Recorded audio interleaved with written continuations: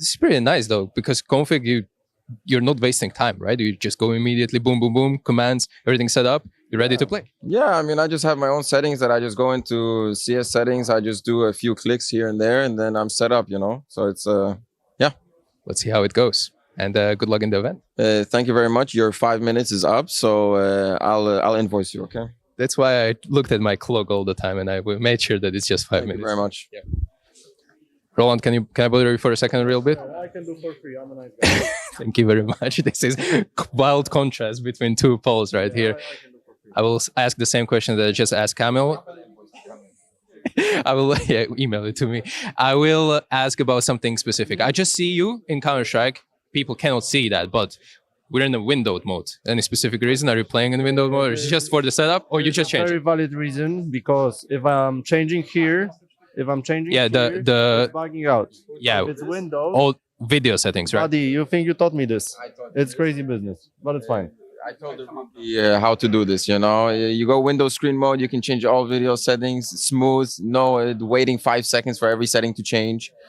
Which is weird. I just asked you if you're doing something differently. This is the most different thing I've ever heard, and you didn't mention it. Now it's his credit. Sorry? I thought it's normal. He's delusional, by the way. It's fine. It's fine. But yeah, we do this to save time, to be efficient. And now we can go back to CS. Everything is amazing.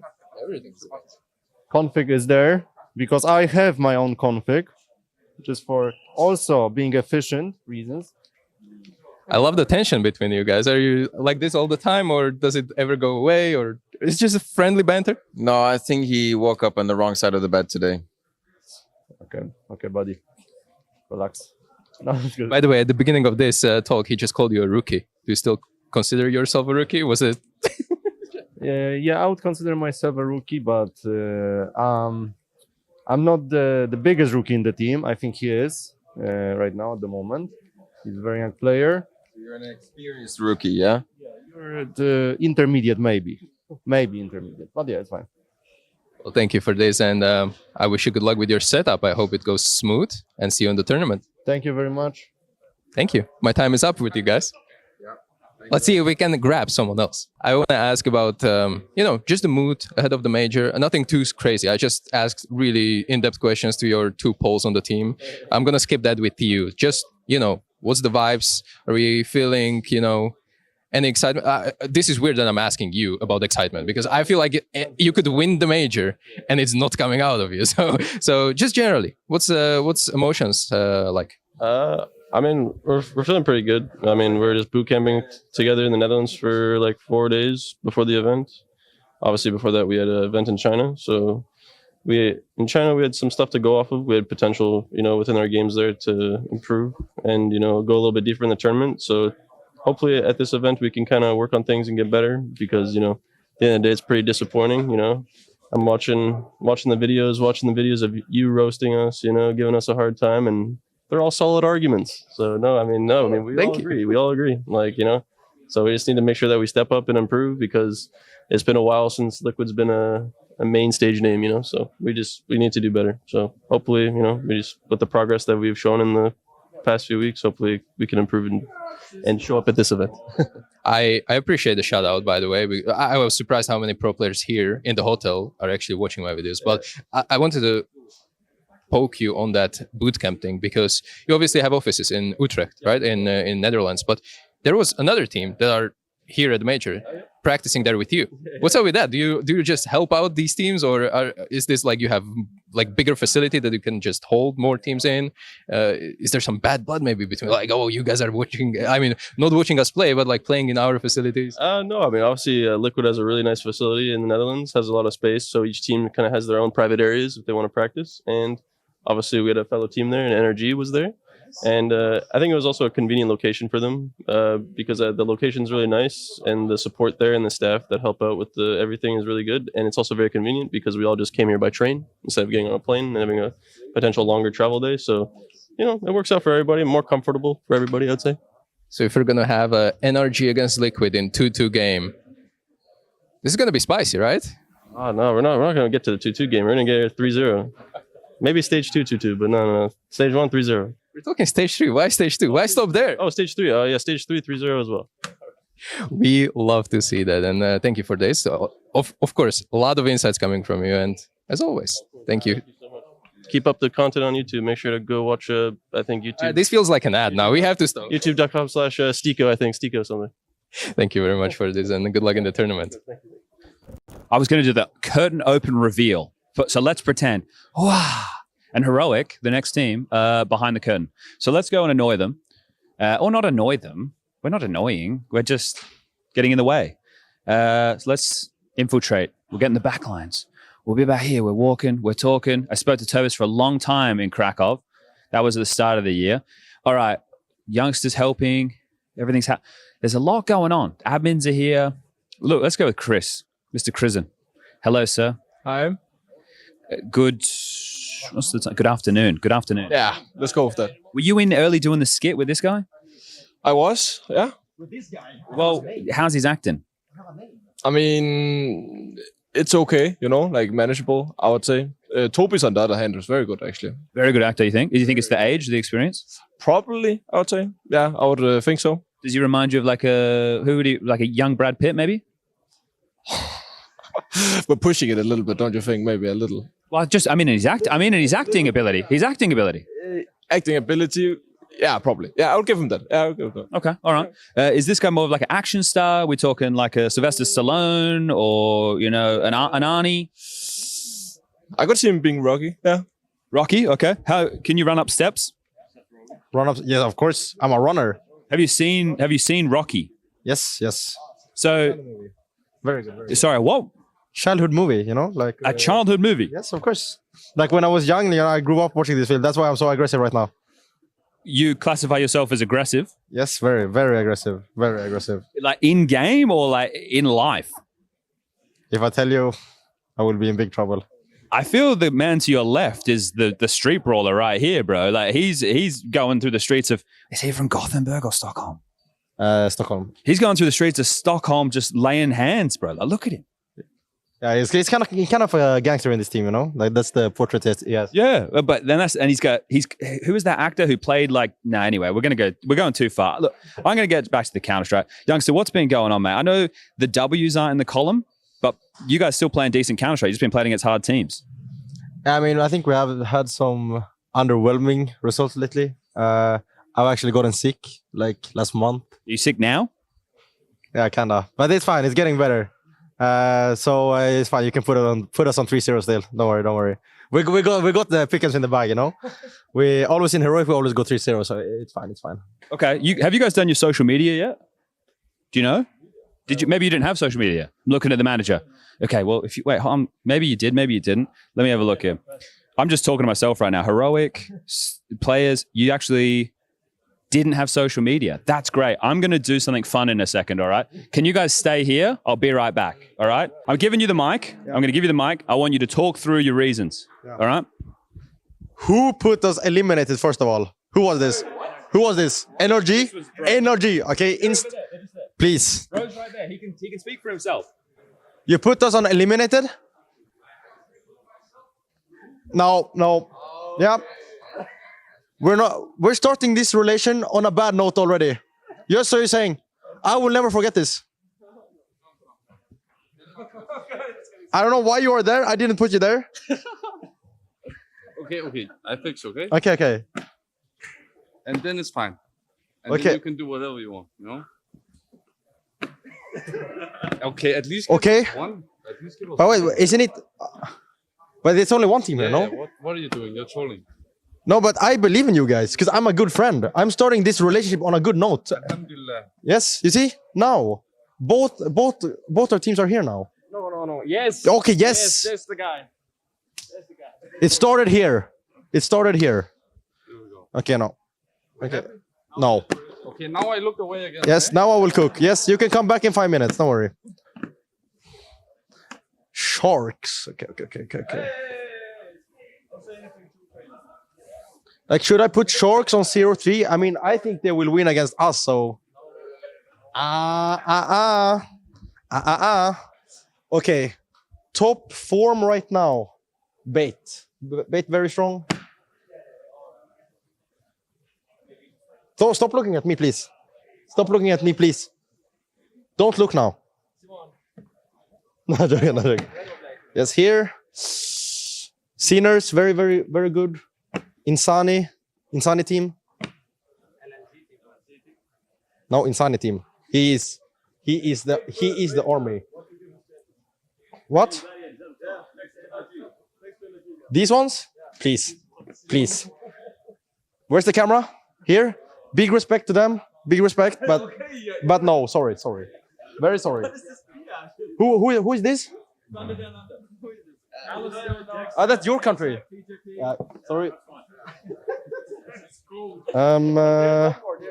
We will. These ones. But these guys are really strong right now. No, there's only 2-1-0-3.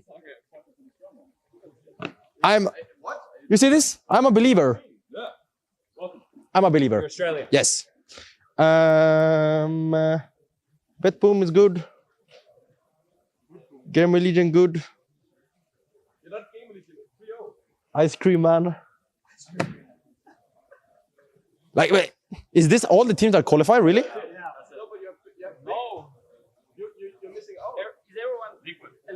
I'm so sorry. Or do I put Malps my hero? No, please.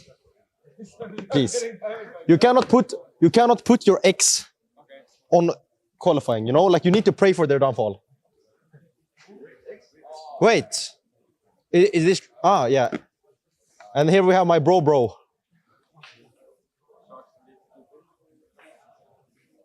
Yep. Look at the camera and tell them this is your picker and sign off. You saw it here first. You might think I'm crazy, but I know the inside information. Thank you, man. Appreciate it. All right. That was great. Let's keep moving. All right, I got PR, I got Hypex. Gentlemen, my first question, and he already gave me the answer. I want to hear your version of the story. Where's Snacks? The big man, he ain't here. I heard that he arrived pretty late and he's enjoying his time doing some practice in bed, probably. I mean, like preparation, of course. Of course.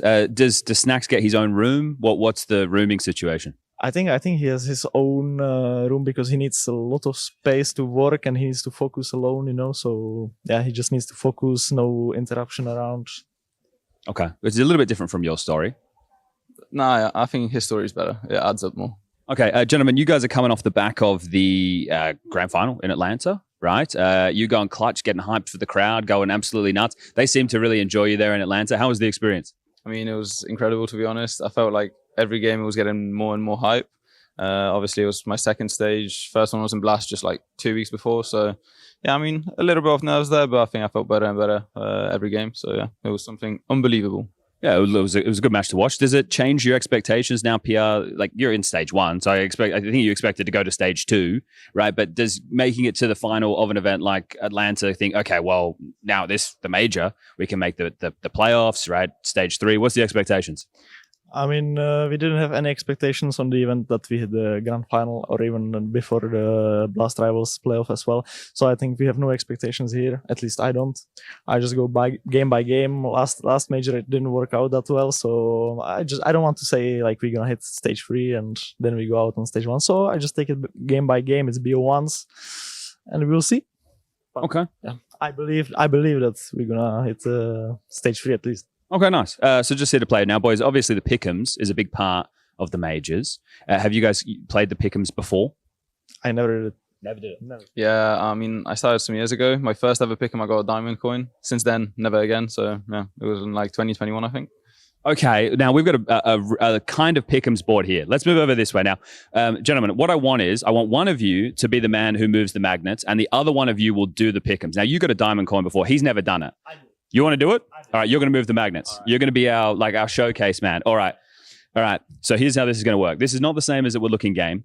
There'd be a whole lot more going on in game. And this could be way harder. I don't know. We'll find out. What's the difference? Like the difference is that it's like 2-3, 1-3 and stuff like this, or what? Well, look, I'm not gonna. Look, if you end up getting the 3-1, no, it is the same. It just looks different. Let's go with that. All right, it's the same, but it looks different.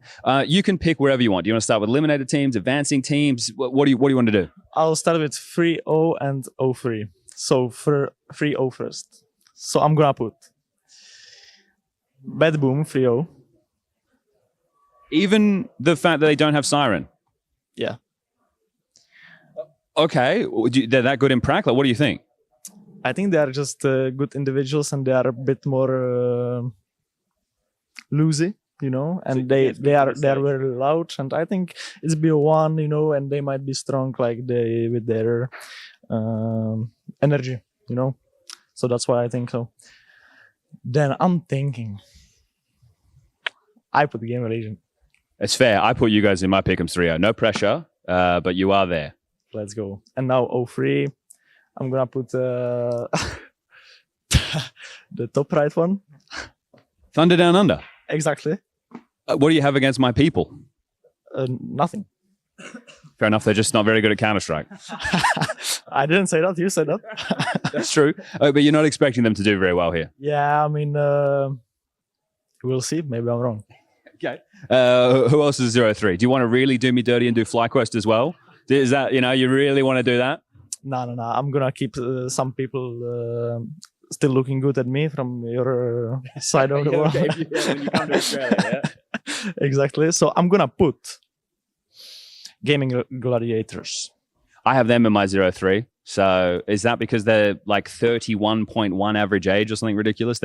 These guys are all like Snack's age.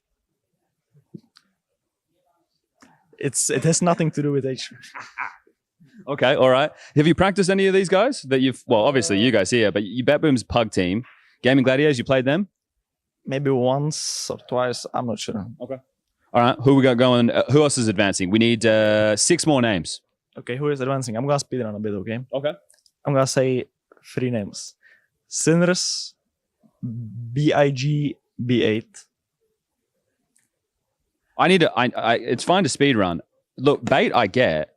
What's to go with Big and Sinners? Because neither team have played any great European opponents this year. So why you obviously practice against these guys and know these guys. So why do you have confidence here? Is it just these names are better than the Chinese teams and Australian teams, or what? I just have a feeling like they are very annoying sometimes to play, you know. And yeah, it's BO1. I mean, whatever can happen, but I just have a feeling that they are annoying, and it sometimes could be tough against them if they have a good flow, you know. So I think that's why. Okay, we got 3 more teams that have to advance. I'm gonna put MIBR, Heroic, and now it's tough. I'm thinking M80 or yeah, I'm just gonna put M80. No reason. M80? Yeah, just by feeling. No reason. Okay, well, we don't have to put the rest of the teams, but you would have Lynn, Vision, Sharks, NRG, Liquid, TYLOO, and FlyQuest not making it. That's how it goes, really. I don't know. Well, look, this is stage 1, mate. You know, some teams have to go home. That's how it goes. Let me check with Hypex. How does he feel about this? How do you feel about the selections? It's quite similar to my pick M at home. I did, instead of Gaming Gladiators, I put FlyQuest there. So I'm quite sorry to people. I didn't mean to offend anyone, of course. No, that's fine. It's all fun and games over here, mate. You know, and then Alistair gets the fuck you pick'ems when he does win a best of 1 game. So it's all good. Yeah, that's true, exactly. And then I think just instead of a matey, I have TYLOO. Okay. That would be my pick'ems, yeah. Okay, all right. Let's do one last bit here because your boys over there, Townsend and Rez, are still doing social media, so I've still got you. After Atlanta, what happened? Right, you guys went home. We're just talking about the flights and stuff here and everything. But have you been? Was there a boot camp? Did you just practice from home? What's happened between then and now? I mean, originally we were meant to come back home for like 5 days and then go for 1 week's boot camp before the major. But we all decided that we are a bit cooked after the America trip. We were there for like 3 weeks. Obviously, the flights are not ideal as well. Jet lag for some people. I never experienced it, but so far. Lucky. Yeah, pretty lucky. But yeah, we just decided we're going to prac 5 days from home. And we took that week from home to rebuild our energy. I think we wanted to be better for the major. And then obviously we could be here for a long time. No one knows. So yeah, that's how it is. Okay, cool. So you're kind of using like stage 1 as you warm into the event. And then from there, you're practicing every day. It's straight into stage 2, the bigger name, stage 3 around the corner. Awesome. Okay. All right. Well, is there anything that you want to say to the people at home? Well, I mean, just watch, cheer for us. I think we're building a better fan base than ever. And yeah, it's going to be good. I promise. Do you co-sign this? Are you happy with that message? I'm happy with that message. Listen to that guy. Nice. All right. Thanks, boys. Thank you very much. Cheers. Hello, everyone. JDC, can I talk with you a little bit? Of course you can. How are you? I'm perfect. Actually, first time someone asked me that back. Yeah, that is good. No, you should get asked that more often, I think. Most importantly, how are you? Because home major, well, home, but obviously still German organization, German core. We're here in Cathedral. So what are the feelings? Oof, I think the feelings are incredible. I mean, we've been grinding for this chance a long time now. And in the beginning, the odds were not looking so good for it. So we are even more happy that we made it. And now the feelings are just on, we want to display very good CS and show what we've been working on. Just try to focus on executing our stuff well and have a good time here. I just saw someone else plugging stuff for you. You have like a personal plug-in guy.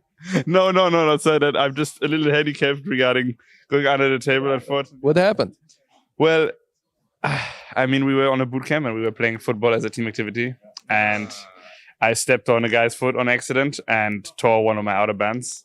But wait, you stepped on his foot and your foot broke? Kinda. I mean, I was walking backwards and he was suddenly behind me.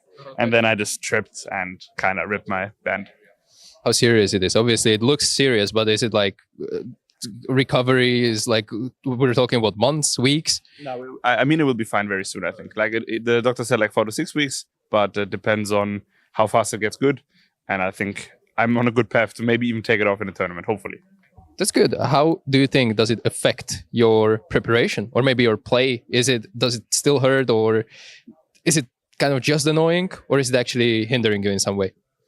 I think it's mostly annoying, actually. I think in terms, I mean, I'm very happy it's on my hands, you know. Yeah. So I'm able to sit. Maybe I'm sitting a little bit different now because I used to move my feet a lot when I play. I didn't really know that until I had this thing, because when we started like playing at home, I wanted to move my feet and I'm like, oh shit, it hurts, you know. So, but other than that, I think it will be fine. It looks like you're about to go on the mountain and ski, you know? Yes, I'm prepping. This is everyone calls me Transformer now, so maybe that's my new name, you know. But I'm trying. Transformer JDC. Okay, I mean, I love it. I love the positivity that you're even finding in this kind of stuff. But I heard that Thompson is not feeling that well. Do you think that might affect as well the game that is about to be played?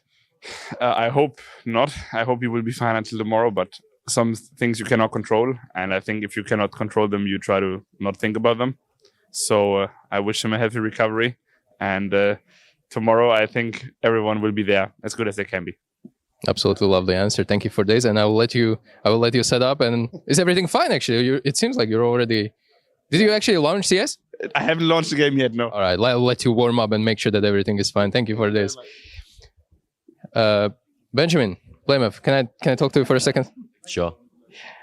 I have a crazy stat that I just saw. The best fragging IGL by far on this tournament. Who cares?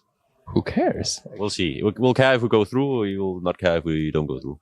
I wanted to ask about the qualification. We spoke with Sinners, obviously you saw that, and they were really thankful about your performance in Belgrade LAN, which you won. Thanks to that, they qualified. You were also on the cusp of making it, not making it, very close, and you didn't play too many S-tier events or like big notable names throughout this career. Not career, but throughout this season. So what's up with that? Are you even like ready for this opposition? Obviously you practice against them, but official tournaments are different beasts. Yeah, I've seen people say this as well. Yeah. For us, if we could spawn in when we created this lineup into the big tournaments, we would have loved that. Yeah. It was not like we said, oh, it's going to be really nice playing all these tier 2, 3 lands and travel the whole world and not play the good teams. So we're hoping we can play more of the good teams, of course. But any chance we can get to play the good teams, we'll take it, of course. Like, we played FaZe only and we beat them. Of course, we already qualified there. Are they a good team though? Yeah, I think they are. I'm just kidding. I think they are. But yeah, I think it was a hard grind to get to the major. Very small chances, and we knew it from the beginning of the year and all the way through that if we wanted to make it, there was not much room for any mistakes. Like we couldn't lose that many games, and we have not lost that many games actually this year so far. So yeah, we're very happy. I mean, it is deserved major for you after all. So I just want to talk about your development as an IGL. Obviously, you're leading this team right now, switching to English, but you said something very interesting I saw today in the interview that the person who told you a lot was actually your in-game leader in Fnatic, right? Fear.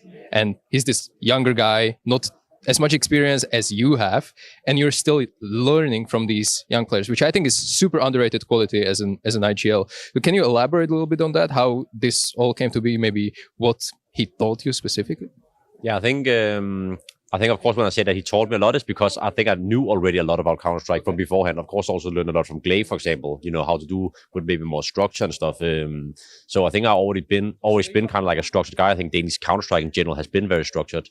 But I think what Fear really taught me was not only something I realized when I was IGLing, but also when I was just a player to sometimes do these things that are a little bit more unexpected. I think it was in the past like a very it was like very pretty, my play style, very pretty, like how I like to view the game. Everything had to make sense in a lot of scenarios, you know, there's flash here, let's do the smoke here, pressure here, like always. But I think he's very good at, like Fear is very good at going out of this like norm of what people expect from you and just do something that's unexpected.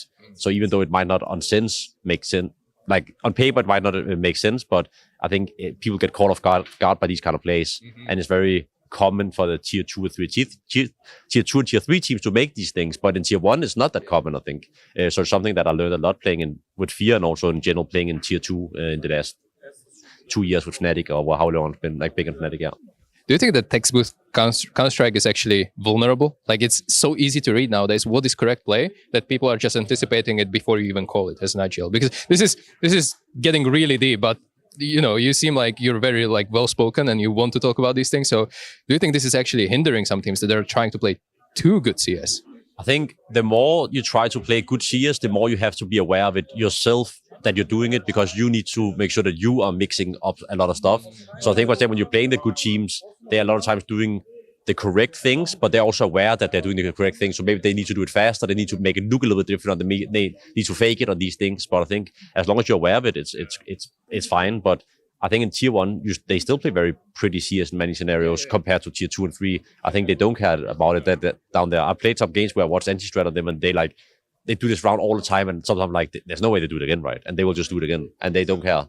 Like they don't care about this, so they will just spam the same things over and over because it's what they're good at. It doesn't matter for them if it looks the same like the other rounds or whatever. So for me, I think we need to be aware of it for sure, and we need to have a better balance than maybe some of the lower tier teams in their regard. But that's why it's so fun to play the big tournaments for me, because this is what I'm used to playing against. I'm used to being able to watch the teams and then kind of know what to expect. It's harder in the lower tier teams sometimes. Yeah. There have been many iconic moments in the Cathedral of Counter-Strike, and for each year in its history, we have one of the most memorable highlights depicted on our stained glass artwork, and I would argue this one is the most famous. Simple in his Liquid jersey left in a 1v2 versus Fnatic on Cash in the semi-finals. Dennis and Crims desperately trying to get out onto the B side, and what does Simple do?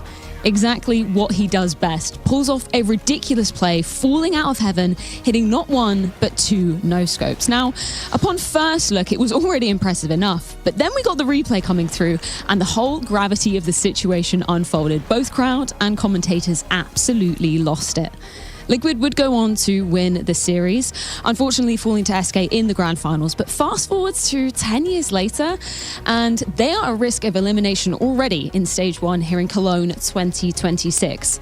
That 1-2 pool is looking absolutely brutal, as 3 names will depart today. It's all going down at the Intel Extreme Masters Cologne 2026.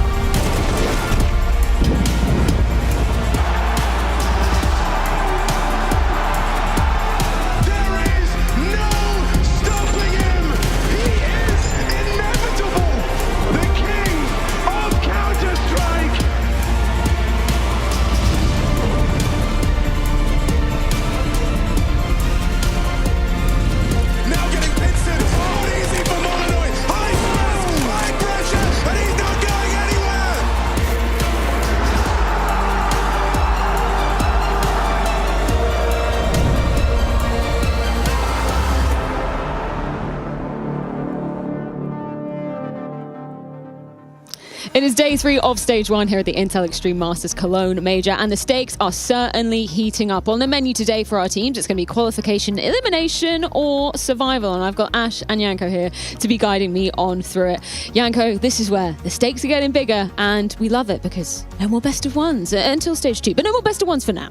Yeah, that's the most important thing, right? And I think this is where a lot of the teams that are favored, you know, consider themselves a bit fortunate to get to this point, right? Where now there's less randomness to it. The map pool comes a factor in, you know, who's favored to win the game. And, you know, for some of the underdogs, this is where things get even more difficult, right? Because you can't just sort of brute force your way in a best of 5 no longer. How nice was it for you, Ash? You've been in this situation before, knowing that there's no more best of ones. Maybe there's more logic to happen in these best of 3s. It'd be nice to see some Anubis and Overpass for once. That would be. I think they've played 1 time so far compared to Inferno 8 times. I mean, it kind of shows where those maps kind of are at the moment. And I think we're getting through the random part of the major now, these best of ones, and we want the best teams going through at stage 3. Like, do we really want to see Bait, the best of 1 team in the world, go out beating Vitality in the best of 1 because the stakes are higher and you've got MR12 and the pistols? I kind of want to see more best of 3s in general. So today, proper Counter-Strike at last. Yes, it's back on the menu. Let's get you up to speed with what exactly we're going to be diving into. Later on, of course, it's going to be our first elimination game. That's going to be FlyQuest versus Thunder Down Under in that Australian derby. Next, we're going to be diving into a couple of team comms from some moments from yesterday and picking these guys' brains as to exactly what we can draw from those. But right now, in true major style, we're going to be diving into our pick'ems because, Janko, I think we all meow, needed meow, it. meow. Game of Legion, man. Why? I don't know. I hate these pick'ems, man. I just hate them because there's an element to it where it's like, oh, whether a team is going to go 3-0 or 3-1 and you're getting punished for picking wrong. Yes, it's just cope. I know. I'm doing it live. But it sucks. Like, I'm deaded because I had Game of Legion going through as 3-0 and Bad Boom as 3-1. Yeah. So now that's flipped on its head. I also had Bait to go through in a 3-1, 3-2 bracket. They are a 3-0 team as well. And that's it. Got the Gaming Gladiators, but yeah. Wait, are you totally screwed for 5? Yeah. You are totally screwed. Yeah, already. because I have Heroic and Liquid play each other. So one of them will be eliminated and then I have no way of getting 5. I hate that I picked Sinners. That's why I really am ashamed of that pick. Yeah. Ash, is yours looking any better? There's a lot of red on this board. It's very sad. I mean, everyone's getting them wrong, aren't they? Mine are looking maybe more hopeful because I'm lucky and all my teams aren't playing each other. So true. I still have a small chance. I just need the next matchups not to conflict in any way, and some just absolute miracles. Can I pick your brain on that Game of Legion game yesterday, Ash? I'm sure you were watching it at home, the 1 versus Bet Boom. That wasn't great, was it? Wasn't great. No, it wasn't, and I think they've got a bit of a pattern going to them at the moment where these first games of series are just kind of getting blown out really quickly. I don't know what's happening there against these good teams, so it'll be interesting to see how they bounce back today. It's the most important thing is bouncing back. Does it really matter if you go 3-1, 3-0? Not really. Yeah, for my pick'ems, I guess, but for them, sure. whatever you want to do. For Bet Boom, though, some great individual form yesterday, right? Flammer's popping off, Boomage, getting a vintage performance from him. Love to see it. Yeah, I made the mistake again.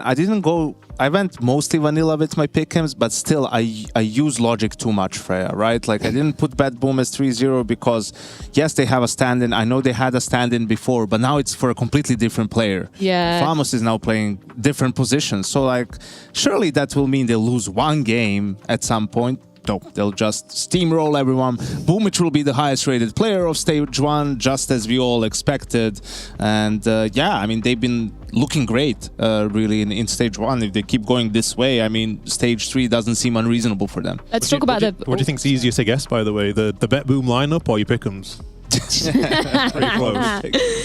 Bait M80, obviously that was the other qualification game going down. That was one of my favorite post-match interviews of all time. Alex saying this was the clash of trash. It was so good because I mean that last map it was insane, but yeah, there were a lot of mistakes there. Bait capitalizing on them. Yeah, I think normally you just say those sort of things when it's a game that feels hectic, and this is 2 teams that like to play hectic, and when the rounds get close, they both want to take the timings going, and that makes the rounds really weird because usually you're thinking they're going to use utility, they're going to come in together, and they kind of go a bit more emotional, and I think I have timing, guys, and it just kind of destroys all structure, and then it feels like Clash of Trash, but maybe it's not as bad as it felt. Yeah, I mean, it was a long one for sure, and that's the thing with the majors and these games. It's like you don't care whether it's pretty or not. You just want to get it done, and that's the most important thing for Bait about yesterday. Yeah, that's exactly how they did do it. Let's take a look at the kind of lower section of this, though, because as you said, Yanko, Sinners. I mean, I was reading the interview on HLTV with one of the players afterwards, and it's just like, I mean, the emotions, right? Like, you've worked so hard to get to this point. It was literally out of your hands for you to make it to the major. Like, and I can't remember who it was, but he was saying, you know, might as well have just not qualified. Like, that would have felt better. Yeah, Beastic, the IGL. I mean, I think we saw a team that just got overwhelmed by being at the major for the first time, right? That FlyQuest game, the opener, losing in overtime, right? Just a couple of mistakes. Didn't play all that poorly. Then the loss to Energy, and even against TYLOO, they had a big lead on map 1 and letting it slip. Maybe some of the inexperience kicking in, and yeah, all in all, I mean, I wasn't the only person who had them to go through into the next stage, but going out 0-3 is definitely an underwhelming result for Sinners in this one. Yeah, Gaming Gladiators also going to be joining them there. I feel like, Ash, that was maybe more expected. A bit of an older team. Obviously, Fer trying to get his glory days back, but not to be. Well, yeah, I could say that, but then I put them through on my pick'ems on YouTube, so I'm a little bit disappointed. Oh no! That one went a little bit wrong. I did change it when I heard the interview saying they're not practicing. I straight away went in the bin, and I thought, okay, maybe now it's 0-3. Yeah, just an old team that didn't look very motivated in the way they played. I've seen so many rounds where it feels like they're not really playing with any experience, and they've kind of just buffed everyone else's stats at this moment. So that's kind of the nicest thing they've done, because here we see the drop off of some players, and it's kind of painting some context. So instead of having the HLTV top 50 filter, we have a Gaming Gladiator filter here today. So some players have taken advantage of that. You see, for example, Sus 1.2 rating, take that out, and suddenly it drops quite a lot, and it's subpar. So we'll keep this in mind for later in the tournament when we say, "Ooh, this player is fantastic this event," but our Gaming Gladiators have made people look. Your stats against Gaming Gladiators do not count. Of course it's Blame F. Of course it's Blame F, Yanko. Yeah, well, has to be. Right, we had some interesting team comms yesterday, and I believe we can start off with a particular team called Team Liquid. So let's check in with that, and then we'll react to it. I want us all to take a deep breath and do a little water break, because we are getting a bit frustrated for nothing. It's a best of one. We need all our effort into winning, not into being mad about the previous round or the current round, guys. Come on. Let's show some fucking resilience and energy, okay? Yeah, that was coming out of the Team Liquid game versus MIBR. And Ash, I mean, understandable frustrations coming through for them in that game, right? Yeah, I think it's good words from Shuey. I respect that. But I think also from the fan side of things, I haven't watched that many Liquid games on broadcast, but I feel like I've heard that exact speech 4 or 5 times recently. And I think that there's so many things that's kind of summing up Liquid at the moment, and that is repeating the same mistakes. And these are veterans. These are guys that should know to win the game, you need to be focused. Like, you can't be emotional in the game. Save it for afterwards when you got these frustrations. The fact that Shuey, I think he's the youngest guy on the team, is repeatedly having to say, guys, let's not tilt and try and win the game. That for me is frustrating that it's still going on after so long. Was there any kind of ways that you could nip that in the bud? Obviously, a major is a different situation with how much the coaches can chime in, etc. But if you ever noticed that within Game of Legion, any particular way that you could just completely get rid of those frustrations? I mean, you'd have to go for it from practice. You have to set good examples, because I think in practice it'll be worse, actually. Normally people will be saying stupid comments and things after rounds. And I think the best way I've done it before in the past is recording those examples and then playing it to the person, because they don't realize sometimes that they're sighing down the microphone and saying these silly things, or they think they're being quirky and funny. And I think if you can do that, you kind of show a little bit of like ownership on that person again. Yeah. But I mean, usually it's unfixable, or it's just something you can kind of tone down a little bit. But if there's multiple people doing it, that's a thing again with the balance of the lineup. You can have 1 or 2 people maybe doing it, but if it's 3, 4, 5 people, that's just really asking for it. What was your retort when a player would just be in practice and be like, what is this guy doing, man? Like, well, what are these guys doing? Like, what? This is not real CS. My way would be, they would say, let's blacklist them, and I would say, let's play them again. We play them again, and we just kind of suffer through it together. You have some examples of Liquid mistakes aplenty from that very game. No surprises. What did you do? Well, exactly. It's like, it's kind of weird listening to them talk about being frustrated and whatnot. I mean, who's going to take some responsibility and accountability in this team? Like the first gun round yesterday against MIBR has a set call to do a B split, 3v2. Look where the players are when it's 3v2 and MIBR has B bomb. Where are you going, guys? Where are we going here? In a 2v3, in the first gun round, you have good money in the bank. Ultimate can get an op drop by Shui. You can do the spot swap. Why are you going for this 2v3 retake? The players from MIBR can be anywhere. Like if they were in market, and you know where all the players are, but you're going into the unknown. Even though it was a 1v1, it's a bad retake to go for. Into the next round, the reset round. 4v3 for Liquid, but Insani made a great play to take space into B from short, catches Nav completely unawares. Look where the rest of the team is. Like they're so far away when, again, MIBR has control of the side. The bomb goes down. They could be anywhere in the side. I mean, Ultimate is still in the A bomb side, holding short when his two teammates are going, why are you going up B apps? You know, like Klim just gets 2 kills, and again, Ultimate saves the op, and you don't get anything down on this retake. You're just wasting away your economy in a best of 1, right? Instead of playing those percentages and just doing better. And as Ash pointed out, this is a team with veteran players. Where is Shui or Elige or anyone really to say, nah, we should save here? Like it's way too loose. It's way too reckless for me for playing a best of 1 at the major. Yeah, how frustrating is that for you? I would say as well, like when this happens in the teams that I've coached, and they're a lot younger in general anyway, I would put the ownership, like, of course, on the players going for it. They should understand the timing's a little bit off, but I think sometimes you can get a little bit tunnel vision. You're thinking, like, emotionally, your adrenaline's there, but the guys that are dead, and they should be also saying, boys, let's save now. And we saw those examples there. There was actually lots of time for them to say, look, you guys, you're not even going through the window yet, and yet we're going through long B to go through. Like, that's 15 seconds of everyone sitting there. What are they doing? Are they reading strats? Are they scrolling Instagram? Are they watching TikTok? I don't know what's going on. Someone needs to say something. And I think it's even, that first round MIBR wins, it's a 1v1. So then if you just play for exits in the following round, maybe 1 or 2 players are only left alive, you're still in reset territory for them, and you can still buy. So that's amateur, isn't it? That's really, condemning for me. James is watching that and having an aneurysm pop, right? Like he cannot believe his eyes. Like that's his worst nightmare. So yeah, that when I see things like that, I cannot take a team seriously. No. Like there's something utterly wrong in this Team Liquid squad, where playing so reckless without discipline just means that, either there's going to be roster changes and just the whole team doesn't care as much as they're supposed to, and that's, for me, unacceptable for a team of that level. Totally. Well, they are going to get one more opportunity versus Heroic. That will be rounding out the day. But choices for you guys to make at home. If you would rather be watching TYLOO versus Sharks, that's going to be going down on the B stream side of things. On the A stream, though, it's going to be the Australian clash of FlyQuest versus TDU. And I hear that we have a special interview from Chad. That's going to be coming up after this break.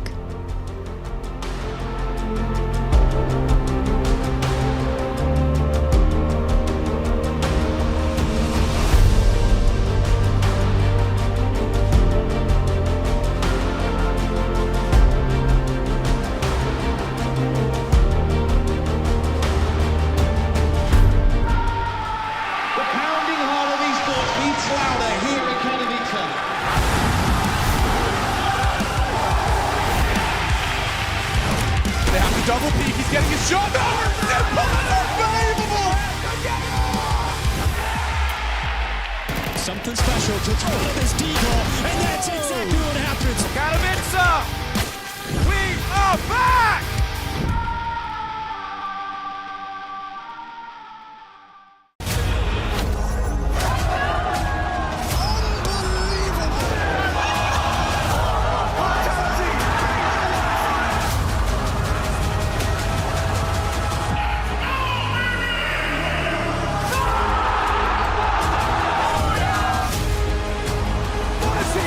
Control of the game!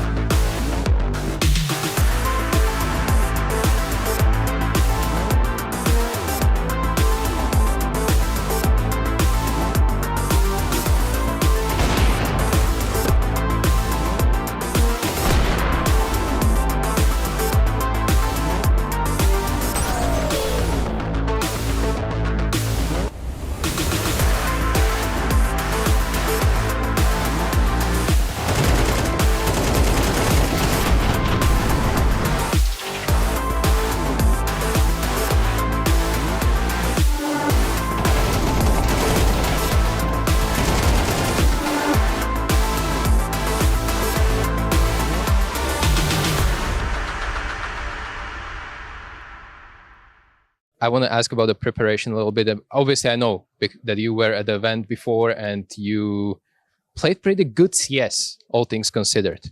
How big of a boost is that coming into the major? Because now you know you can play these European teams fairly well, and people will maybe not underestimate you as well. So obviously, you're not the favorite here, but how does this change for you as an in-game leader to, prepare for these tournaments? Of course, we are not the favorites, but I think we play well in the last tournament, and not like I think it gives us a bit of confidence. Yes, yeah, we played pretty good. A lot of players and people watching this tournament will see Sharks for the very first time. So explain yourself. What team do you play like? Who is your inspiration? If you would have to put like a tier 1 team, who you're similar to? Is that Brazilian style? Is it like more, I don't know, tactical style? Is it more rushy? Because I've seen some of your games, but people who don't, try to explain your play style to them. I don't know. Depends of the map. It's a mix of things. We watch like all tier 1 teams and base and like a bit of tier 2 teams also. So yeah. I don't know. No team like specifically. Okay, then let's strip it down to you specifically. As a in-game leader, who inspires you as an in-game leader? Who are you looking forward to meet? Maybe who are you watching demos of? Who is just your kind of inspiration? Maybe Fallen. Fallen, yeah. Fallen, Alexibi. All the great in-game leaders, Kerrigan. So, yeah. Apex? Also, Apex. Yeah. Do you like to trash talk, by the way? You were really silent at the same time you were hyping up your teammates, but a lot of the in-game leaders, as you just mentioned, they like to be a little bit loud, a little bit vocal. Well, maybe not Alexi B, he's just kind of he's just a good guy. Yeah. But the other guys, they get a little bit heated. So do you like to do that as well? Depends. It's like a feeling, Yeah. But usually I'm more calm. Yeah. Like a calm guy, chill guy. All right. Any expectations for this event? 3-0, 3-1? I don't know. What happens. Of course, we want to advance, but we just play like each game a game. Yeah. I mean, it is always good to talk to you, and you're getting comfortable on the server, in the English interviews as well. I love to see that, and I hope to see you more in the tournament. So good luck, and let's see how it goes. This is Sharks Gaffolo. Thank you. Thank you very much. Thank you.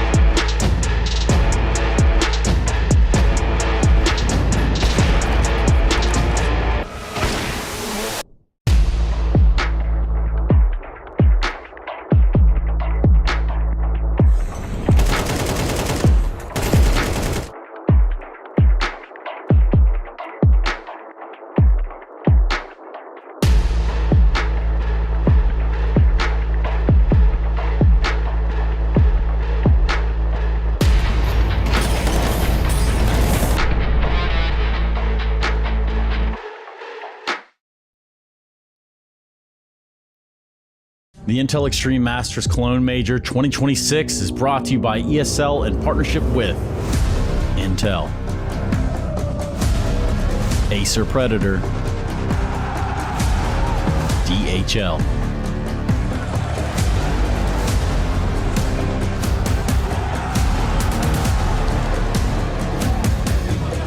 and Zoe.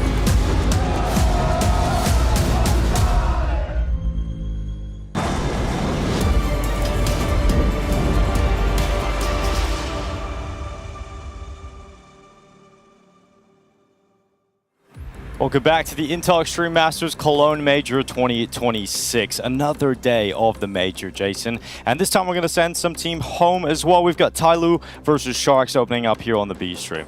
Yeah, I mean, the elimination game as well. One of these two teams going home. So you can see here for TYLOO, they've had a lot of experience being in these situations, going in way, way too early at the majors, looking to change that trend a little bit today. Same with Sharks, although a little bit less experience, and looking to actually be able to kind of make it through this time and show a better step than they have previously, and show that the next stage, the next level of the South American Counter-Strike scene is still improving. Well, two regions we don't see clash very often, apart from at majors, right? South America versus China. It's going to be very interesting to see how this one goes down. I mean, you're looking at a team that in TYLOO that were impressive last year at points. He won an event last year, and we were really excited about it. I think they have the best player on the server in Jamyoung, but the problem is he doesn't always perform. Well, yeah, the TYLOO one's like a real head-scratcher, like having had them kind of disappear out of the international circuit this year, after, as you said, after last year. So, I mean, that's been kind of a curious one. And, again, we haven't seen them enough against the competition. I don't have a great read on what's causing this, but, yeah, they're not reaching the level that we know they're capable of. Players aren't reaching individual levels that we know they're capable of. And for Sharks, it's the other story. It's like we're still trying to figure out exactly what this team can do in general. Yeah, I think for Sharks, I think we've seen some glimpses here and there, but I think they're just such an inexperienced squad that the pressure of this kind of game today at the major, surely this is where TYLOO have the huge advantage. Oh yeah, this is where you would lean towards that experience, and especially if individuals to not shy away from moments. But we casted the Sharks heroic game as well that Sharks ended up losing in a relatively close. I think 13-10 was the scoreline on that one. Sharks actually won that out. So there was some of that pressure where Sharks was actually able to overcome a very close game down the stretch. So there's at least that going for them. I think the harder thing is they're coming into this on 2 best-of-1 losses, taking a loss to M80, taking a loss to Lynn Vision. Neither of those really all that competitive. For TYLOO, you're coming off a really exciting, really hype, energetic win over Sinners just yesterday to eliminate them, but a very close series. That was down to the wire. So you at least come in with that positive mentality of your teammates and your team being able to step up in an OT situation, winning Ancient 16-14. You've also played a best-of-3 as well, right? That's the advantage TYLOO have. They've played the BO3 so far. Sharks only the BO1s, but they're going to be kicking things off on Nuke to start this series, and Nuke was the map where Sharks looked their best. I think their T-side was really impressive. Against Heroic, we actually seen them concede a lot of the early rounds, and they were able to claw it back. Yeah, their T-side was impressive, but I think there was also an element of like Heroic has just looked really rough as well stepping into this major, at least in their first game. So I wonder how much of that was Sharks being impressive, which, you know, there's always going to be a certain percentage of that, versus Heroic playing a really, really bad game. And I just say that because like they might still have another good T side, but you're not gonna be as solid as you were against the Heroic guys. Yeah, well, here's the map pool across the last 3 months for the squads. Nuke, a comfortable map for both teams. They go there quite a lot, both with high win percentages within their own regions too. So no surprises. TYLOO love a bit of Mirage. Oh yeah, absolutely, and I mean that's you know, I think the map pool question for a team like Sharks is going to be a big one as well. Same with TYLOO to a certain extent, but we have a little bit more information on them. I just think with Sharks, you know, that South American region trying to rise up through it, like your map stats get a little bit inflated. TYLOO has a little bit of that going on, playing mostly in the Asian region as well this year, but we know they can kind of pop off. We've seen them pop off against some of the stronger teams. So Nuke going to be that first map picked by Sharks. Inferno coming next for TYLOO. A lot of Inferno in this stage 1 so far, and an Anubis decider, which feels like if we get to that third deciding map, that leans heavily to the favor of Sharks. No, you see Koala just meditating ahead of this game, but I think for TYLOO, they could get this done in 2, looking at the first 2 maps to play. They're comfortable on Nuke, which is Sharks' map pick, a great shot to be in a position to upset them on their map pick, you know, really make them feel the pressure of being 1 map down. You've lost your map pick, and then I just favor TYLOO if they win this opening map to win the series 2-0. Well, just the experience on Inferno, which would be that second map for TYLOO. Just listen to this. They've played 16 maps of Inferno in the last 3 months. Sharks has only played 3. So just like the sheer amount of reps that you get, the chances that you get to see what's working and what's not working and adapt across that many games, it feels like, yeah, TYLOO's going to have a big advantage there. So it feels like, yeah, with that kind of a conversation, we look towards this first map of Nuke and say, Sharks, this one's all important for you. This can't be, you know, you want to get that buffer before going into Inferno, where TYLOO's just going to have a, you know, just tons more experience than you. Well, yesterday, TYLOO's newest member in Zero was performing well. He was their top-rated player with a 1.26 rating coming out of that. Got an ace as well, I believe? Yeah, so, I mean, that's great to see. You know, in one of the high-pressure games, your newest guy showing up and delivering for you. G was a little bit quiet yesterday, so hoping he can step up today in the opening department on the CT side of Nuke is definitely going to be where we expect him to thrive. When I talked to him during the lobby on the media day, chatting with G just a little bit, I just asked him like which one of the players is going to pop off this event. And he still just pointed the finger down at Jamyoung. Shouldn't surprise anyone, but you know he was basically just saying Jamyoung's going to carry us. So if you're new to watching TYLOO, new stepping in watching these teams play, Jamyoung is a guy on the TYLOO side of things. You're going to want to keep your eyes on G as well with the AWP. Everyone, Mozia, Mercury can obviously chime in. Zero had that good game yesterday, so some cool things on this TYLOO side, and we get to see how Sharks can stack up against him. Yeah, Jamyoung feels like he's been around forever, but he's 24, so still a long way to go in his career. I'm glad we got him back because Jamyoung stepped away. He went to a different game for a little while. That's right, he did. A couple of guesses as to which one that was, but he's back. We took him back. Yeah, he's right back, and came back quick if I remember correctly. He did. Yeah, he was only away for a short while. Which until you realized can understand that. You know, grass isn't always greener. It's not green at all. Yeah, you're all no good. grass. It's concrete.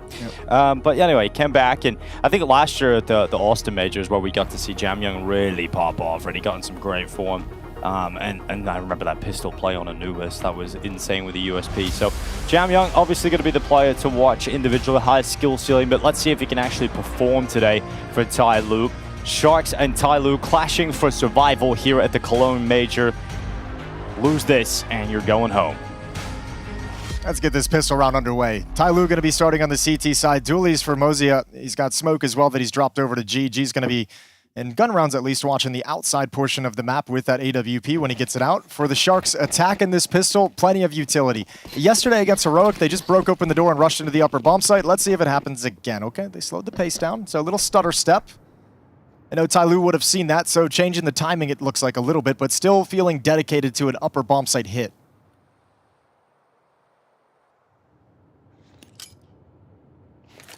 Door going to be blasted open. Molotov to hit that hut roof and force TYLOO to fall back, and here come the T's sprawling out of the door. You've got Doc taking the opening frag of this best of three. Mozia, the first victim. And Sharks just trying to figure out, okay, we've got a decent amount of space towards this site. Let's get that bomb planted and force TYLOO into a 4v5 retake and make that 3v5 as Koala lays down some law at long range. Yeah, great utility on this exec. I mean, G trying to come through the mini smoke, and he's completely blinded. Double flashes coming in on perfect timing. Player forced off the top of the hut by the Molotov, and he goes down for free. Dualies have no impact in the hands of Mozia. Now, TYLOO just have to back off and save. There's no access into this bomb site into the 3v5. They've got no kit, no utility. So a nice clean hit from Sharks, and they get out to a good start on the T side yet again. Yeah, it's always what you want to see when you go for that. O bagulho que eu ia falar é que, tipo assim, a gente tem que ter raiva desses caras, assim, que a gente não tava com raiva, mano. Quando a gente tá com raiva dos caras, tipo assim, raiva de ódio mesmo, a gente joga muito melhor, velho. A gente tem que olhar pra esses caras aí, mano, e, tipo assim, levar pro pessoal, tá ligado? Okay. They like to play when they're angry, Jason. Yeah, I mean, that's They're like the Hulk. That's very Sith of them, I was going to go with. You know, or Michael Jordan. Yeah, I remember that. Always remember that one time where he's like, he would just make stuff up about the other guys on the other side just to get them in the right mindset. Look, if it works for you. I love hearing that out of Doc. I mean, it's not even like the anger angle of it, right? Like whatever emotion you got to use, it's basically just saying like, let's make sure we're all locked in. Like this is something we're going to have to fight for. So getting everybody lined up, a good pistol round after the speech that came in before the game from Doc before we went live, and he's got his boys with a pistol round victory. Yeah, we've seen a couple of good moments in the T side. I mean, you brought up the fact of, okay, we're still wondering whether that was a good T side from Sharks or was a big part of that Heroic underperforming. Well, I think we're going to find out today. Second time we'll get to see them on the T side here, and they've won the pistol. It's going to be a force buy for TYLOO. So they're going to have a scout for a G57, a Mozia, a Deagle for Mercury, and 2 MP9s available as well here for TYLOO. Yeah, very slow, very cautious out of Sharks. Know how devastating it can be to lose a round like this after the pistol and just ruin all your momentum, so they're making sure they don't fall prey to any traps. Jamyoung was pushed up, kind of flirting with the idea of challenging towards radio. Zero, the next potential piece of danger for Sharks as he's on top of the hut. Zero appears down. Through the door they'll go. Koala, the first death. 45 seconds left. 4v5 to try and convert, but Doc, he's gone and found that follow-up kill, so been able to trade it out, but where do Sharks go from here? Yeah, this is going to be interesting to see what they do, because now you have to call a little bit of an audible. Your plan to come out hut and come out squeak door is kind of stalled out by that smoke, and you don't want to attack while that smoke is up. You want them to defense to have to be nervous about both choke points. 25 seconds. 2 players downstairs as well. Equally, TYLOO have no idea what's coming. Oh, Jamyang could unravel this right now, but he goes down with nothing, so it falls to 0 instead, and no hero play from him. Dog comes swinging out, Vent player dies, and Sharks with such limited time make it happen. That's really nice. TYLOO thought maybe that the smoke towards door was going to funnel Sharks towards ramp room, so they got to jump on the lower rotation, and just the walkout hut, very powerful. Nicely done from Sharks, not panicking in an awkward situation. 2-0. And Mosey are going to try and keep this scout in his hands for the next round. And Sharks are going to be very happy with the start of this game. This round looked like it could have got messy, but they've been able to recover it, showing that they can run the clock down to below 20 seconds before they make their final play forward and still be coordinated and effective enough to win it out. So that'll be a 2-0 start for Sharks. You've dealt with the TYLOO force buy. You've prevented them from saving anything significant. You should be getting a reward of 3 rounds in a row to kick off the map. Yeah, now what do you want to do? Do you want to just go for an uppercut, fast play, get the round over with nice and quick? Sharks have control of the map. Day 3 of the Cologne Major over on the other stream as well with Chad and Alex. We've got Thunder Down Under taking on FlyQuest on the A stream, the Australian derby. Yeah, the Battle of the Boys, I think Chad was calling it The Battle of the Boys, I like that. So we'll see how that we one got goes literally every Australian in the scene for that game. Yeah, you had to have a podcast in that one. You had to. We'll see how that one goes. My favorite thing about Sharks is their coach is called Coachy.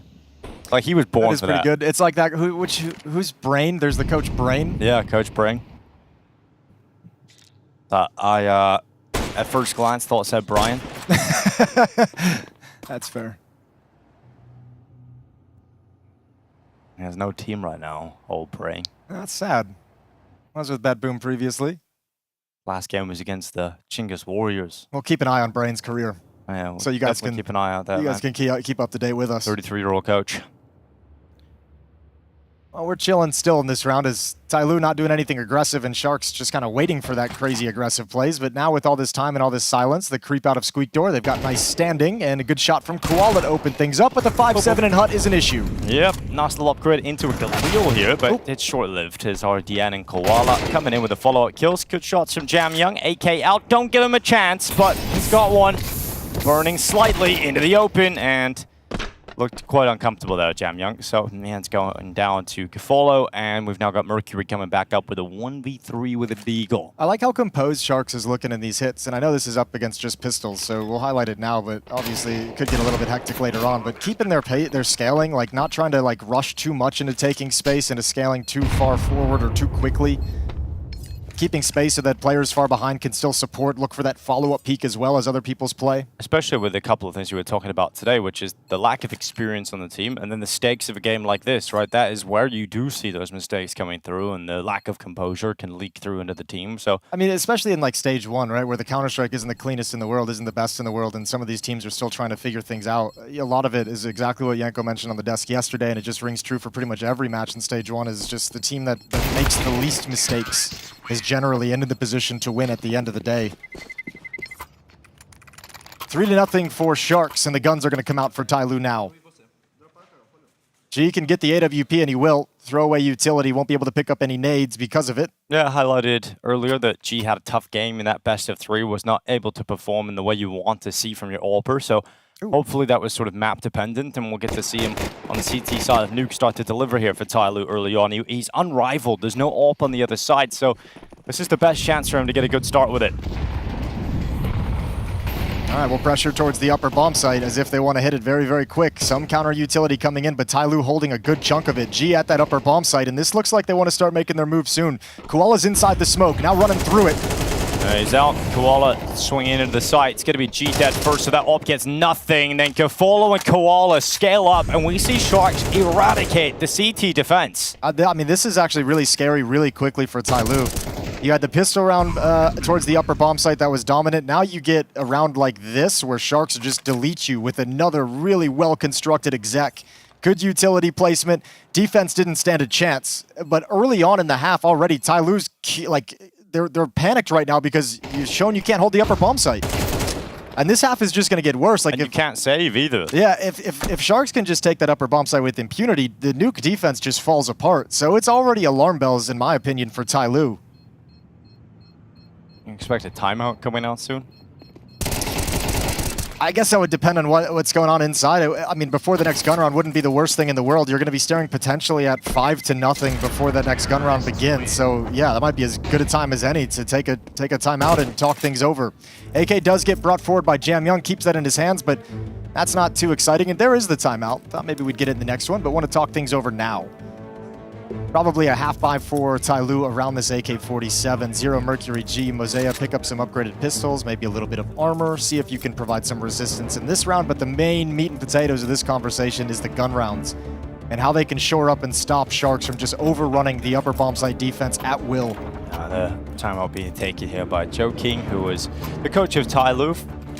Recent playing experience, also was able to play in the event that TYLOO won. The replay of that upper take. Lost G is, no one spotting for him. Yeah, like look how much time Koala has to like crouch and spray in the open with like nobody stopping him, no harassment. Now that's either miscues from the TYLOO defense or that's good utility. Someone's blind and has to tuck in behind the silos, you know? You'd imagine, but regardless, G's probably like, man, this guy's out in the open and I'm supposed to have 2 teammates in this bomb site and I'm the first one to go down. Looked like he kept it in at least, you know? Yeah, he held it in. It's just a little frustrating head shake. 4-0 T-side start for Sharks. Gafolo gonna get blinded, unleashing Jam Young, and he goes forward with 2. So brilliant work on the MP9. There we go, nice little piece of aggression called Lobby Crunch. Surprised Sharks wasn't ready for it. It seems like they've been prepared for so much, but look at the room outside that Doc has gotten on the mini-map. Already working his way down secret. Problem is the bomb is dropped over towards radio room. So you kind of have to come retake this part of the map, but now stalled out by a smoke.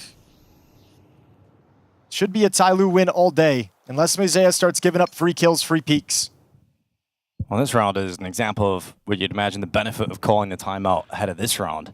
You know, you get to come up with an idea with a half-buy coordinated attack in towards the ramp room. And maybe some inexperience out of the Shark side because, I mean, you win the first gun round, you know it's going to be a half-buy, and then a timeout is taken. Like, I feel like mentally you should have been well prepared for that hit. You shouldn't have even been playing a position where you can get blinded by that flashbang. You should have recognized the situation that with these half-buys and with you having a 4-0 lead, they can start getting a little bit crazy and taking a risk. Yeah, that's the kind of round where you'd see Vitality on T-side, you know, blocking anybody. Robs would be playing T-main and just back off if they took it.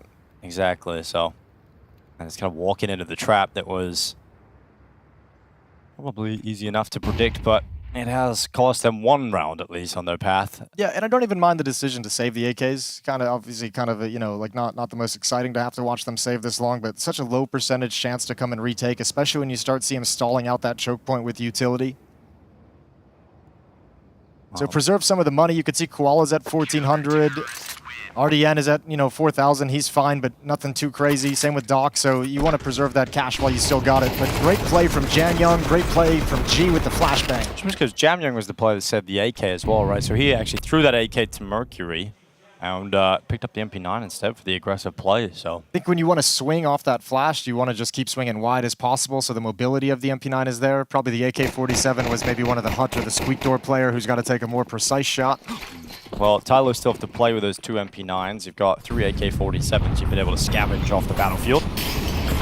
Let's see how they get going again here. Sharks again, a quicker play, bursting out into the A side. Looking to defend is TYLOO, and they only get the 1, and then 0 gets a second before going down. But Mercury, right through that smoke, steps out into the open, and Mercury's got a second towards Vent, and G's got the cleanup. So finally, TYLOO's A defense posting some resistance. Yeah, credit where it's due to the timeout called by TYLOO for that lobby crunch into the win, and now you get that upper defense delivering some good kills. 0 with a double, Mercury with the AK grabbing 2 of his own, and that forces a timeout out of the Sharks attack.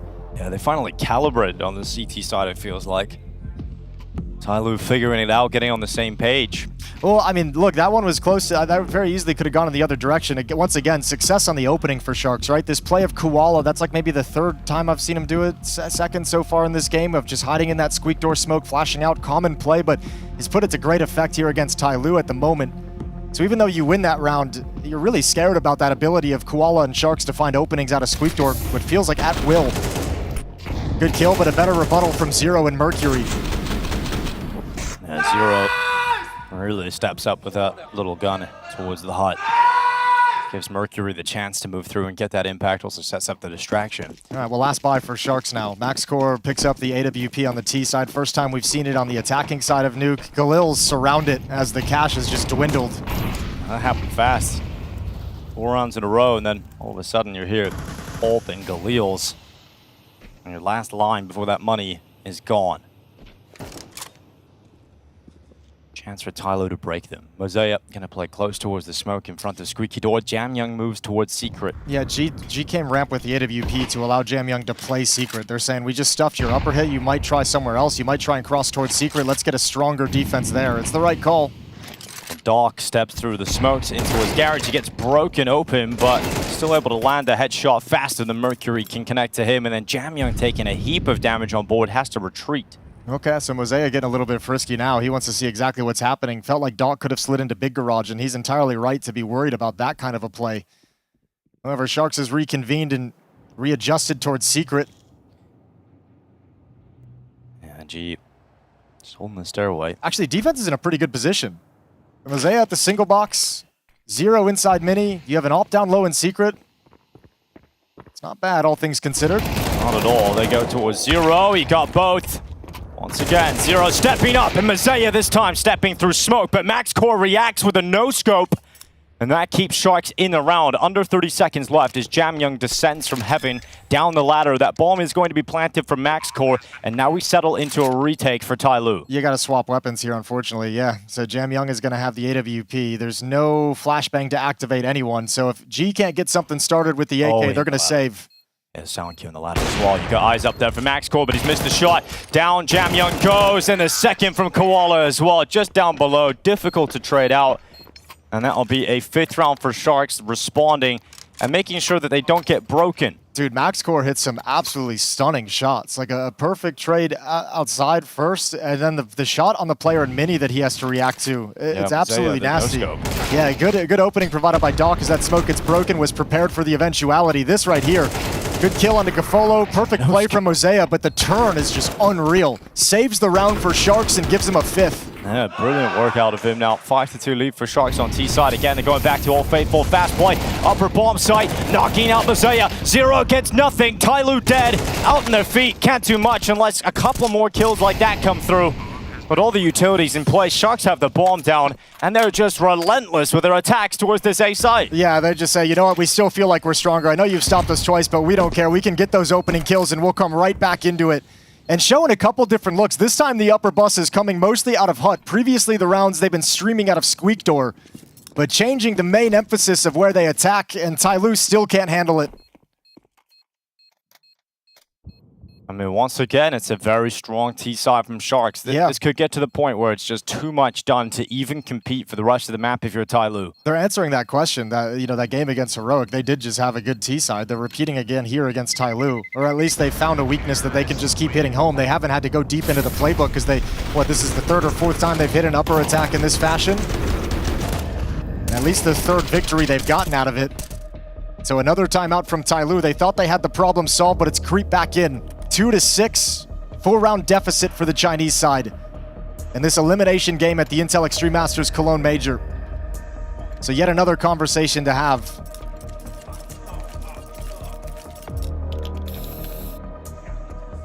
And you start getting into a point now where if you really are worried about them coming with another hit towards the upper bomb site with pace, it's almost like you need to add that 3rd player up in the rafters, like where G was with the AWP previously, but just throw him on an M4, because he's going to have to react to both different choke points. Maybe you throw Jamyoung up there if you want the AWP to start over in ramp room again, give that rifle some mobility, but you're going to need a 3rd player in that bomb site.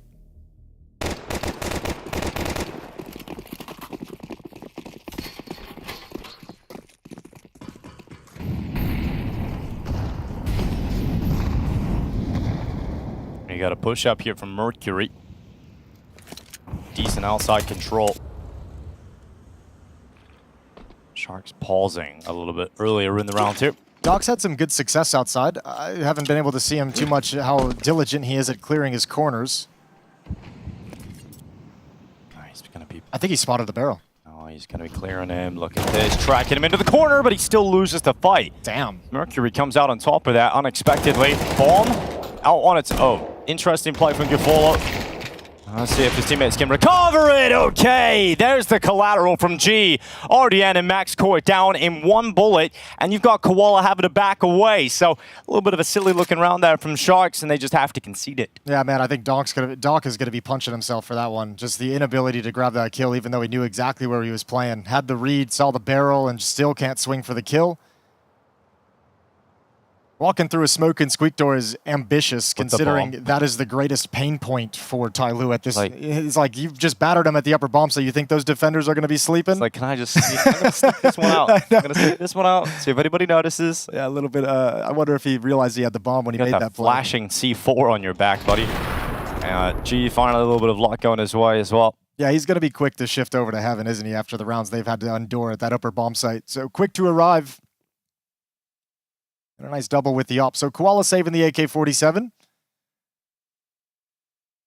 I mean, it's kind of cool. Down the stretch of this game, neither team has had any money issues with any crazy significance, you know? Like, TYLOO winning that eco round or winning the round with the one AK-47 saved.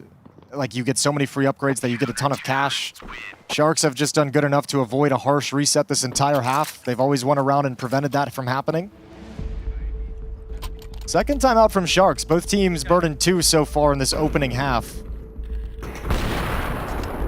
Sharks feeling like they can still pile on some rounds on this T side. 6-3 lead for them and 3 rounds left in the opening half. So what exactly do they want to call? It felt like they haven't yet gone away from that emphasis, that game plan towards the upper bomb site with those fast, aggressive hits. Feels like they still believe there's some success to be had there. I feel like in these last 3 rounds, there's got to be at least one more of them where Sharks head back and test that defense one more time. Out of a timeout like this, what's the decision from TYLOO? Do you stack that upper bomb site? Do you feel like you're confident enough that you've held it enough times to make you feel like you can still leave 2 players there? Yeah, see what Sharks decide to call.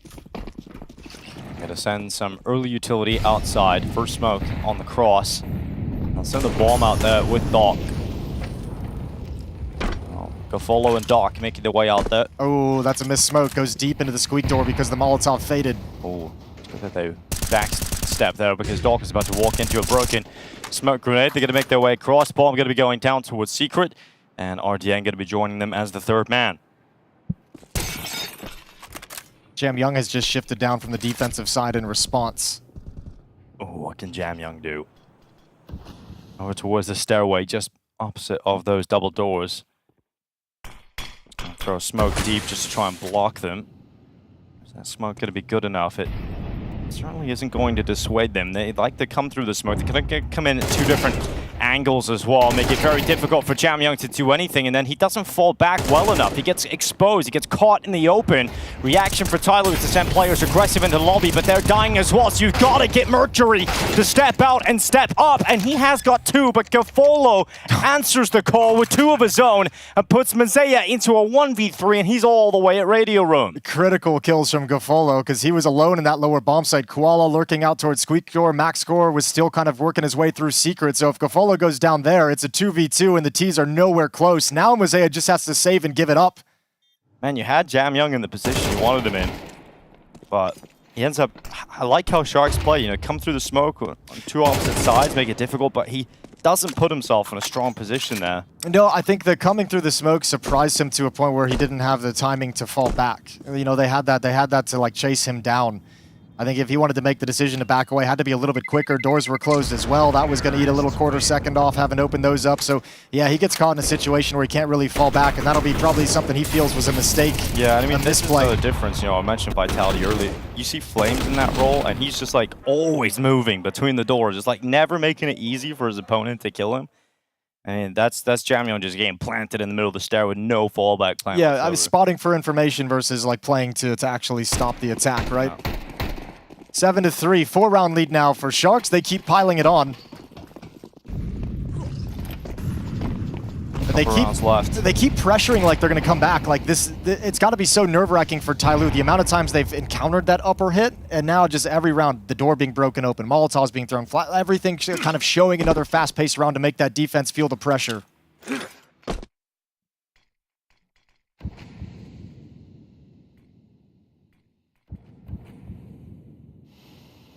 One smokes created outside. Gafolo once again setting up Doc just to move outside and take a little bit of space. Gonna be tentative enough in this round, and follow-up smokes coming in. And Sharks is just throwing fakes to the round that they just won with. This is another signal, the outside wall, that they want to cross behind it. So they're hoping they can get the TYLOO defense to shift and rotate as if the lower bomb site is under pressure. Meanwhile, they're lining up for another upper bust, and this is a perfect timing for it. This has worked exactly the way Sharks would have liked. I mean, it's a beautiful round to watch, isn't it, for Sharks? It's worked out exactly as they would have envisioned. Mercury coming in, trying to get a multi-kill. It's just the one this time from him, but Jamyoung steps out from heaven. Rotations are quick, and Jamyoung quick on the trigger, but he's all alone, and it's a 1v1 against Koala, who's confident, who's standing in the open, but taking shots to the body. 15 HP, back into the corner at the vent, and Koala never stopped fighting. He wins it on 15 HP. Jamyoung so close, but yet so far as Sharks head to an 8-3 lead. Yeah, and with that kind of a defense, everyone from TYLOO springs to that upper bomb site so quick. That time, Sharks, it's not like an uppercut. It's not you get those easy kills and have a clear bomb site. That's a fight the whole way through. But it makes you wonder, what would have happened if Sharks doesn't get them to pull away? That's a well-constructed round, and again, it's building off the success of your previous round wins in the half. So TYLOO's just so sensitive, so weak to these kind of fakes, these kind of plays, because they've been beat by them so much throughout the half. It's a really nice calling from Sharks and Gafolo. Yeah, 1 round left in this half, and Sharks in a position to get 9 on the T side.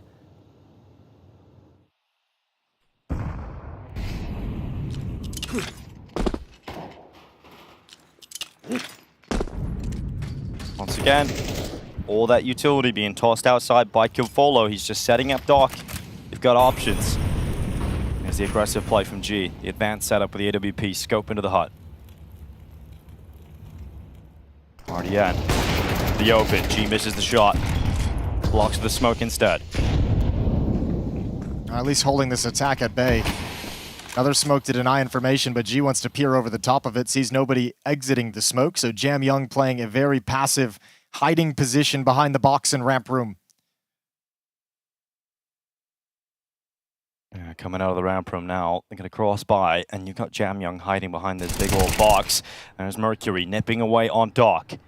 Can Jamyoung extend the advantage here for TYLOO? They're not checking him, so it's silently played here from Jamyoung, and he is allowing them to walk down lower. But now, surely, the execution is there, and they will grab a 4th round here, unless Gafolo and Koala can pull off a 2v5. Well, let's see, Koala, this is the next kill. You need to have this one if the round's going to continue and not prepared for it. Probably heard the steps and vents and didn't expect a player at the off angle.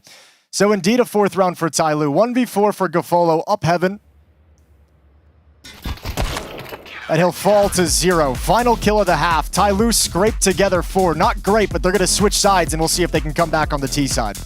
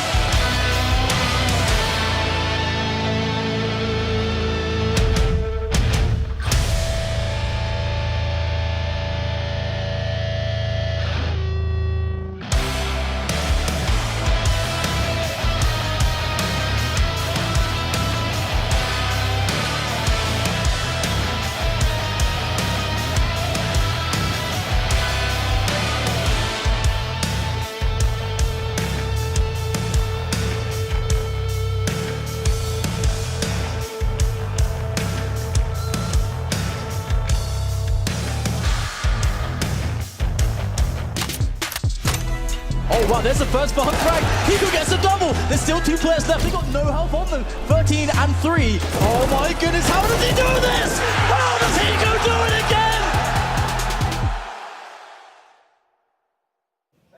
It's the first time in a decade you've had a chance to play at the Cologne Major, and TYLOO are not showing up right now. They have to try and pull this back on the T side of Nuke. If they lose this map, the odds of staying in the competition shrink drastically. So let's see if TYLOO can pull it back, and if they even believe in themselves, Jason, because that first half cannot fill you full of confidence. No, they haven't set themselves up for success, have they? Pistol aí também? Bora, guys. Estamos jogando muito bem. Vamos aí, continuar com energia, com garra. Vambora. Jogão. Bonito. Chantar as botas, o que eu faço? Yeah, all reasons to be happy on the Sharks side of things. All positive conversation from the coach there because they played a damn good T side. Lovely calling from Gafolo, and now we switch sides to see if TYLOO can do the same thing. Oh, Doc, side of the smoke. There goes Zero right by him. Opening kill falls in favor of Sharks. And Gafolo also taking damage. Now, he's the kit bearer, so he wants to stay alive or at least get that kit to a better spot. Not only the kit bearer, but he's the guy in charge of protecting against the wrap-up heaven. But now with 3 HP, you're feeling really weakened to be able to do that. Good shot from Koala. Oh, much needed from RDN as well. Picking TYLOO apart. Yeah, well, that's very disappointing. Yeah. Pistol round when you're 8-4 down. T-side comeback required. Kind of need the pistol. At this point for TYLOO, they also desperately need a bomb plant because you won't even get a good force buy in the second round. They've also set their star up, Jamie Young with the P250. He hasn't taken a shot yet in this round. Oh, it's so rough. And you're not gonna get past Gafolo. So that's it. Knocks him over. That's gonna be 9-4 for Sharks. Their great game continues, and really, I don't see a world now in which TYLOO can pull this back. You really needed everything to go well at the start of this half. I think what's scary about this game so far is it's starting to make me feel like Inferno isn't going to be like I never thought it was going to be necessarily a cakewalk for TYLOO, but I think I might just like remove my idea that they're going to be the favorites on that map. Like Sharks is just playing so much better than they are at the moment in every facet of the game.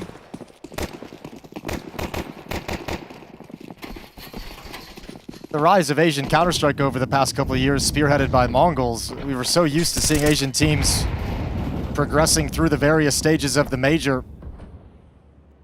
Yeah, we thought... It doesn't look that way here at Cologne so far. We were saying like Asia's the second best region. He got like a solar panel on his Glock? Okay, it was just... What is that? That's just... It's flipped up. What do you call that? It's like his stickers on it, but... I don't know. It's an item that was added, I think, last year. Oh, was that from the one from the highlight package from the Blast Major? I think so. Okay, yeah. But that's when Asian Counter-Strike was really good. That's why they've got all the highlights for that major on their guns, that yeah. was the time in the that was sun, the one. wasn't it? I mean, that was a great time. Everybody was saying, Asia's the second best region. I don't know if we can... I don't know if we would say that anymore. Like, who would be the second best region, though? I think it's a lot more competitive. Ooh, yeah. I think you'd probably take your pick. It's like kind of Europe and then about 10 different spots and then whatever you want out of America, Asia, or South America. Probably South America is probably second best, to be honest with you. We could do Europe and then the rest of the world as the 2 regions. Sure. It's kind of what it feels like sometimes. That'd be a fun show match, wouldn't it? Best European team you could possibly make versus the rest of the best teams like around the world. Oh, yeah. We've got Doc making his way through. Mazea is going to be caught, and good advantage again for Sharks. That's just like you're punishing a team that's already kind of been knocked out of their game by being in their face and disruptive and not letting them do anything they want. Like, you're already just making this game even more stressful and frustrating. Every time you kill a Sharks player, there's another one like spawning in its place. Yep. You got G now 1v3. He's moving outside of the AK. They're playing the buddy system, aren't they? Battle buddies. G's got the bomb on his back, so at least he's got that working for him. 1 minute left on the clock. Not spotted yet, going to head towards Secret, but that's where Doc is positioning him. And as you just mentioned, where there's one Shark, there's 2 Sharks.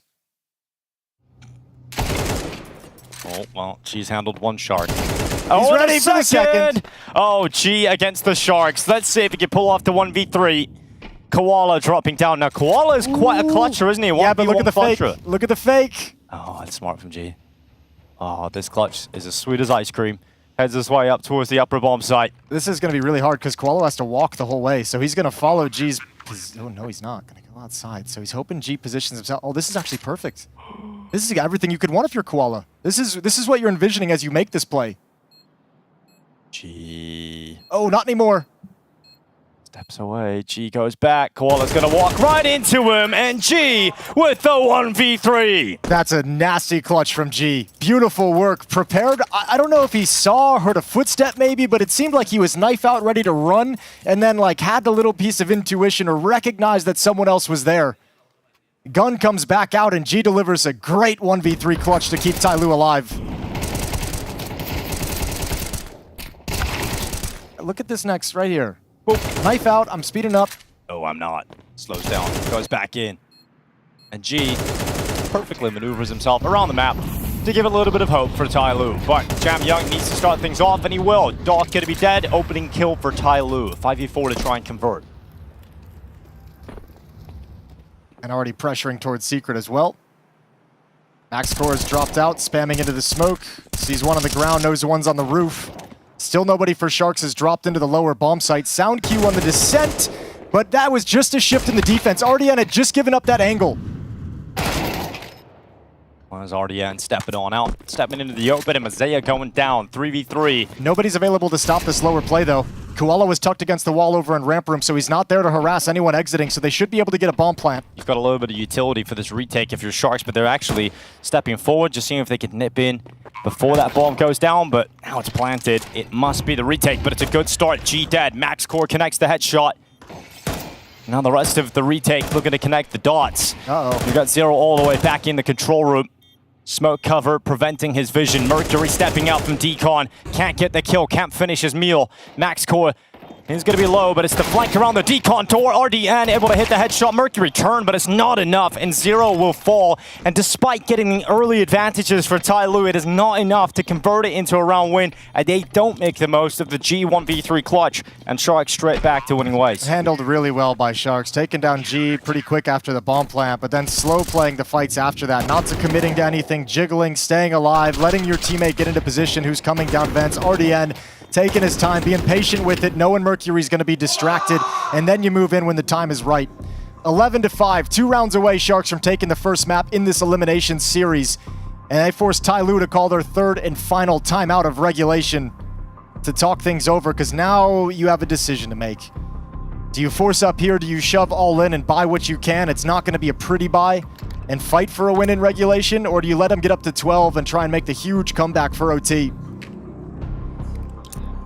They've decided to fight right here and now. Tech9's picked up a single rifle, a Galil on Jamyoung, 2 MAC-10s. And this has a plate to the upper bomb site written all over it.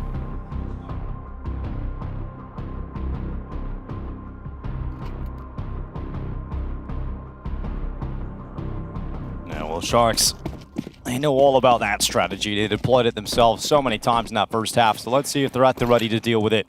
So you see outside smokes deployed, show some presence there, no one going to be playing with them whatsoever. They're going to be setting players up on that T-roof in the silo. They've got plenty of util ready to go. And Koala is going to move up towards the ramp room smoke. Boy, quick flank. Here we go, A-split. Trying to get Jamyoung main. He's going to drive his way forward. Dark at RDN though, shutting it all down. And TYLOO falling flat upon their attack. Does nothing. Nothing done at all. Yeah, no strength in that one. No opening kills to get past. And a great defense from Sharks, showing TYLOO how to defend against those upper busts, completely negating anything they wanted to do. TYLOO's going to have to buy up again. A very similar investment to the last round we just saw with MAC-10s and Tech-9s, perhaps. Is there anything positive moving forward? You know, TYLOO have Inferno, Jason.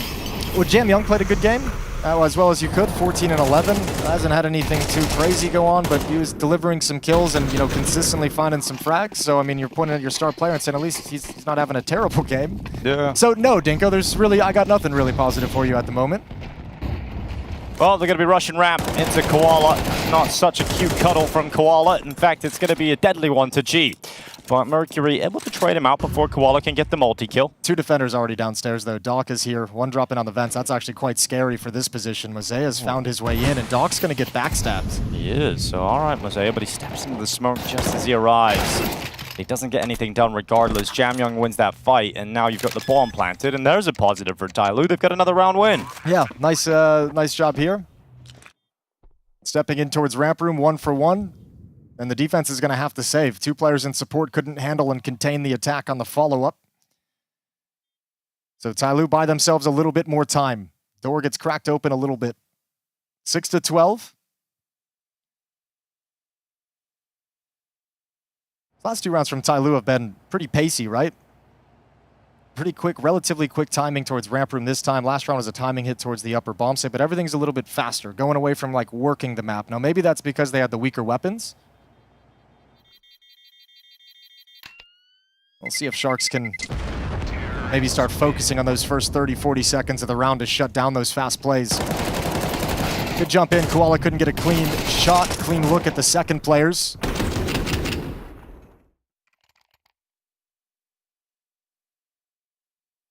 But still plenty of money for this defense to reinvest. Round 19, full buy for both sides.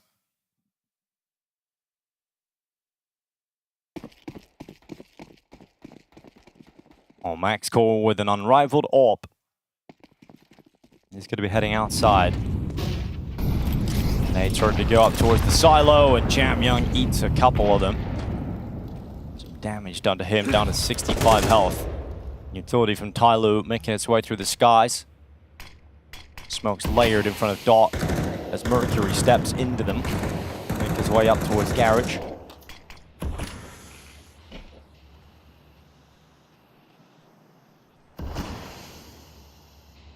We'll see that bomb now drift with TYLOO. Just behind those smokes, ever closer towards Secret. You've already got Mazaya out of the vent. Look how close RDN is here. It's kind of wild that he's here without anyone even recognizing the possibility of it. Like, he's had some chances to really disrupt this upper defense. He's going to wait for Mercury to come in from heaven at the same time, but Koala's detected it. Now when does Mazaya move? He's moving now. Out into the site, into the open, back turn, tunnel vision towards CT vent. Mercury strikes from heaven. Back and forth we go, 2 from each. Dog goes back, heaven fight falls in his favor. Sharks have the advantage. Zero thinking about the plants. He's going to put those digits down, but the flames make it uncomfortable, and he moves off into the open, and as he does so, that delay allows for Max Core to come in, and it will be Sharks to take this opening map unless Jam Young has a special clutch up his sleeve, and he comes close, but not close enough, and that is the story of this map. A 13-6 win for Sharks, another day where they have a strong T side, and they will close out map 1.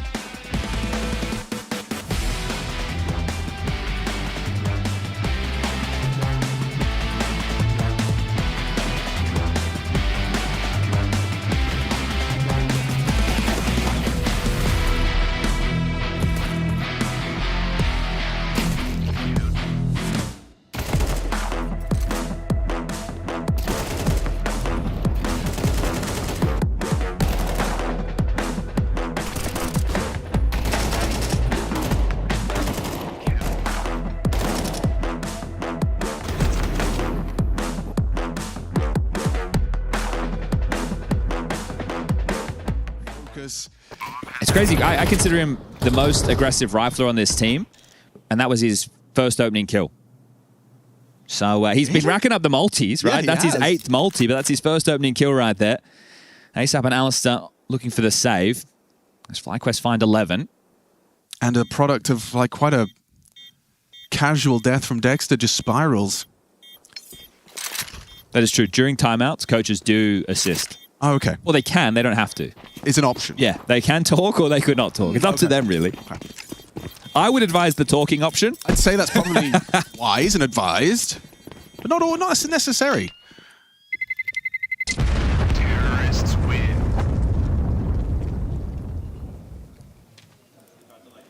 Okay, as it was, telling him to focus and communicate better. This is that opening kill and a very quick follow-up. Dexter looking the wrong way. Just adjusted into it, didn't he? Just, yeah. Outrageous. That last bullet just on the fadeaway and then finds the next onto Liaz. Well, they had plenty of cash for another buy, regardless of those saves or not. So everybody has the M4. They've got plenty of kits, plenty of util. So this one, far from over if Thunder Down Under can win it. Again, it's just been spurts of rounds, nothing consecutive. FlyQuest need to break that if they want to convert it and get it done. This is for 12. Alistair started the AWP over to be disruptive to the B default. If they try and get across or try and surge, Ali's AWP is there. Looks like it's going to be a passive approach though. You can see Netic playing it safe. Ali's not. Just goes and gets the info, peeks on in. Gets spotted on the jiggle. Can't believe he's sticking around. think it's enough pressure that you wouldn't expect them just to be slinking in. So he's freed up now to rotate and probe elsewhere with the AWP. Looks like he's long beach rotation to join the A defense. Flash through ASAP. Feeling pressure here. Dexter, block smoke available. He's holding on to it. Doesn't want to spaff it too early. They're having a fight. Yeah, they will. They'll flash. They'll throw an incendiary. It's not going to spread, though, so not optimal. Inns is still safe. They're on the line. Here they come, sweeping in. Okay, Inns. Oh, they thought they cleared. They thought the incendiary had done the job. It's all too easy, piecing it together nicely. Swing from JKS. Does well onto Dexter. Now they might have to save again. Yeah, unless Liaz quickly finds Vexite. He might want to search further. Low HP on JKS, and even caught by a lick of the flame. The nade, not quite on target. Story's flank onto Liaz will likely take this rifle away. Unless Liaz catches him. Not ready. Ooh, Story doesn't find the immediate headshot. Now he knows he's got him trapped. Tucked. Low HP. Story pulls it off. And in the meantime, TJP was over towards CT, but rotated back all the way through B. Right, Liaz gets that kill. They could initiate and give it a go, but right now we'll just be holding on to this. And the worst nightmare has come to fruition now for Thunder Down Under. It's just 1900. Their finances not looking great. Alistair will be able to buy again. Dexter the same. Well, they're all going to have to buy, right? But it is just going to be lacking. So finally, consecutive rounds on this T side for FlyQuest. But when you think about it in the context of their map choice and the fact they were up 8-1, they have been made to work for this map. 100%. I mean, it's just those horrible, like, nuanced errors where your incendiary wasn't perfect, which led to Inns being overloaded. Sure. Like this is exactly what we're talking about. Ali, understandably, feels like that molly was destined for that corner. That's what it was for. And then the fact that he gets a double off of it and then the death traded, that's the round. Yeah. Second tactical timeout called from Thunder Down Under. Looks like the only one who's going to be suffering a lighter weapon will be Liaz. And you can see here on our heads-up display that with the lack of util, it might force your hand into doing something a little bit more aggressive. This is Anubis. This is the CT side. It was already forced in that way, whether it's an out the gate, jump out the hole and contest water, or it's something more mid-roundy based with reaction. We know that if you just sit back and play safe on the sites, you're going to slowly get suffocated, constricted, and that'll be round. The Ts can just have the push-pull through connector as well as A main. And gaps, they start to appear everywhere. So Dexter and ASAP, right? This is your mid defender and your B defender. Between the two of them have 2 smokes and a flash. And it's your B defenders are TJP and Liaz who have all the nades. So ASAP, like this, I'm expecting something a little bit more aggressive or something where they use the AWP as a crutch. Okay, so the B defense, just too strong. They have the nades to block. They put the AWP over to A to help out ASAP. And you can see the philosophy here is hoping that you catch someone clearing or taking that basket's control, pull the trigger on the AWP and smoke to block the push. Need to have a lot of greed on the util for these B defenders, right? If you get tested immediately, there's a bit of spam, you can't just be dropping that smoke. You need to wait till there's actual pressure because every second is going to be vital in milking this and allowing the rotations of your teammates. Setting up for a B split for the finish of FlyQuest. Yeah, and it's going to be all onto TJP and Liaz. This is potentially AWPable. Liaz, your jiggles better be tight. Because Story has got you. Good night. TJP alone. Dexter scampers over from the Temple side. TJP brave. Dexter manages to catch Netic. TJP in combination, finding Story back turned though. Worried about E-Box. It's Dexter back. Finds Vexite. They've got the advantage. They could very well see another round of play here on Anubis, but they've got to get past Inns. Low HP, partners up with JKS. 2 Australian icons. Ooh, and down goes Inns. It's Dexter through the smoke. So they run at him as he starts to plant here. There'll be a lot of respect given to JKS in this one. Fakes it out. Not overstepping. A second fake. ASAP down. Oh, JKS is doing them dirty. Filthy start to the clutch. Quick follow-up, double fake. Now it's up to Alistair. JKS versus Ali. Plant safe. Ali's on the walk, another fake. Oh, and it's Alistair to save him. Keeps it composed, keeps it calm. Nearly a JKS clutch to secure map 1. And no noise coming out of the Thunder Down Under camp. They know that they are right there in touching distance. JKS, Mr. Clutch, almost pulls that one off. Vaza calls the timeout just to allow them to take stock because the fact he's in the 1v3 to close the game means the round didn't go as planned. And he very nearly still made it work. How many fakes? Yeah, well, this is Justin special, right? Yeah. He doesn't want to get caught without an opportunity to You kill take me the when fight. I'm planning that bomb, I've messed up. He couldn't think of anything worse. Yeah, right. He's going to try and draw out as many fights as possible. The first two beautiful, but no idea where Ali is, and he hits the necessary shot. An MP7 and a FAMAS for the under down under CT side buy, complemented by 2 M4s and the AWP retained. They have one kit, keep that in mind. To Galil, the weakest on the other side, so you'd say the FlyQuest better, buy looking a whole lot better. I think Ali's actually timed that decoy well enough that it might sound like there's an AWP towards E-Box. You might doubt it when you start hearing it fire off multiple times. Vexite boosted early window. Dexter responsible He's talking a lot. Dexter's talking so much. I think he saw him. Maybe a shadow, yeah. On the uncrouch. Oh, Vexite! How's he hit that? There was so little hang time. And I think, like I said, I'm pretty sure Dexter saw him. Yeah. I think he was prepared for that fight. Vexite's just a lizard. I don't know how he's hit that shot. That's enough, TJP. You do it again, there's an AWP on the line. Understandably, throws a block smoke. Their last smoke. Oh, yeah. Okay, so outlook is bleak. Looks like FlyQuest have got this one in the bag. Their pick in this elimination series. JK searching A. If he just dry walks into this AWP, that's curtains for him.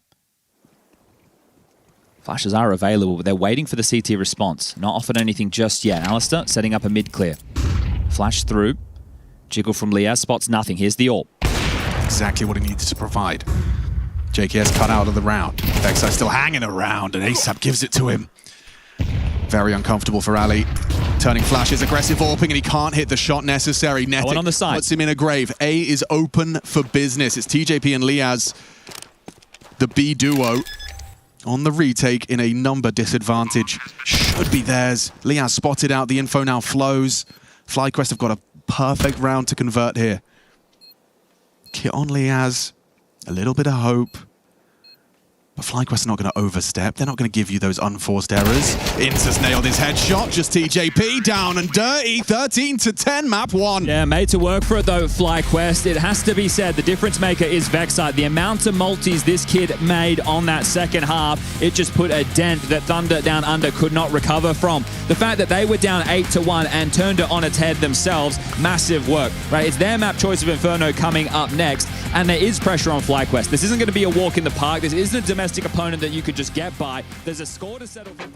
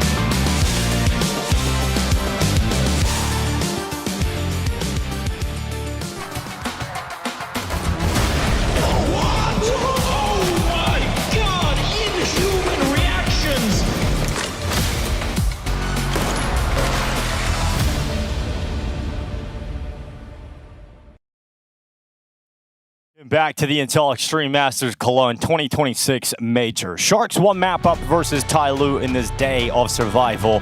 And right now we're moving to Inferno, so this is TYLOO's hopes once again reopening, a chance to try and come back into it. We know they're comfortable in Inferno, we know they like to play it, but how much does losing that opening map and all the pressure that's now on your shoulders really affect you going into map 2? You know, that's kind of weird about this is I don't even know how much I care about how much it affects TYLOO, just in terms of the Counter-Strike that they brought out on Nuke. That's the more disappointing thing to me is just, yeah, the fashion in which they lost it, but like if, you know, the Counter-Strike just wasn't all that effective. So that kind of scares me coming into Inferno, especially where Sharks look so clean, so sharp, so put together, so well organized. They had answers to everything.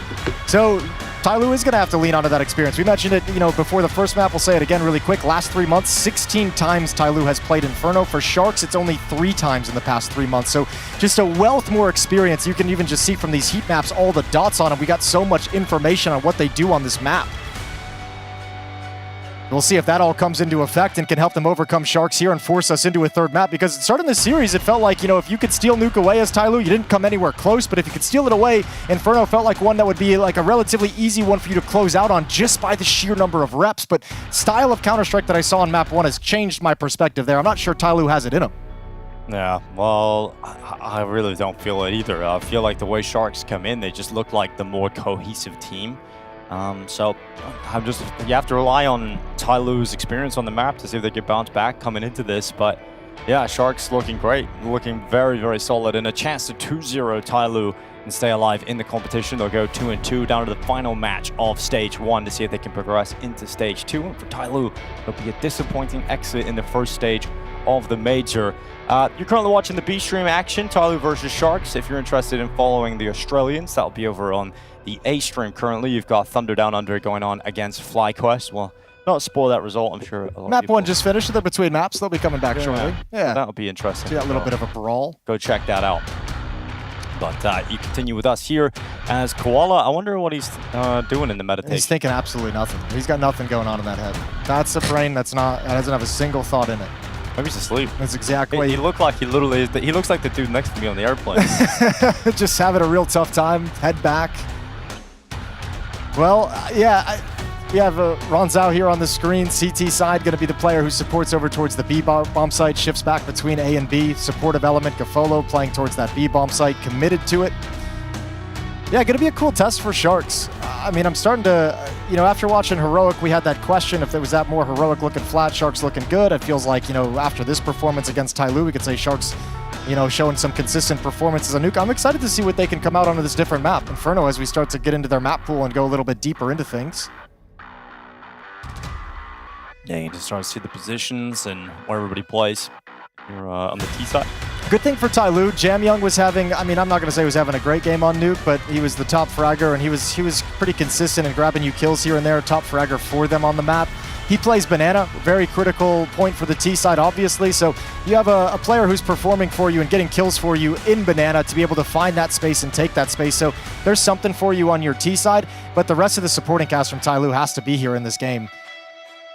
We're going to have to see G put a stop with the AWP. Mercury and Mosaic providing things more consistently. Zero if he can find a way to step up as a rookie. But either way, TYLOO's entire life in this major is on the line. Elimination if they lose on Inferno, starting on the T side.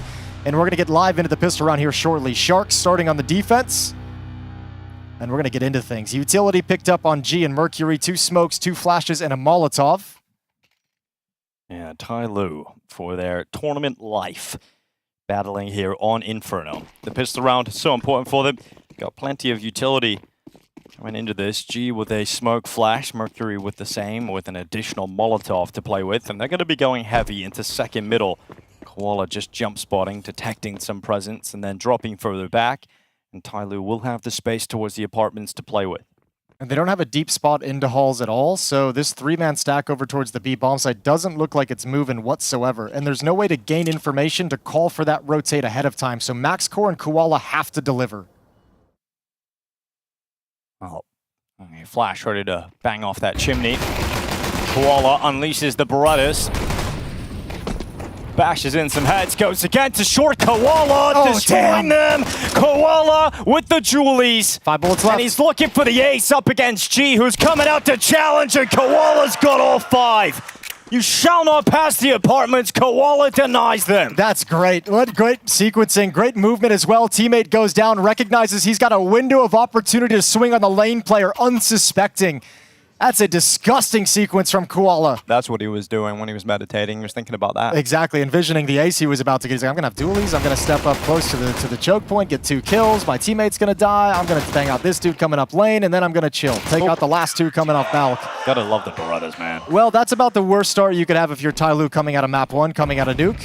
Yeah, and this kind of has a vacuum of your energy just sucked into Koala, and now you've got TYLOO sitting on Glock. So I think their least favorite animal is now a koala, to be honest. Yeah, I could see that. Koalas don't really have much going for them. They're cute. They're cute, that's about it.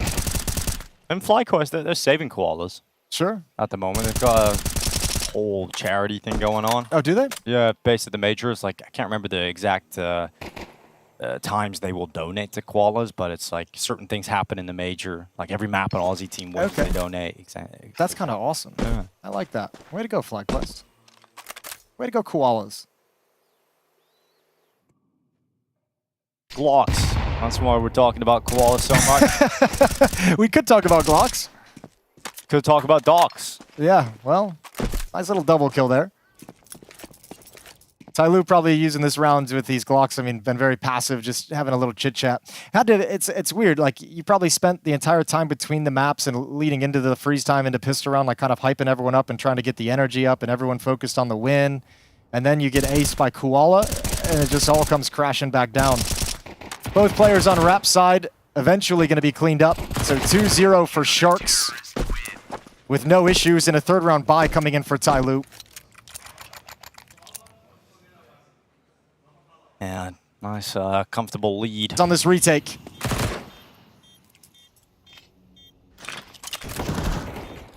Mosaic taking out Koala, canceling any retake attempt that Sharks could even dream of. So they back away, they slip away with some upgrades as well on the way out the door. So rifles picked up and they will save. So TYLOO get through.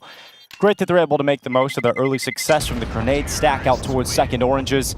Yeah, that's a really nice. I mean, even the follow-up, I was surprised they made that run to push the issue that hardcore, considering how far away they were, but it ends up working at the end.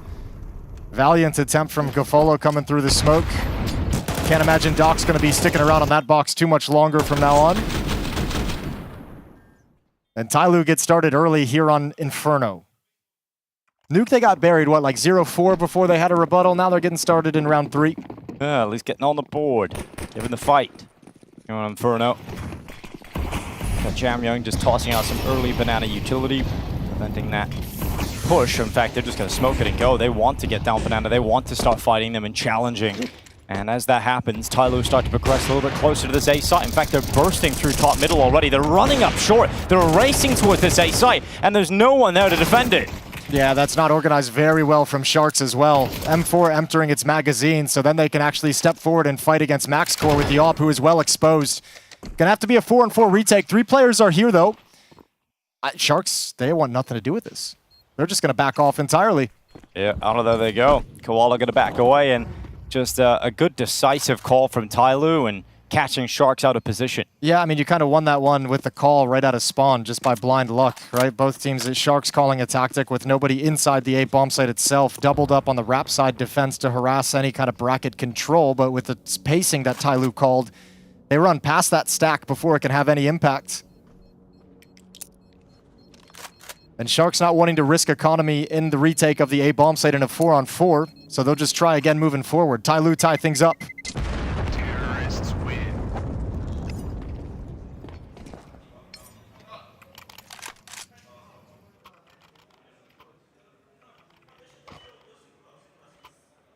Ooh, cinematography. See, the M4 is emptying its mag right when MaxCore is thinking the idea is to break that smoke so the M4 can actually have a clear line of sight. But after he empties his mag and he's got to reload and the smoke's broken open, the T's like, oh yeah, I'll step forward. I hear him reloading. Like, I'm safe. So a little miscue there from Sharks that has some big consequences with the second round for TYLOO. Yeah, MaxCore goes for the early challenge in middle, but he's stopped by a smoke and then the flashbang as well. So he'll just retreat. The spam battle beginning in Banana. Doc sends out the first bullets and he receives some back of his own. So 58 HP on Doc, 47-0. I actually think with these saves, Sharks has done a really good job kind of shoring up their economy and keeping themselves off a breaking point. That CT side Inferno can be so precarious in terms of the money that you're carrying into each round. So I think Sharks has made the right call to make sure they can have some money to spend, even if they have to accept some early losses. MaxCore's off at the A-bomb site. Koala in pit. RDN over on Rap side behind some smokes. You've got Doc and Gofolo defending the B-bomb site.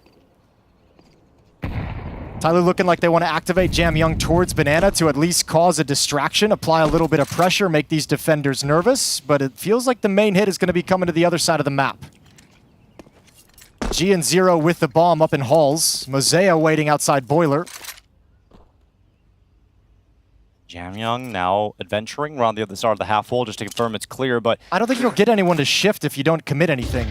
Yeah, well, Kafolo is getting aggressive, so he's actually cast Jamyoung further back down Banana, and you know, so gonna have to go up against 3 players here on this A side, but the flashes are good.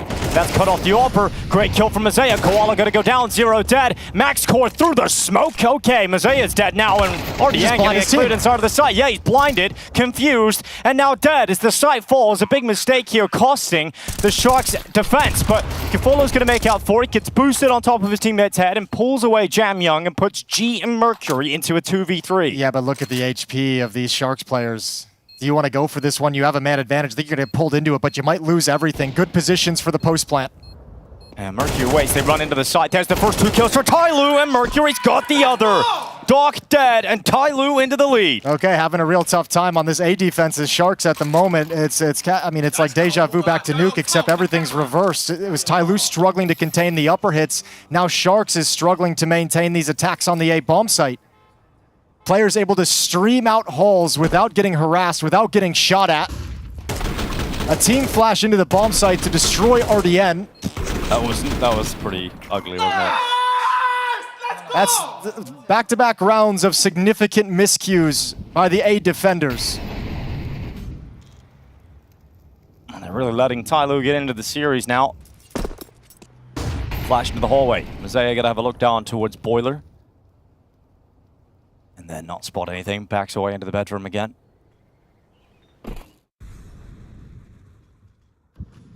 Not a lot of utility to challenge late into the round here for your Sharks. I think that's why they have 4 players stacked up at the A bomb site, because there'll be a timing when they push forward to try and investigate what's happening. So put a lot of those resources towards your B defender, which is Doc at the moment, to just kind of constantly re-smoke and block off the B bomb site choke point. And the other 4 are going to have to put a stop to a hit if it comes, to bracket control if it comes, which it is.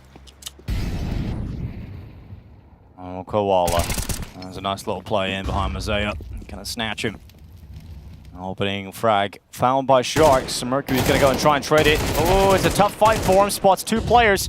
Zero not feeling confident to go around that corner and challenge 2 players down at once. So drops some utility in front of them and falls back. And you're gonna have to go for plan B.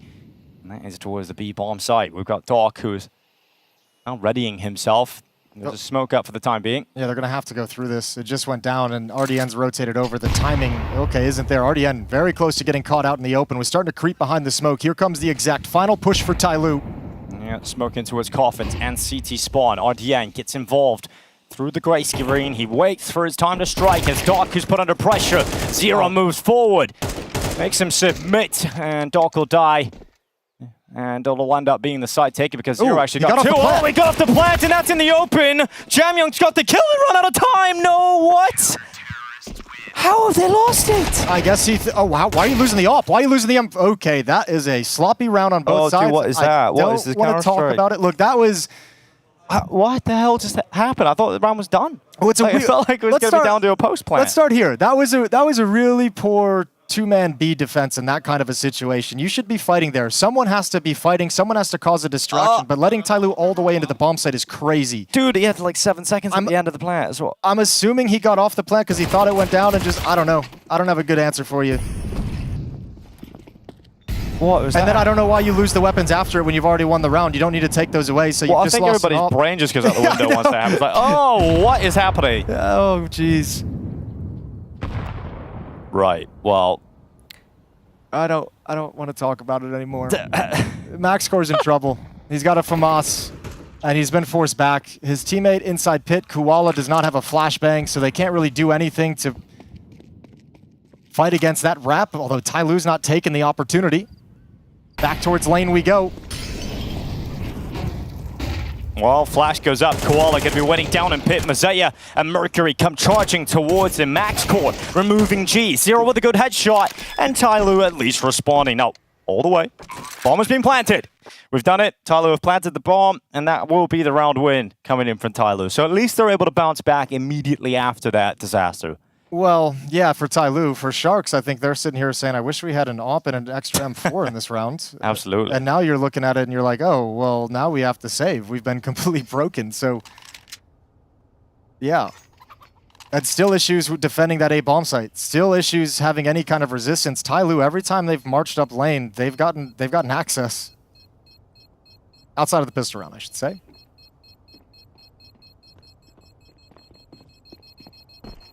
So while we got kind of an answer from Sharks on Nuke that they can replicate the performance they had against Heroic, now we're starting to see some difficulties deeper into the map pool. You and I have only casted them on Nuke here at the Major so far. Inferno's looking like significant issues, significant problems, and we highlighted the possibility that with just the sheer amount of reps these two teams had, the difference between it. TYLOO's 16 Inferno maps played in the last 3 months, Sharks with just 3.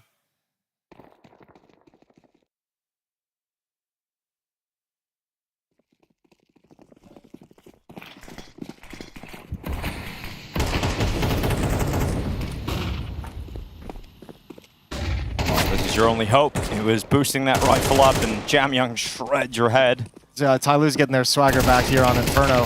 They couldn't find it on Nuke, but having no problems now. Got the confidence to pick up the pace and just run them down. Straight up banana. 2 kills for Jamyoung, another round win for TYLOO. They're going to extend their lead. 5-3 now, up by 2. And this T-Star's starting to have some momentum beneath it as well. So for the first time in this series, Sharks are going to be the ones kind of sitting there scratching their heads saying, what the hell do we do to stop this?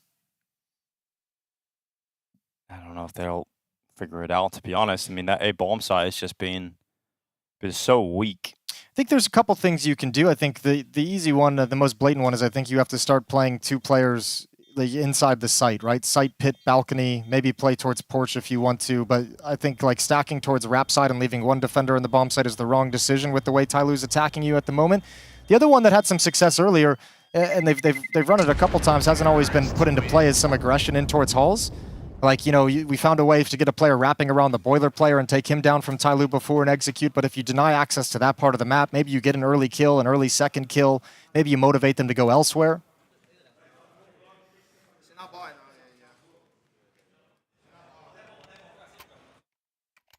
So Sharks did such a good job for a good stretch of this half to avoid economic complications, and now they've got to dig themselves out of it. Coming out of the break with just pistols. 4 M4s and an MP9 on dock.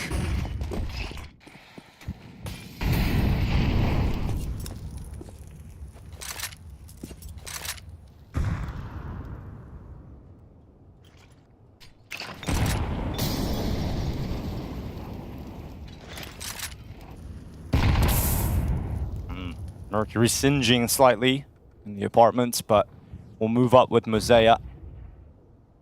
So taking the apartment's control, Sharks yet to detect that, and again, it's not a surprise to see TYLOO going back to challenge this A bomb site defense.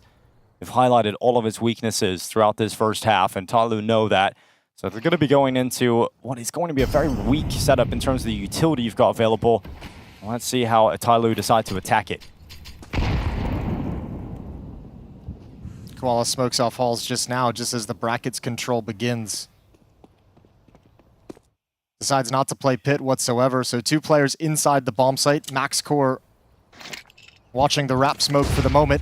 During this lull in the action when the map is quiet and TYLOO can't make a move, they start activating Jamyoung to show presence towards the B bomb site. 35 seconds.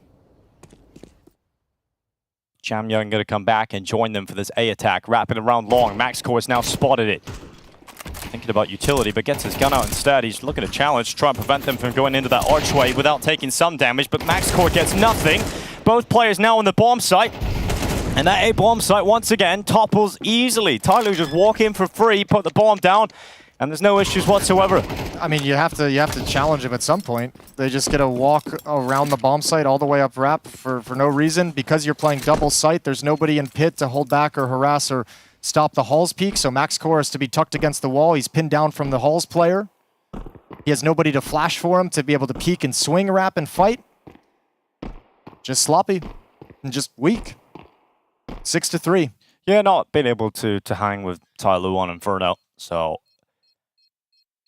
looking pretty rough here for Sharks. Could end up being a very strong T side here for TYLOO. A lot of rounds available. can see them racking up even all of them, to be honest. This could be a situation we get a 9-3 lead. Anubis is map 3 for those curious. Mate, during this timeout from Sharks, if I'm the coach, I'm telling them I don't want to see you guys sitting back. If we're going to lose at the A bomb site, we've already lost 4 times sitting back into the bomb site. If we're going to lose this bomb site again, I want you guys to lose it at brackets. I want you guys fighting. Let's fight like Sharks. Like, yeah, like something. You know, get the Shark attitude in there. Sharks ain't scared. But like, seriously, I'm making a joke, but like, go challenge them for this space. Go put a stop to it. Like, boost some people up on the balcony. Like, give them a defense they haven't seen before. If they do the left side smoke, let's break it, let's fight, let's push, let's challenge. But this level of real estate over to TYLOO round after round is just, you're never gonna win. Yeah, this is terrible, but I'd like to see the change up. You know, it's not going well trying this passive style, waiting for them to come towards you. Just send it at them. See what you can do. You've got MP9s and 1 M4. I think we might see him send it a little bit down. Maybe not. Doc's kind of solo. I thought they might kind of push down Banana a little bit with the MP9. But they maintain a passive nature. Koala's going to get aggressive in the halls, tuck himself into a corner. Hope Mosea misses the detail.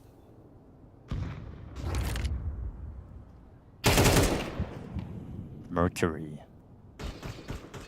So yeah, first dead, and then you're getting tapped away through the wall if you're Koala. You'll always have that pistol round though. Pistol round was great. 2 kills since then. Yeah. Well, nothing else. No one else is delivering for you. I mean, I think that's an easy way to look at how this half has gone so far. 2 kills, 4 kills, 6, 3, 7. And those 7 in the pistol. Like nobody's getting kills when TYLOO decides to attack a bomb site. Fragging has just disappeared for Sharks, I think, due to the uncomfortability on this map as a team and potentially as individuals. Oh, TYLOO are going to be very happy to discover that no one is in the A bomb site. So you've got that. You can put the bomb down now. Just remember that. There we are. And that will be 7-3 confirmed here for TYLOO. As Sharks back away to save 3 players, and mostly that bucket of utility here for Gafolo as well. He's hoping it's for the next round, you know? Don't want to lose it at this point. Although if I'm TYLOO, I'm hunting in this round. Look how much money they got. I'm going and I'm saying the other guys had a couple things. Let's go find these weapons, make them rebuy. Really, really give them the pain of the economy, but no one from TYLOO budging across the map. Everyone's just happy with the round victory. So 7th now for TYLOO. Starting to get a little bit brutal. 4 in a row. 7 of the last 8 as well. So sorry, not 7 in a row, 4 in a row. I'm getting all sorts of confused now. Yeah, feels like 7 though. It does feel like 7.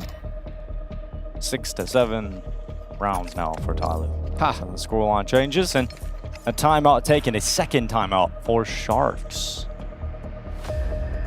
Well, they're got to be having the conversation of how important these last 2 rounds are to scrape together what they can. They threw that really good T side on Nuke in, and I think you have to be leaning on that, saying we can call another good half. We can still work these guys on the T side when we're able to kind of dictate where the action comes and where the attack is. But they got to get through these last 2 rounds of the first half. Desperately looking for that 7-5 scoreline. All back in the hands of MaxCorp. All the utility back in the hands of the Sharks players as well. 1 single kit on Doc. And the second one picked up by Koala. So round 11 is live, but Sharks doing their best to not get buried in this first half.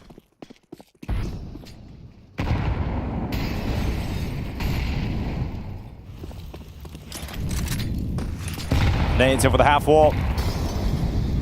And a sea of flames for Jam Young to part as he moves forward. Straight up into the first kill. Gafolo going to be dead at top Banana. Now you got to clear the sandbag. Smoke. Doc goes out. He got both. Not bad. That's an overperformance from Doc. That's a huge overperformance in that kind of a situation. Look at Koala as well, starting to get frisky over in halls. I like this play. I like this move.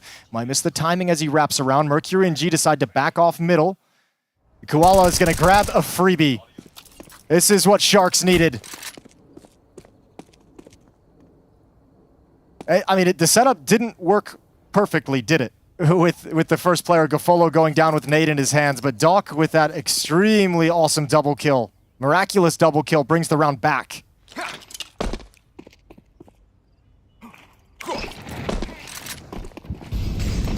Oh, TYLOO hunting and grunting as they toss out that utility, ready to go in towards the site. Let's see if the last-ditch effort for TYLOO is enough to overwhelm the defenses. You've got Doc, who's not missing much. Another headshot added to his tally. And G is low over the top. Pre-firing, he got it! Got another one, but it's going to be really tough to win this round still. Smoke goes up onto the fountain. Grenade comes in. Will end all that fun for G. He gets caught on top of the fountain. And that'll end up being a Sharks round. But it really was all Doc. You know, the only chance they had to win that round was him somehow getting 2 out of that smoke. Yeah, absolutely. He doesn't get 2 there. They just enter the bomb site and it's easy, and there's no retake for Sharks. They've really struggled on the retakes on this map. We know it's difficult, but they're choosing not even to go for him some of the times. So 7-5. First step taken for Sharks out of the timeout, and that's going to force TYLOO into a timeout of their own, desperately wanting this 8th round. Their tournament life is on the line, so there's no playing with the scoreline. It's just get as many as you possibly can. Good initiative from Koala off the kills from Doc. And a lovely chuck of the grenade from Max Core. So final conversation on the T side for TYLOO. Final strategy they can call moving into this last round of the half. Anubis would be the 3rd and deciding map if TYLOO can take us there, and looking good for it at the moment. Doc may have just inspired his team. You know, if you go ahead and get yourself a 5th round in this first half for Sharks, considering how things have gone, that would be massive. Yeah, well, I think the one thing you have to worry about with Sharks is we haven't seen the individuals light it up. I think a little bit neutered because of, you know, a little bit lack of organization from the team scale. But when you switch over to the T side, you're gonna need those individuals. Like if we're already seeing some shakiness on the CT side, T side's not gonna be perfect, and you want those individuals to carry you through some tough stretches. We got Koala already up in the apartments. A little bit more of an advanced setup this time. And it's bringing Max Core over with him. Yeah, one of the criticisms we had is they don't meet them head-on in battle. So here they are this time. AWP for Max Core going to connect. First Koala and Max Core. There's 3 straight away for Sharks. They have brought the fight in the final round of the half. And they've come out on top of the early engagement. So it falls to G and Jam Young to see if they can get that bomb back and somehow compete in this round. Yeah, things look a little bit differently if you don't give them all that real estate. Lovely work from RDN and Max Core. Beautiful double up, Koala and Max Core to go 3 for 1. Setup works absolutely perfectly. G's recovered the bomb with a minute remaining. Him and Jam Young going to try and piece this 2v4 together.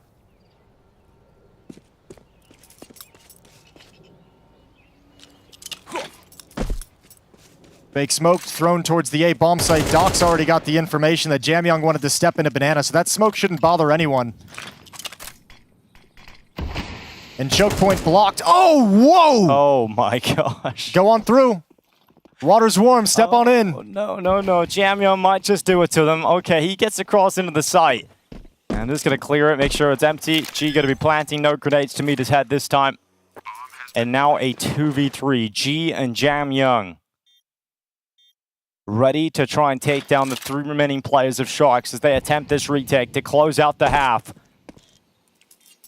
Sharks have no retakes logged on this map yet. My God. Not a single one won. 3 kits, plenty of utility. Smoke goes down. G now spotted. Jam Young, another one through the smoke, and G's got the other. What a recovery here for TYLOO in this round, and the reward is an 8-4 lead.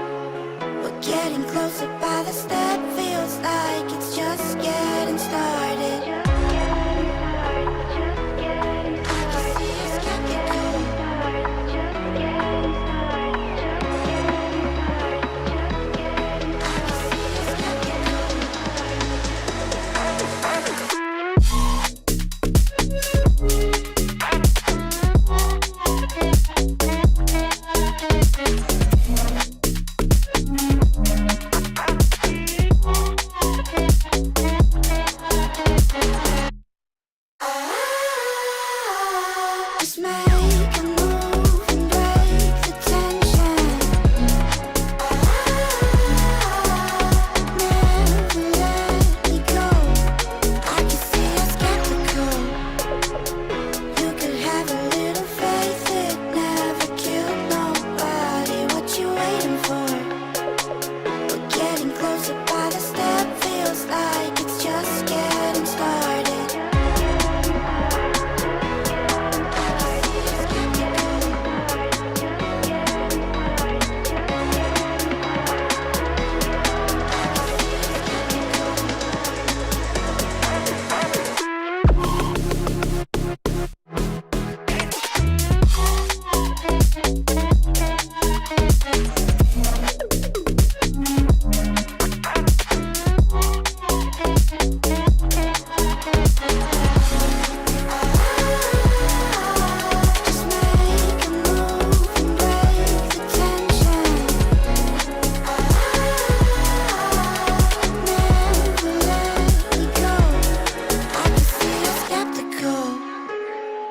You could have a little faith, it never killed nobody. What you waiting for?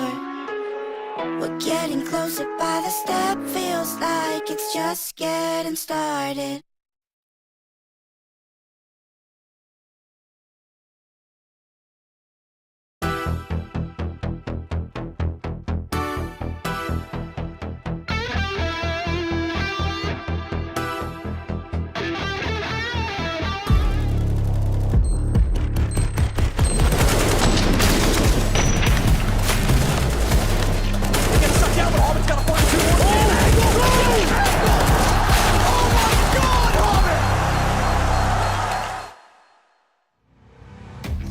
And here we are, map 2, Inferno. Second half about to begin. Sharks, TYLOO. TYLOO with an 8-4 lead as they fight to stay alive at the Cologne Major.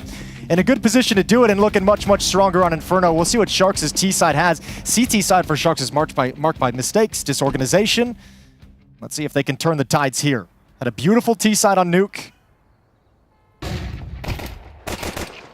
Could peek out from RDN. Koala, you know, as a bit of a pistol master. He's found himself another kill. Hero and Doc holding on the banana aggression, but both of those kills go in favor of TYLOO, and not only are they kills, they also find the bomb. So now this round becomes so difficult for Sharks as you have to backtrack away from middle and try and get up through banana and challenge the two players who are now defending that C4. Well, you do have a smoke to drop in the choke point if you want to just try and grab it and run. Koala clearing out the A bomb site, so he's essentially telling MaxCore, if you can get the bomb by yourself, I have the A bomb site. So interesting.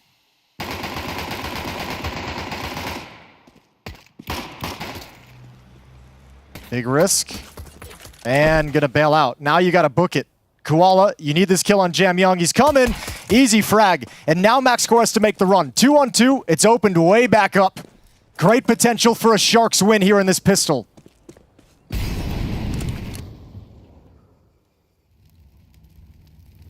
That bomb slips down into the site. Gonna be planted.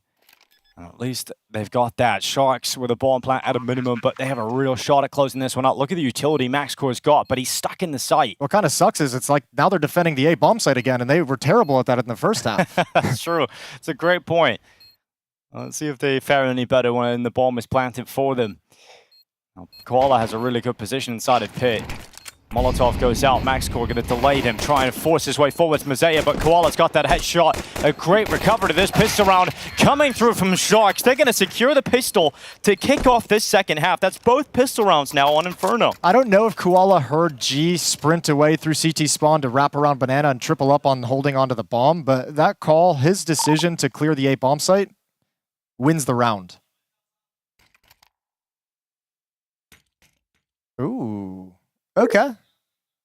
That's an interesting little piece of information. We started this map with him praising Koala's attitude. Yeah, exactly. And then Koala got the ace. And so now he's no longer praising Koala. Somewhere along the lines, Koala had a little bit of a meltdown. A little bit of a tantrum. You know what happens. It does happen. Can all have a moment. We've all been there. He's 12-7. Well, he's made a great play for you on this second pistol round as well, so making the coach at least a little bit happier. And what I don't understand, though, is that the coach started the day, or maybe it was Doc who started the day, saying... It was Doc who said the first one. Yeah. We need to be angry. Yeah, we need to be angry at these players. Instructions. So I'm just doing what I was told, man. Just trying to be pissed off all the time. Well, a bucket of utility picked up by Jam Young. And then eat that. Not the food he was wanting to chow down on, but shrapnel to the face. And you've got Zero making his way through second middle. Okay. That's a nice nade in return. Another smoke to stall things out. A flashbang to push on through. The Brazilians don't really... they're kind of between two minds at the moment. Feels like they don't necessarily want to do this. Jam Young's got two. Oh, the deagle ringing out. Everyone's bringing here. Down two players, and Mercury sitting inside of the smoke. The rest of TYLOO around him as well. Koala going to go for the plant, but his teammates are going down. And now he gets pushed, and oh my goodness, TYLOO, that is a round you do not expect to happen. Started by Jam Young and finished off by the rest. Yeah, it's Sharks having the conclusion to the round way too early on in the round and trying to force it through that smoke. Jam Young throws the nade, take tons of damage. They drop another smoke, and you're already kind of committed to this idea that you're going to hit the B bomb site despite not having an image on the map, despite not having information. And all the advantage of your stronger weapons of the MAC-10s, of the AKs, they get negated and neutralized coming in around these smokes, around these flashbangs. Great win from TYLOO.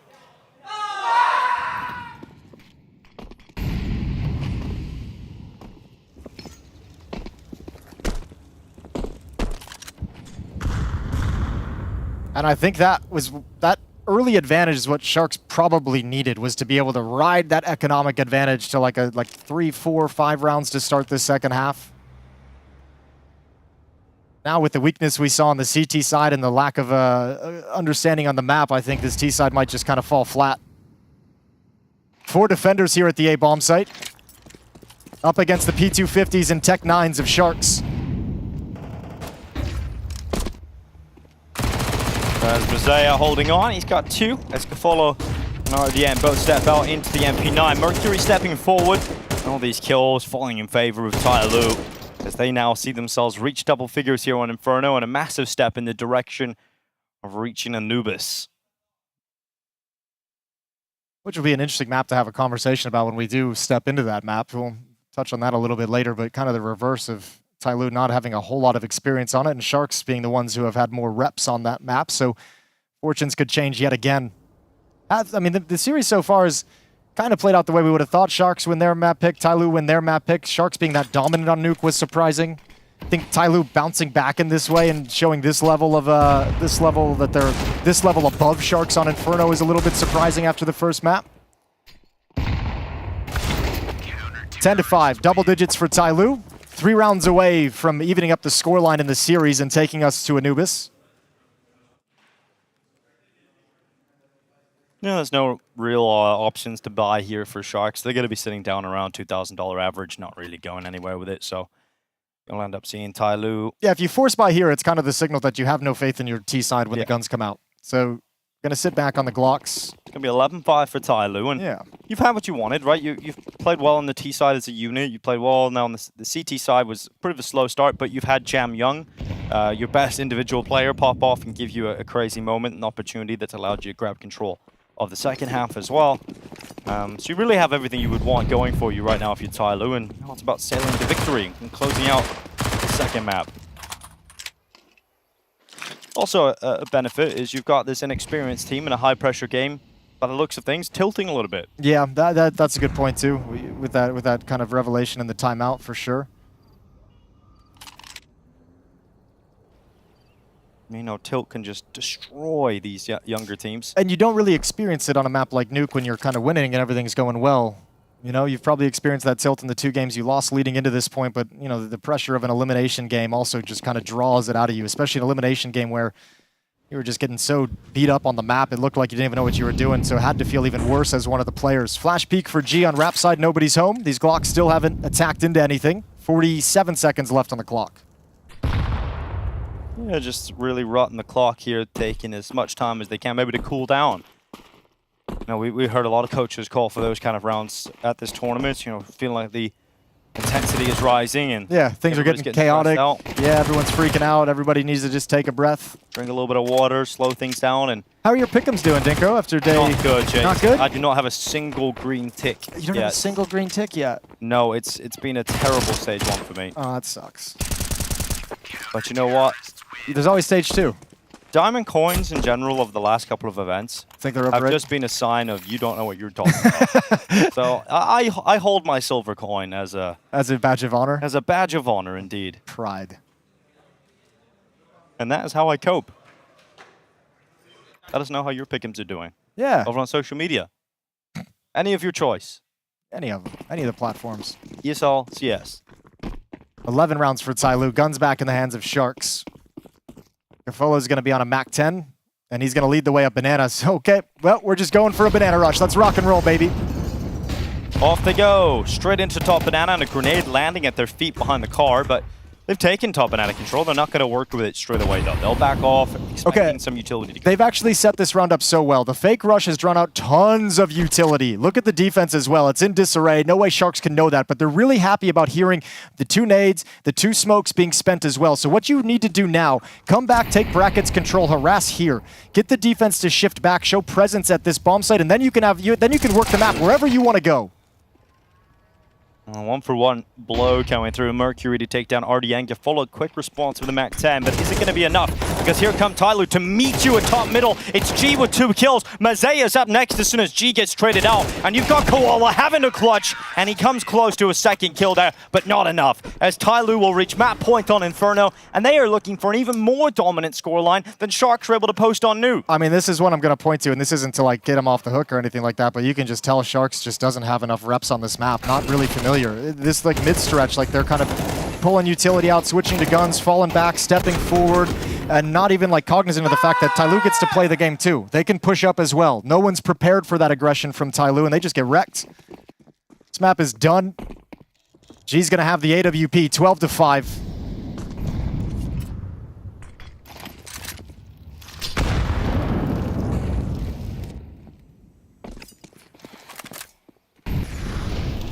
Yeah, Sharks battered and bruised. Not a great buy here at all, and then they lose a member to grenades as well.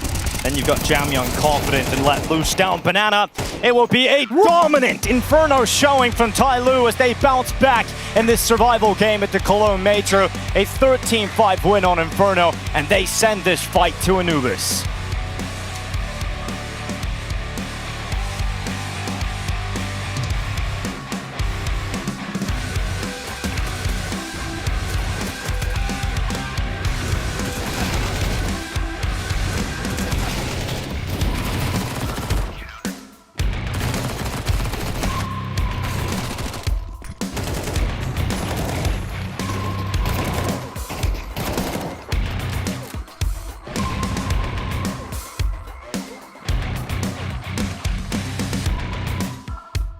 His 2nd smoke. He's going to be ready to throw it.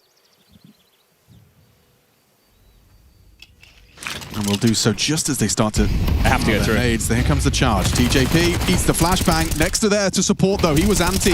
He's only got 2, though. Hang on. The site is falling. The bomb is being planted. JKS has the smoke. He can re-smoke CT. And 4 scavenged away for JKS. Gets tagged on the smoke spam. The CT smoke will come through. Ins. Ooh, down to Alistair. So a way back in for this retake. A compulsory retake. Easy find. Catches JKS pull. Now it's just a 1v3. Story. Back new box. You've got the info and you've got the kill. Another one!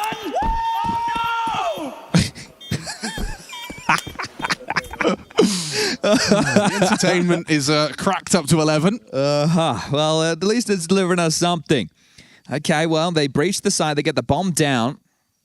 But they might just take another one of these light investments like we saw them do on Anubis. In's just getting caught there, and so did JKS. So Alistair with some very important kills. They didn't want to sit on the site in the backlines. MP9, low HP, thinking could chip something away. Another one! Oh, no! Well done. Let's keep it going. Right. One round at a time. I don't like this type of buy from FlyQuest. I think they should have gone, I don't mind a Deagle or 2. I would have much preferred Tech 9s. just gives you a bit more to work with. If you just get iced out now, you're taking... Like, if they give you fights like this, great, right? If they're willing to be cheeky and take swings with them 4s, then the Deagle's very deadly. But up close, once you need to start dealing with these choke points, you're going to have a tougher time. Well, that feels like a bit of an invitation. As soon as Nedic picks the long corner line, they can take brackets, and then Inz's got the smoke double flash. Feels like a bit of a 2-for-1 here. Also, just baiting out as much util as they can. Perfectly flashed. ASAP took his time with that. Yeah, really wanted to be certain he was blind. Dexter down, or takes down Story, and looking very comfortable and leisurely. Yeah, this one a lot easier than the last. And the last was with those Tech 9s. You saw how close that actually got. You got into the site, you got some space. Yeah, it just Deagle searching. If it was overpass and we're, spreading out towards A and we're taking long-range duels, I could justify Dust 2 a little bit more so. It just a couple of Tech 9s in the mix would have been nice. But at the same time, they're feeling very comfortable. They just need one round on this T-half. It, at the moment, just feels like a matter of time. Yes. I think the scoreline is going to have to get to a point of 12-8 before you really start to worry. And at that point, the question is, sure, you're starting to get more concerns. Like, boys, we should shut this out. Oh, is Aaron going to get on the mic now? He's nowhere near the button. No, it looks like he's restraining himself. Just that's a face I've seen before. Flash in. It's the... Oh, yeah. Oh, no, he is blind. All right. Good flash. All right, rifle round number 1 of the second half. Ali's got his AWP, looking for a mid-fight. Dodges a flash. Can peek out. I like this. Pep in his step. Dexter's in trouble. Testimal and sandbags forced into the fight and just booked an opening kill manufactured by the util. TJP feels under a lot of pressure. Yeah, he really does. He's going to throw out his util and supportive flashes from Alistair as he goes and has a look, commits and nails it. Finds the claw back onto Int. Here comes Vexar on the trade attempt. A smoke to play around. TJP, hectic for him. You can see there's panic, there's stress, there's pressure, and it's amplified now. Alistair did find Vex site though. Bomb can be planted. It's a 3-on-3 retake. Oh, 2 more smokes to reblock CT and Coffins. This is going to be tough. It's looking great for FlyQuest to throw the knockout blow here. JK spotted. The last round. Thunder Down Under play in Cologne. On the way back in. You've got your space. Alistair coming in from the ruin side. That clock is ticking rapidly. You've got to be quicker than this. Back is exposed. JKS will find ASAP. It does look like FlyQuest will take them down. A 13-3 smashing map 2 and the elimination of Thunder Down Under. They join the list of Sinners, Gaming Gladiators, and are the 3rd team eliminated here at stage 1 of IEM Cologne. Yeah, this one is going to be a bitter pill to swallow going home to your countrymen. But the win against MIBR, that showed the potential. The close match against Bay on Dust 2, that showed that they have the grit and the fight. Big yesterday started to expose the flaws and they continued today. But this is a team that has only competed in Australia all year long and still qualified for the major. They took a scalp. They were everybody 0-3, and that's not where they ended up at all. They fucked your pick'ems, that's for sure, but they are still going home. There will not be any score settled for the trio of Dexter, Liaz, and Alistair today. But if they get some more opportunities, chances to get some boot camps overseas.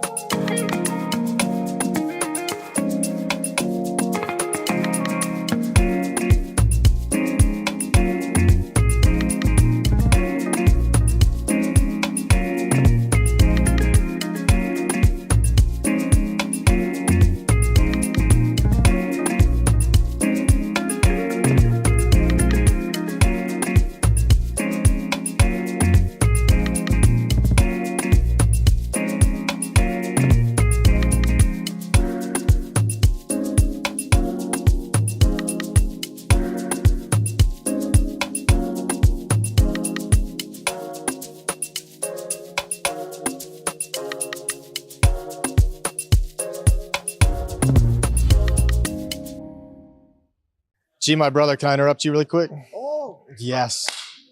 It's been too long. I looked it up. It was since Belgrade last year. We would have last seen each other. It's been almost a year now since we last got to hang out. Jack, 快点吧。 Tell them it's been a year since we last saw each other.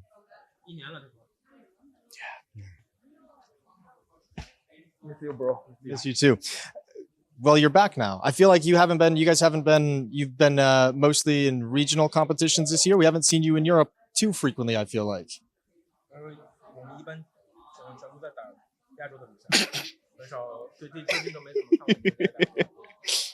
Yeah, because we are noob. No. Joke. Yeah. Are you guys excited now? What's the feeling for the major? Have you got all the noobs out of the system? Now you're ready to compete at the major?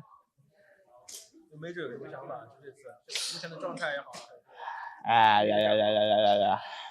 I mean, I feel just normal because we don't have bootcamp in EU before the major. Yeah. Because we have a lot of Asia tournament. Yeah. But I think it will be interesting. I think we can just try hard and enjoy the match and enjoy the Counter-Strike. The beautiful game of Cologne Counter-Strike. major. Yeah, enjoy everything. I think mentality is very important for us. Yeah? Yeah, mentality is very important for us. Mentality is good right now? Time will see, bro. Which one of your teammates is going to pop off at this event? Which guy's primed to have an insane performance at this event? 队友啊 John King will carry us. John King will carry you. Believe in John King. Okay, I'm going to let you get back to it. I'm going to grab you for a pick 'em wall a little bit later, though, okay? Okay. All right. Cheers. Thank you.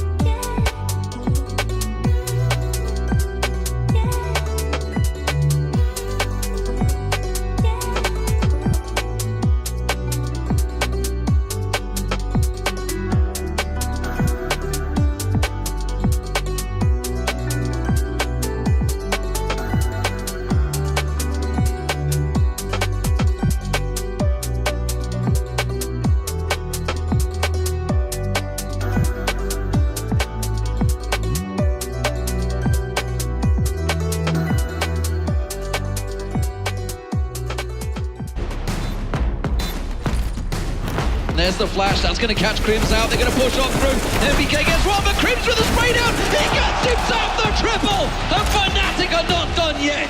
Can you believe it? Welcome back to the Intel Extreme Masters Cologne Major 2026. One of these teams is heading home at the end of this map, and we're going to settle things on Anubis. It was a one-sided victory on Nuke for Sharks, a one-sided victory from TYLOO on Inferno, and now Anubis, well, it's up in the air. Yeah, I mentioned it's kind of like, I mean, it's a middle ground in a way because neither of these two teams have played it that much. I mean, we went from Inferno where TYLOO had, like 13 more maps played than Sharks did on that map. We go to Anubis, Sharks has played it 5 times in 3 months. TYLOO's only played it twice. And they only have 1 win on Anubis in those 2 maps. It was against 5-Star, which I'm assuming is like the 3rd best team from Mongolia. So not a whole lot of a track record or resume on Anubis to get you excited about TYLOO. I happen to just think this game is going to be scrappy. I think this is going to be like really disorganized. I think there's going to be a lot of mistakes. And I think it is going to come down a lot to the mentality of the teams and the players being able to hold on, because you are going to get frustrated because neither of you are great on this map. It's going to be weird. So whoever's able to kind of contain that mentality and have individuals kind of keep up with focus and with kind of coordinating with each other, that's the team that's going to come out on top at the end of the day, because I think there's going to be moments where both teams get pissed off. What's exciting about a scrappy game is usually it opens up the opportunity for the individuals to make the difference, right? The clutches, the big moments. And I think over on that CT side of Inferno, when Sharks actually got a decent start, they won the pistol, they had an opportunity to maybe start pulling things back a little bit. It was Jam Young that gets that double deke that sets up the rest of his teammates to close things out and turn in the tides and close out Inferno in a one-sided way. For me, coming into this map, again, I recall one moment specifically from the Austin Major where Jam Young is holding that A site with the USP and he gets a crazy ace coming in real quick. So for me, if I'm looking at the individuals, I started this series by saying Jam Young. I'm going to close it by saying Jam Young. I do think he is going to be the difference that will allow TYLOO to win this game today. For sure. I think one other player you have to point out on the TYLOO side of things is G with the AWP, and I'd point at max score for Sharks as well. I think the AWPers on this map as well, with the way that you can take some fast aggressive peeks from the CT side. T side can be really supportive. And we haven't really seen G have any too kind of crazy games, like not even really around here and there, but we haven't seen him have like an impactful game where it feels like he takes over and he's influencing things. Max score on Nuke had a couple really good performances, so the AWPers I think are going to be critical on this map, especially, again, as we mentioned, when this gets disorganized, that's when AWPers can have some of the most fun, because there's not as much perfect utility in place, not as much utility flashing in your face, not as much trading going on. Spacing is going to be a little bit weak at times, so AWPers can really have a field day. Well, from what we were reading over there and then listening to the team comms, Koala's going to need this meditation because it seemed like he was getting a little bit irritated, a little bit tilted. His coach asking him to cool down a little bit. Yeah, and I'll tell you what, coaches don't necessarily like telling their players to like cool down and kind of give them that kind of admonishment in the middle of a game. So for it to have gotten to that point, I think it was really just something that eventually the coach just said, this can't happen any longer. So must have been a pretty heavy tilt. Hopefully that time off between the maps kind of settled things down, because you're going to need to force that tilt away all through this map. I think this should end up being, as we know from Anubis, leans a little bit more T-sided. CT side can have a lot of difficulties, and I think in a game like this with two teams not a lot of experience on the map, this can be heavily T-sided and momentum-based. So don't be shocked if in this first half, TYLOO on the T side runs out to some crazy early lead, because I think the same thing can happen when they switch sides. Well, both of these teams spend months upon months in their own regions, grinding their way into a competitive position to get enough points to qualify from the region to the World Championships, to come here to the Major. They spend months dreaming about it, preparing for it, and now it all comes down to one final map. Whether their journey at the Major ends here or continues for at least one game longer, it settles on Anubis, and that's where the tension and the pressure is at its highest, and where mistakes will cost him the most. It is time to get into the final map here of TYLOO versus Sharks, and we are kicking things off with TYLOO on the T side and Sharks on the CT side, fighting for their tournament life. Yeah, you nailed it. This stage of the series, it just comes down to a best of one for elimination or survival. Mercury with Smoke Flash, that's the utility TYLOO brings into the round. For Sharks, 3 sets of dualies and plenty of utility. Smoke Flash Flash, no kits for the CT side. A little bit of aggression. They wanted to see if there was going to be any fast plays from TYLOO up canals. They had 2 players pushing double doors, 2 players pushing E-box as well, so they want to challenge and get in TYLOO's face. Hang on, Kafola. Well, for the early pick, he's going to block out Connector. He's got his teammate Koala just sitting by. He's got dual Berettas. We know what he did with those in the CT pistol and Inferno. I'm going to pick up an ace. G's actually fine with this smoke because it's actually covering the timing that they want to transition a couple players towards middle. So going to apply some pressure here, but likely fall out the window and join up for the E-box hit. And the dive down into the water. Mazaya splashing around. Follow looking to spray some blood against the wall, but it's going to be G with that opening kill. Koala again, 2 from the Joel Berettas. Max Core gets involved, but then TYLOO rapidly racing their way in. Do get the trades and now going for that bomb plant. Yeah, but they spotted this quick flank, so they know exactly where it's coming from. Yeah, Jam Young tucks himself in to that corner on the platform. His teammate pulls the initial distraction. Jam Young peeks out with a headshot. Zero follows up. And I can hear a level of intensity I haven't heard from TYLOO yet in this game. You know, yelling through the halls right now, celebrating that pistol round victory. Yeah, I think that win on Inferno in the dominant fashion kind of ignited something. I've heard them, they've felt a little bit muted all throughout this stage 1 so far, so that's a good timing for them to get fired up, especially considering in this series, this is their first pistol round victory. Sharks had won all 4 pistols up to this point, so for the first time, TYLOO get to start with the advantage and see if they can gain even further of it with the economic lead that they have.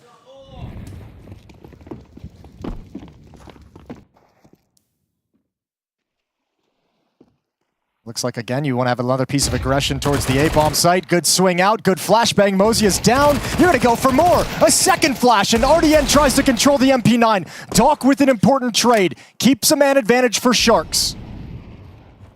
You got Koala in the water, just spotted the knee of Mercury, peeks out and gets it done as well. All of a sudden, Sharks have a 2-man advantage. Can Jamyoung and Zero bring this back together?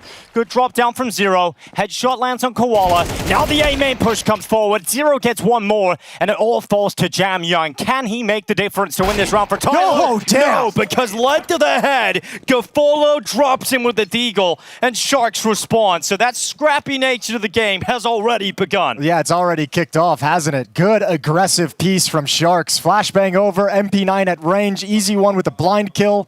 Follow it up, a follow-up swing from Doc to trade that off. Sharks play this perfectly, and this was a piece of aggression it looked like they wanted to have in the pistol round, but missed the timing on it.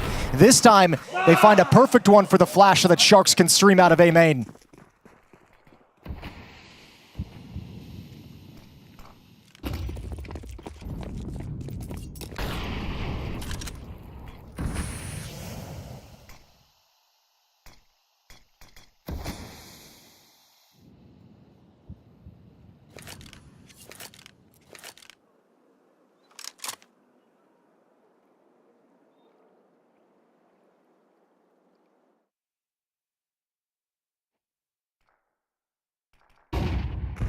Flying through, you can see the setup here for Sharks on the A site. One player down in behind the cake, one player up at Heaven.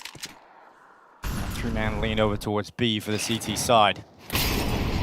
Secret to us, where TYLOO have the majority of their forces. They're going to send Mercury in towards Connector to act as a bit of a distraction, puff up his chest, and try and sell. There's more players there than really is, and they go into this 2-man setup on the A defense, and so far so good for Sharks. They spray down, Koala gets 1, Doc gets 2, and that is now Jamyoung left alone with a Glock. He's actually managed 2 kills out of this somehow, and a bomb plant, so I think they can't be too bad to that, and he's got a weapon now to play with, Chase. Yeah, 3rd kill would be something really, really cool. They'd be very pleased if he's able to grab 1 more, and actually if he gets a 3rd kill, he could just run away, and actually he'll just be happy with the M4. So not even going to go for that 3rd frag. Just say, you can have the round. I'm happy with the plant, with the rifle. See you guys later. 2-1 for Sharks. Not bad at all, though, for TYLOO in terms of making something happen out of it. 2 kills in M4 and a bomb plant, but yep, Sharks happy to take the 2-1 lead. And you'll probably save around this M4 if you're TYLOO, but Jamyoung can get armor and just have a hero rifle and see what you can do with it. So timeout is called. Kind of interesting that they would call a timeout to have this conversation. I almost feel like saving this M4 has sort of baited them into burning an early timeout to see if they want to buy up around it. See if that comes back to bite them later on. So small investment around the M4. Mercury picks up a Tech 9 and light armor. A couple pieces of utility smokes and flashes. So TYLOO gonna have an idea in this next round after this nice A hold against the force buy.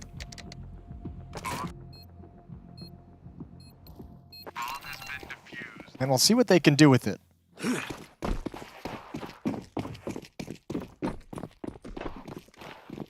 Quick smokes towards the B bomb site. Lurk smoke. B-box smoked off as well. Showing a faster play towards the B bomb site, but not committing anything behind it. Another salvo of utility to activate after the fact.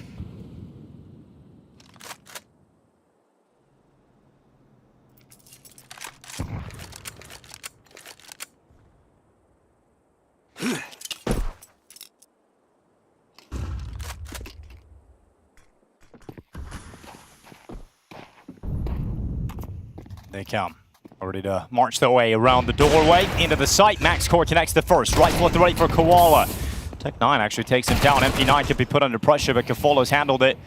Next up, Mercury and G doubling up. Taking a second to breathe, hoping they can trade it, but GoFolo's done very well. In fact, he has also dropped the bomb inside of Connector, so not going to be happening here for Jamyoung. He takes one look at Doc and takes a bullet to the head. So 3-1 lead for Sharks on the CT side. And we'll see TYLOO invest back into the rifles now. Yeah, lovely hold from GoFolo. Such a hard position to clear out, especially with just the pistols. MP9 just chewing people up. Very tight corridor to swing into. Because of the light investment in the previous round around that saved M4, TYLOO's got a couple players missing utility and 3 Galils in play here in round 5. They're taking a couple hits to try and get something done previously, and not enough happened, I think, to make it worth it. We'll see what they can do with the Galils.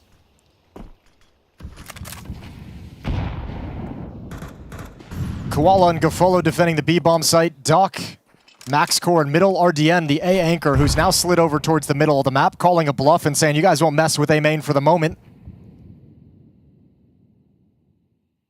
Yeah, some utility ready around this corner towards the double doors. You've got multiple players lying away in IDN and Doc. Flash goes forward. Doc going to be unleashed, but Jam Young comes charging through first. Good reactions from Doc, and even better as he multis. But you've now got Max Core under pressure, held with the AWP, and he's going to handle it no problem. So 0's 1 for 1 does not matter since the AWPer of Shark stands tall, and you've got a minute left on the clock, and Mazea so far from making anything happen because the bomb is dropped in middle, and there's no hope. So it's going to be a 4-1 lead for Sharks, who have got to be loving this start into map 3. You know what? That turns out okay for Shark. Again, it's Doc who has just like an incredible sequence to like turn that around in their favor. I'm not sure I'm a huge fan of that setup. That's on such a razor's edge of timing, and they missed it in this round. They're very lucky they just didn't get doubled up and then deleted. It's kind of similar to the Inferno play where Doc is in banana smoke and he get you over performance and bails them out of a round they shouldn't have won, but it's again the same scenario. It's crazy that they don't lose both here. Like Jam Young has beaten the flashbang, they missed the timing.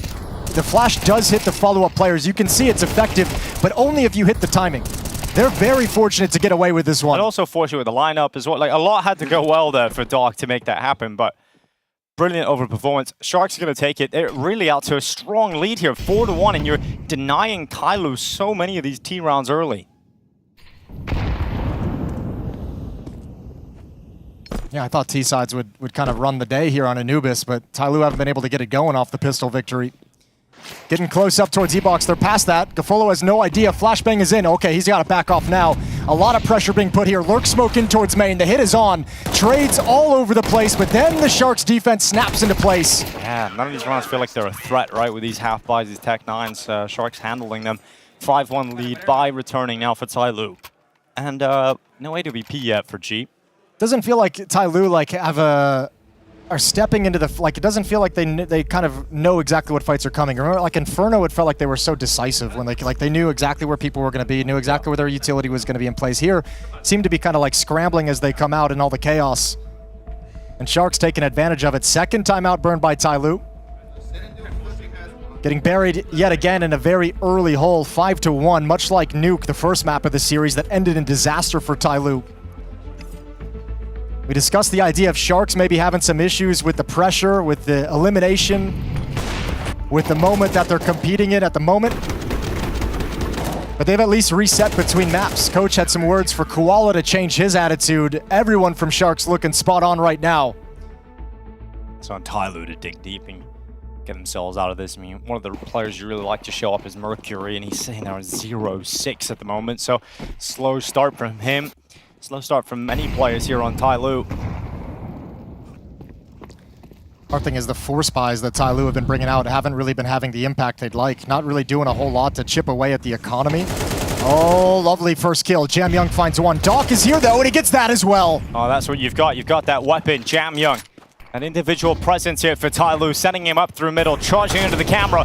RDN realizes the play is needed to try and pull something back here, and TYLOO are ready for that kind of aggressive A-main play. So Jam Young's won the round on his own, and that's what I was talking about ahead of this game. You know, the fact that it does feel like Jam Young is going to be the individual difference that TYLOO are going to need. I wonder what Max Core was doing at that point, though. Like, that should be that timing for an AWPer should be pretty well known, right? That should kind of be ingrained. Well, he's going to learn now. Yeah, I mean, again, it's like they haven't had all the reps in the world, but still, an AWPer standing in the open, that boost is not exactly uncommon. I'm surprised he wasn't, thinking of the possibility or scoped in ready for it. But lovely round from Jam Young off that success. Just keeps building into it. So a save from Koala and Gafolo.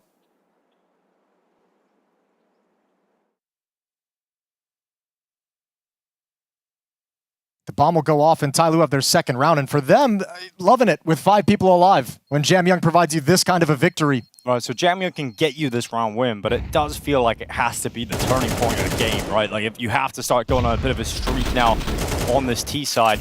He's given you the edge. He's let you keep 5 players up, won you a clean round. Now you've got some money built up. You got to go ahead and start chipping away at the money of Sharks and eventually break them and go on a run on this T side. Yeah, they're mad rich. This is going to be hard for TYLOO to grind this down. Koala has 8,400 after the investment. Gafolo 7,800. They've got ops for days for Max Core if he ever needs it. That op going to be heading over to the A bomb site, paired up with RDN.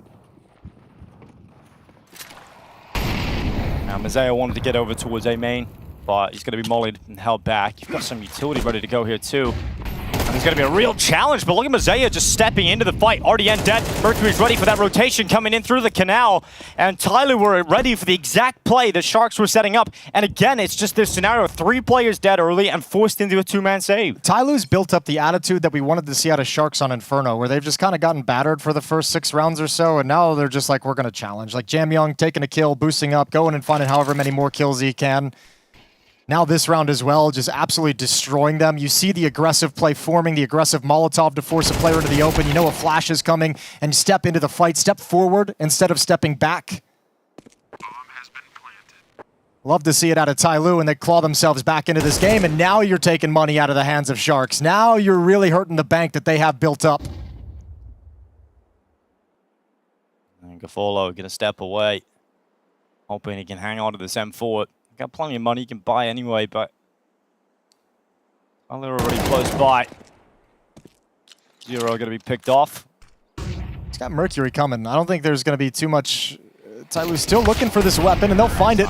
Yeah, bad timing for GoFolo. It's all good. So they rebuy everything. Good job from TYLOO cleaning out the Sharks' defense. Now take a look at the buy. Still going to be good coming up here for Sharks. So you're going to get the all you get all the bells and whistles around it. But it's these kind of rounds that they continue, that money is going to die. Yeah, this is where it gets really hard for CT sides as well, right? Because Sharks has wanted to maintain some of these like early aggressive pieces that they've been doing throughout the half and having some success with it. Yeah. Because on the CT side, you feel like you need to be able to mix some of that aggression in. Otherwise, you just sit back and get beat in the bomb sites. But now that TYLOO is showing that they're being prepared and they're cognizant of the fact and they're ready for the aggressive pieces that you got, you got to find something new. Mercury storms through the Molotov, eats the nade damage, and burns. It sure does. And a good opening kill here for Sharks to pick open. Got an advantage now to work with here for the CT side. Can they do anything with it? You can see G is so focused on trying to get one of these picks back. Expecting RDN to stick around and be aggressive on that smoke fed. And he might just be right. And yeah, he gave it to him. He did give him the chance. Just can't land a shot there, G. Now they're going to keep going forward. They know the AWP ain't going to re-peak again, so they put players up in A main. They have a strong defense towards A at the moment for Sharks. Yeah, well, TYLOO's coming right back into this, and they're going to expect presence inside of this. So let's see how they handle it. They got Molotovs to burn out this position if they want. Hard thing for TYLOO if this takes too long. Now that the clear is happening on the other side of the map by Koala and GoFolo, there's a time limit on how slow they can take this. Yeah, well, Dark Wigs, good clear from Mazea. Great shots from Mazea. He actually got both. He's arrived as their savior on the site, so he'll move in. Molotov's going to the back of the bomb site.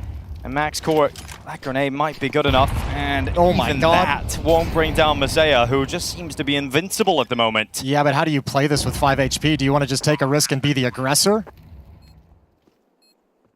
Well, 3v3, numbers are even. That smoke at heaven not going to last forever.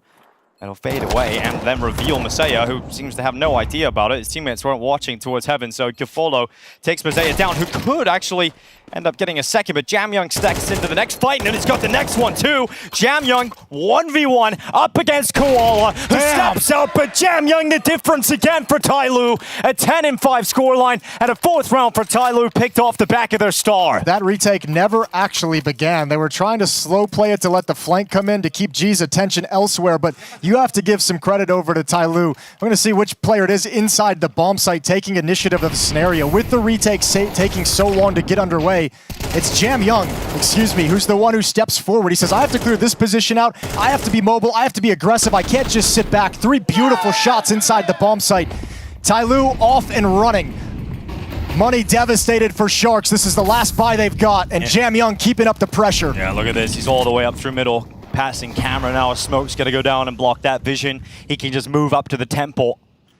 It's such a great start here from Jamyoung, looking to try and continue it for TYLOO. There's no one in Sharks that is worried about this yet. It's like they don't even know it's possible that it was this aggressive. MaxCore now having the idea.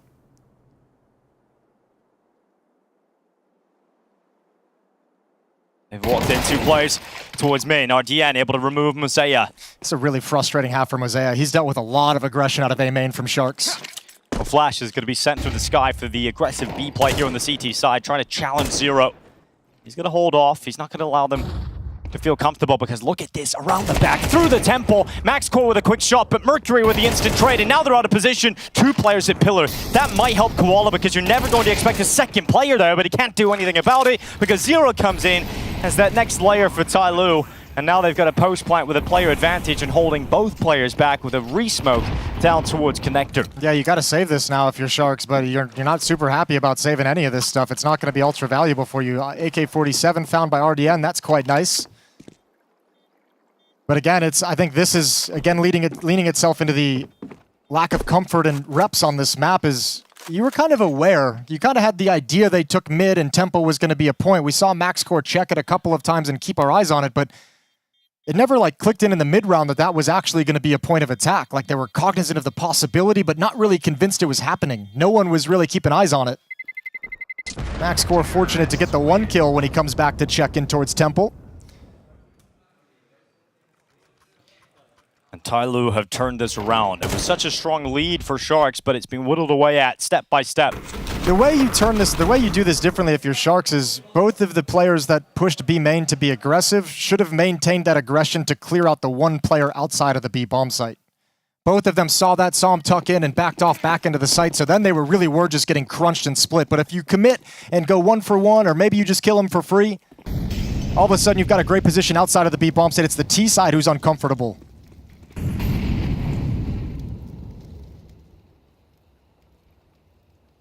Sharks have scraped together enough cash for another buy. They've bought through the losing bonus building up to full capacity. 4 rounds in a row for TYLOO on the T side to even up the score at 5-5.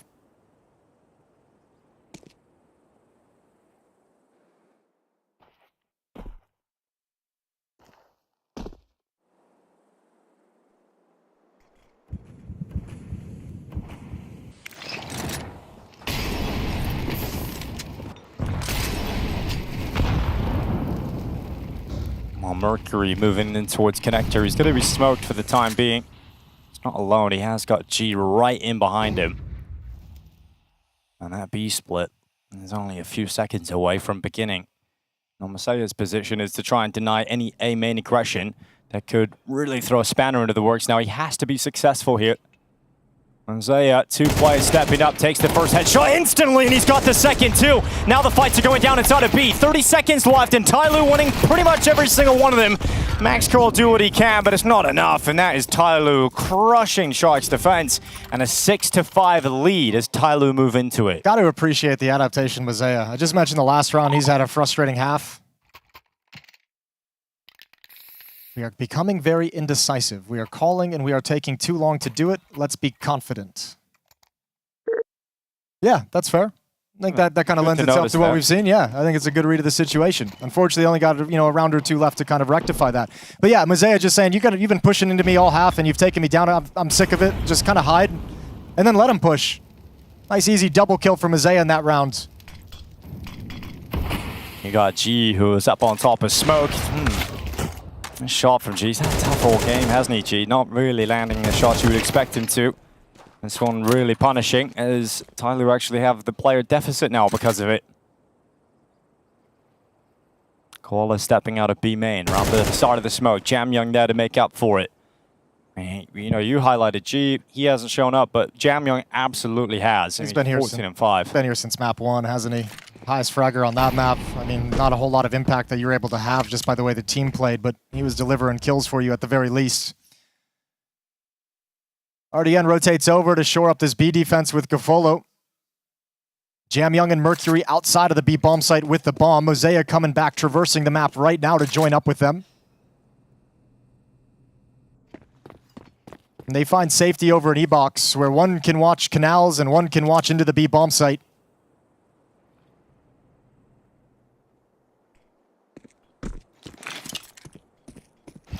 And now shifting themselves out of the B bomb site and recognizing with the utility thrown that they're in the wrong place, the wrong idea. Now they've got to hustle back. TYLOO moving in. Yeah, it's looking pretty good here for TYLOO, but have actually arrived towards Connector just in time to put up some resistance, but Gafolo's 2 has put it down into a 1v1. Jamyoung against MaxCore. It's been a half of Jam Young stepping up and delivering. He's looking for another clutch to fall in his favor, but he's got no info, and MaxCore is getting close, running him down, and he wins it. He's able to get an extra round here for Sharks to play with. The high fives come in. Is 6 rounds on the CT side going to be enough for Sharks to stay competitive throughout this map?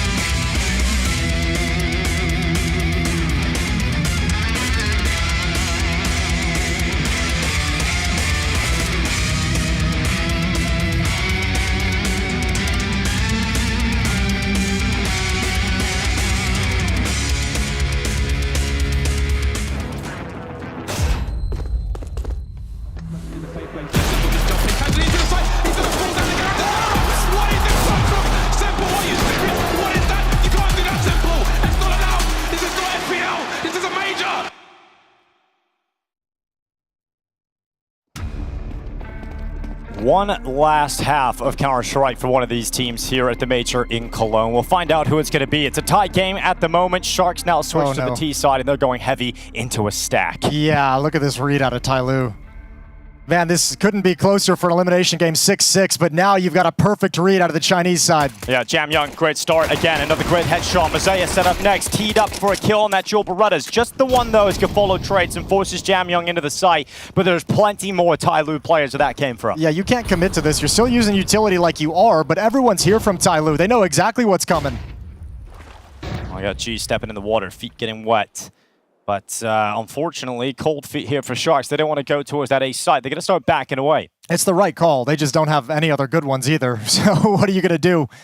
Very tough pistol round to win. Zero's rotated all the way back around to the B bomb site and CT spawn. Other three players going to be pushing A main, following this up. As Sharks just now slide into E-box, and they might just turn the corner in time. Shot taken by the dualies. MaxCore sees a lot of bodies on this flank.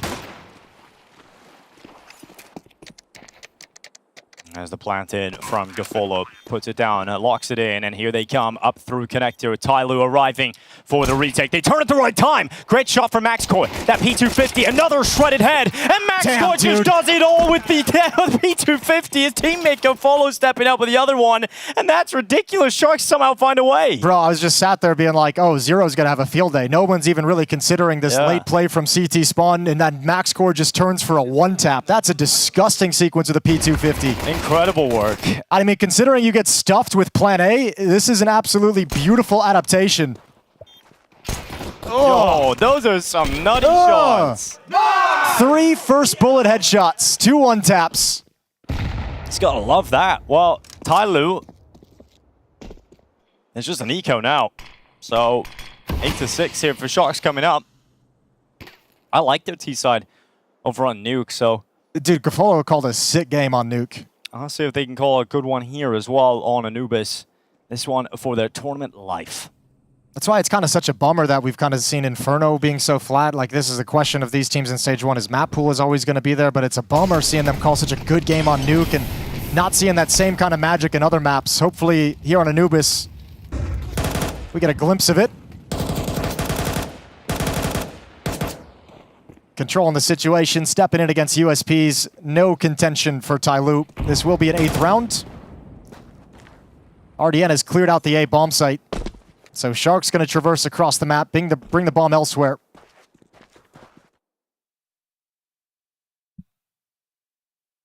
All that talk about Jamyoung and how he's performing. One-man army at the moment in hard carry mode. 16-7 for Jamyoung. Mosea the next up with 11 kills, but it drops off heavy after that. 0 with 7, Mercury with 5, G with 2. And now that you're on the CT side, it's way more of an issue. Jamyoung on the T side can cause so much damage in his positions that it makes everyone's life easier, but here on the CT side, he can't be everywhere.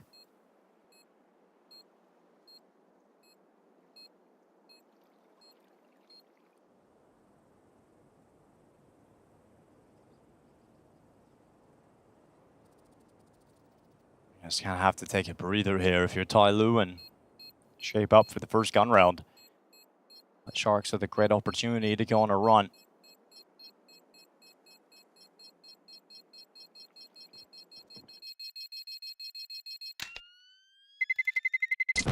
Terrorists win. 8-6. And we're talking about, will Sharks have the mental fortitude to bounce back after Inferno and after that little bit of a run from TYLOO in the first half, right? Everything was going swimmingly for Sharks up until that 5-round stretch out of TYLOO. And you worry, is that going to break them? But that extra round at the end of the half, picked up by MaxCore in the 1v1 against Jamyoung, and then he wins the pistol too. Yeah, the save of the pistol was the big one. He's been the clutch factor. 5 out of 6 pistols in this series won by Sharks across all 3 maps.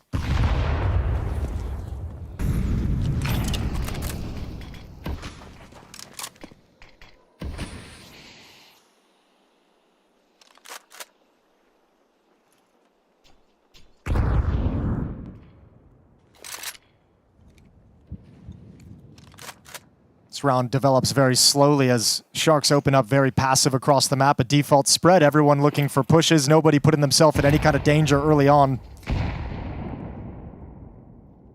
Some utility towards mid. Looks like Gafolo, Doc, and Koala want to follow it up and move forward. So around the 1 minute and 5 second mark, they have possession of double doors. The TYLOO defense knows it, that mid has been overrun.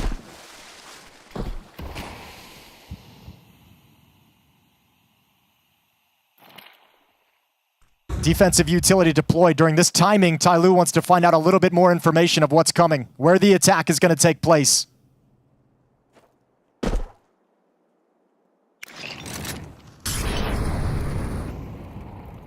Dog, smoke fade, kill on Mercury.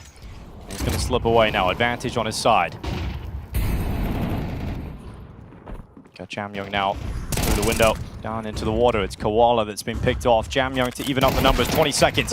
Diving out, but this time to his death. There's plenty more players where that came from. Now 15 seconds left, racing back to try and get here in time. TYLOO trying to stop this, trying to make it uncomfortable, but Gafolo and MaxCore get all the essential kills, and Sharks make it into the site for the bomb plant. Such a hard angle to fight if you're the CT side trying to stem the tide of those attackers. Mazea's going to step in and looks like he wants a piece of this clutch.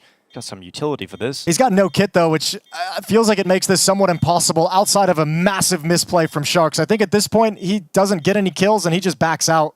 The only hope would be to throw that molly down into connector and even just get on it, but then you're just going to get peeked from B main. So, Isaiah, yeah, it's just not a winnable clutch for him. He's got to back away, and that's going to end up being another round here for Sharks. Yeah, one of the factors that Sharks had on Nuke that made this such a really cool T-side is some of the early success they established on Nuke. They used that success as fakes down the stretch, down the road.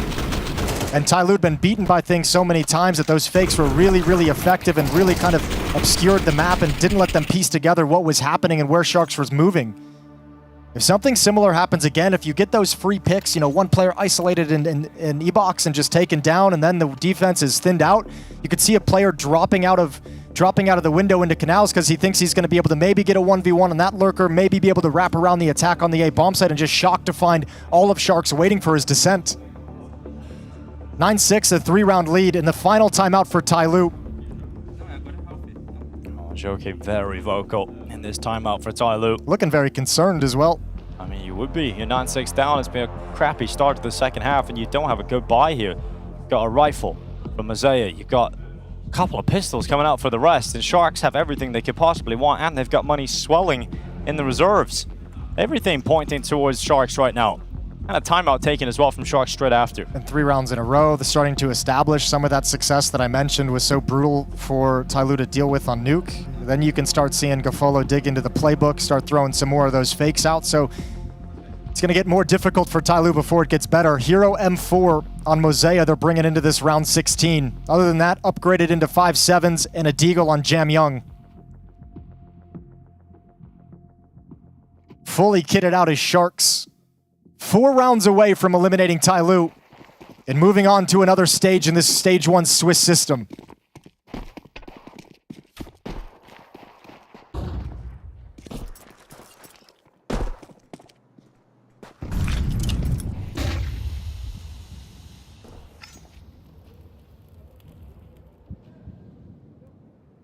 A stack of players here at the A-bomb site. Didn't matter in the pistol round. Doesn't look like it's going to matter here. Sharks just spread out, going through the motions of this default. Yeah, I mean, it mattered on Inferno when Sharks kind of forced their way into the B bomb site through a smoke blind against the eco. TYLOO was able to steal that round away, but you can see on this map, staying spread out and using some utility and progressing across the map and not really committing themselves to anything until they get a sense of what is actually the defense they'll be facing. That defense is all going to shift back towards middle. Jamyoung has 2 flashbangs to activate them if they want to pounce. And they come popping out. Oh, great shot. I mean, you were highlighting that round on Inferno. Well, it started with Jamyoung getting a double on the Deeg. Now he's got an M4 to play with, and all of his teammates still alive. Question is, what can Mercury do on his own? Can he delay them? Can he disrupt them? Can he destroy them? The Deagle goes out. There's the first headshot. MaxCore able to respond as Jamyoung has now arrived with the rifle. This is the one weapon that can do something massive for this round. Again, there's Jamyoung making the difference, but he's got to do it now. 13 seconds left. Bomb goes down. Mosea's got that kill. Jamyoung dead, but the bomb is nowhere near RDN, and so he just can't get to it. He can't get this round win, and TYLOO have picked it up. Well, there's the mistake for you. Solo player in middle who's meant to just hold on to map control and space and pulls a nade out to flash towards camera. Not worth it at all. Jamyoung peeks at that exact moment to find the kill, and then Sharks, the map shrinks for them, and TYLOO know exactly what's happening. Mercury sliding through the smoke, missing details. And Sharks hit their first obstacle in this half.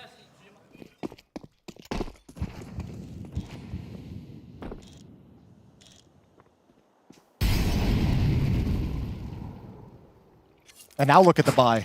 What a turnaround this could be. Mac 10 on RDN. Deagle on Gafolo. Nothing pretty to work with. Zero wants to be aggressive. Smokes off the AWPer. They clear out all the position outside A main. They know nobody's home for the moment.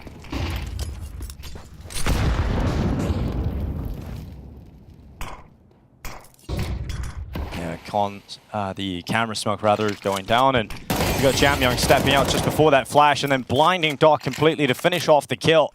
Good work from Jamyoung. His 20th kill added to the tally as well here. Zero confident. Utility going down, challenging down Koala and winning the engagement. It's now 55 seconds left with TYLOO, 2 players in the lead. Make it 3 thanks to that headshot at range from Mazaya. Sharks are just getting bullied now. Good kill from RDN, but not enough to open up the round. The possibility of it traded immediately, and all you got now is MaxCore's AWP. G's coming around the corner. Timing is everything. MaxCore got the kill. 1v3. Long way off. Yeah, no control of the bomb either.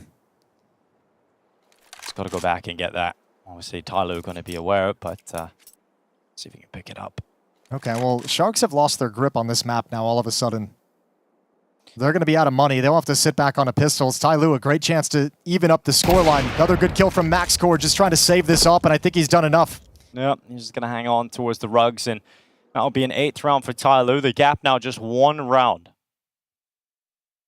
And if you remember over on Inferno, again, you highlighted that 1 round where Jamyoung gets the double dig and the rest of the pistols able to close it. That was the end of a good start for the T side. You know, Sharks obviously had less rounds to play with, but they were actually starting to make it look like they could get a decent start into the half and build something, and that round just took away all the momentum. Yeah, I think that's also that's part of the tilt factor that we've seen kind of creep in too. Rounds like that, we heard Ash talk about it on the desk yesterday. Just rounds like that just destroy your mental. They destroy the atmosphere within TeamSpeak. They destroy the kind of flow of comms that you have. And we've already seen Sharks struggle with that. We've already seen the coach kind of chime in and tell players to shape up and lock back in.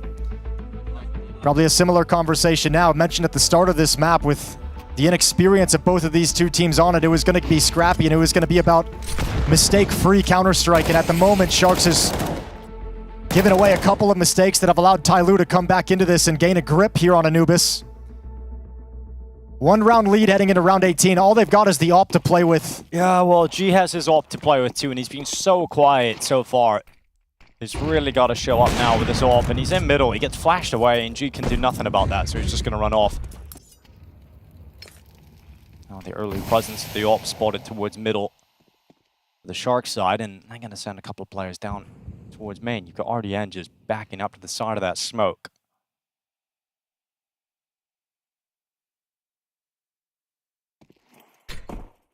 There's an 8 around the corner, and it's landed right on top of Koala and RDN.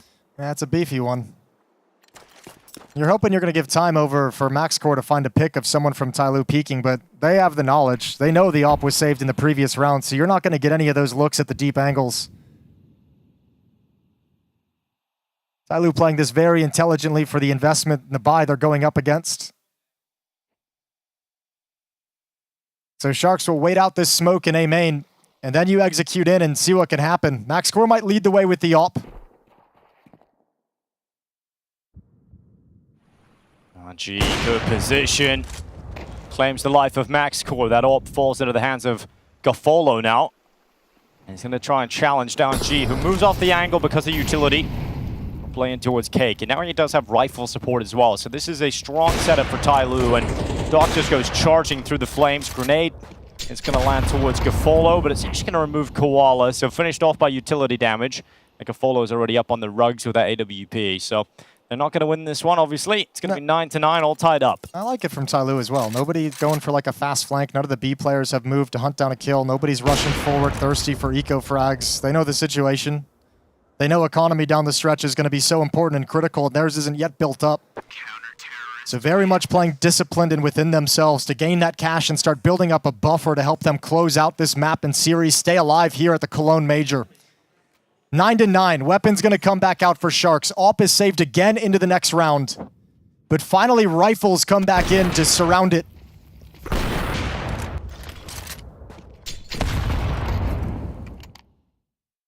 There's 1 timeout remaining for Sharks in regulation. TYLOO have burned all 3 of theirs already.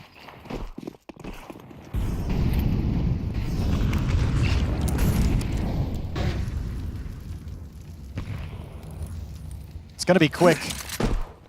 Now Mercury. Flash is so good. Jamyong helped him out. They've cut open the heart of this Sharks attack.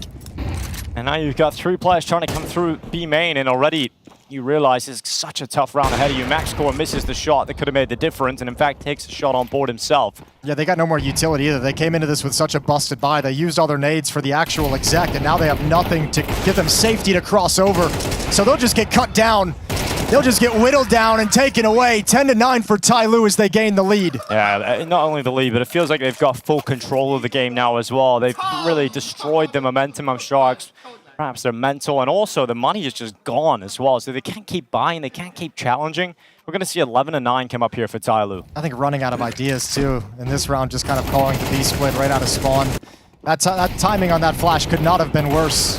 If you're Sharks, Mercury just hits the perfect moment to drop it in their face. G getting hyped up. Loving it from the team. That AWP has had a little bit more impact in these past few rounds. That's probably going to fire him up too. He's like, I feel like I'm actually doing something. Yeah, finally feeling like you're contributing. 4 rounds straight for the TYLOO defense. Yeah, we've said it so many times, but it just really is true. Look at this, 24-10 for Jamyong in the deciding map of this best of 3. You've got no flashes, no smokes for this exec. You have 1 HE grenade, Tech-9s, and a deagle. And you've got 3-man setup here for TYLOO's defenses on that B-bomb site. Jamyong 0. Mercury. Okay. Applying pressure to the B bomb site, getting that mid player to rotate and dedicate himself to the bomb site. That's opened up an avenue for Doc in middle. But again, with no utility, there's no way to cross this without them seeing you. Yeah, well, he's going to try and get closer and closer and see how much ground he can get. But perhaps a split into this A site is what they're setting up, because those players that were positioned outside of B are now transitioning over towards the A setup. Well, remember that timeout too from Gafolo where he was saying, we're taking way too long, we're indecisive, we're taking a long, long time to pull the trigger on these attacks. TYLOO is giving him that time now. Mazea's going to swing into the open, just the one from Mazea, and because of that push in tandem coming through camera, you sandwich G between 2 players, and he can't do anything about it. So he's dead, Sight has fallen, and this perhaps could be the way back in. But Jamyong steps forward to try and make the difference again. Damage done to MaxCore, ready for the next fight. But a 3v3, it still stands with TYLOO with a shot. That flank coming through from Mercury late into the round. He's got to try and get through on this, but that shot from Doc, Tech-9 lands, 0 with the other, so it has to be the flank. Mercury with a 1v2, no kit on his back. He has to step into the open, Doc down behind Cake, tucking away. You can't let this opportunity slide if you're Sharks. This is your lifeline. And Mercury goes into the open, and to his death he will march as Doc peeks out with a Tech-9, and the scoreline once again tied. Man, TYLOO, when they watch this replay, going to be just kicking themselves for that. Losing against an exec with Tech-9s that has no utility to it. That was them, I think. I have to give some credit over to Gafolo. I mentioned all the fakes that he was throwing on Nuke. Kind of did one a little bit here. They showed a lot of B presence early, but the B defenders, all 3 of them, just got like lead feet. They didn't move. They never budged, never looked for information, never shifted or rotated. A long time for the 2 A defenders to be on an island. How do you feel about the A players in a round like this smoking themselves at camera? Because I feel like that was the reason that split was even possible. I mean, they very well could have used G with the AWP to kind of have the distance over at the pillar. Let's see if they can just pick it up where they left off. Or is this the turning point that allows Sharks back into the game? G to land the first shot. Mazea just swings out with that rifle, hoping he can get a second and really punish them. But all he does is offer up the trade in the end, and it will be a 4v4 and Doc down on 6 HP. Yeah, he's hoping to be taking a fight as he swings with somebody trying to take that space. And unfortunately, they're all kind of sat back and waiting for the follow-up swing. Good damage on a Doc, though, down to 6 HP.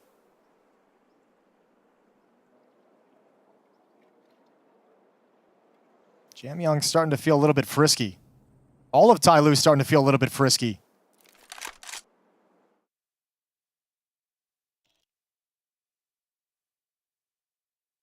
And here in the studio, Doc just calling out, he heard the scope from G. So yelling to his teammates that the AWP is scoped up in A main, and it looks like when he hears that, he's calling everyone back. I want to challenge into G. What can G pull off? Advanced position, shot lands, quick reactions from G. And he'll fall back and not put himself in harm's way for much longer. Zero peeking out from Connector. Max Core at the back of the pack now dead. There's G again. Cake. And he will eat it. He's taking himself another one. And Jam Young on the 2. It's 27-11 for Jam Young, but it's 11-10 for TYLOO in the lead, looking to try and eliminate Sharks. Yeah, we've been calling this whole map that someone else from TYLOO has to step up to Jam Young's level to help him out. Well, in this second half, you're starting to get that. Zero was kind of there for most of the first half, but Mazea now at 14 kills. G's now at 11 kills. Nothing too crazy, but the impact G is having in these past 3-4 rounds with the AWP is exactly what we've been waiting to see. He's had a very quiet series up until this point, but now that you're at the tail end, he's stepping up. And that AWP is making all the difference in the world now. Final timeout for Sharks, and they're calling it in a round where they don't really have a lot of money to fight with. Rifles will be scrapped together. Utility picked up what little they can, but it's starting to unravel. More mistakes showing from Sharks. More focus slippage. And TYLOO's taking complete advantage of the inexperience they're showing here in this elimination game.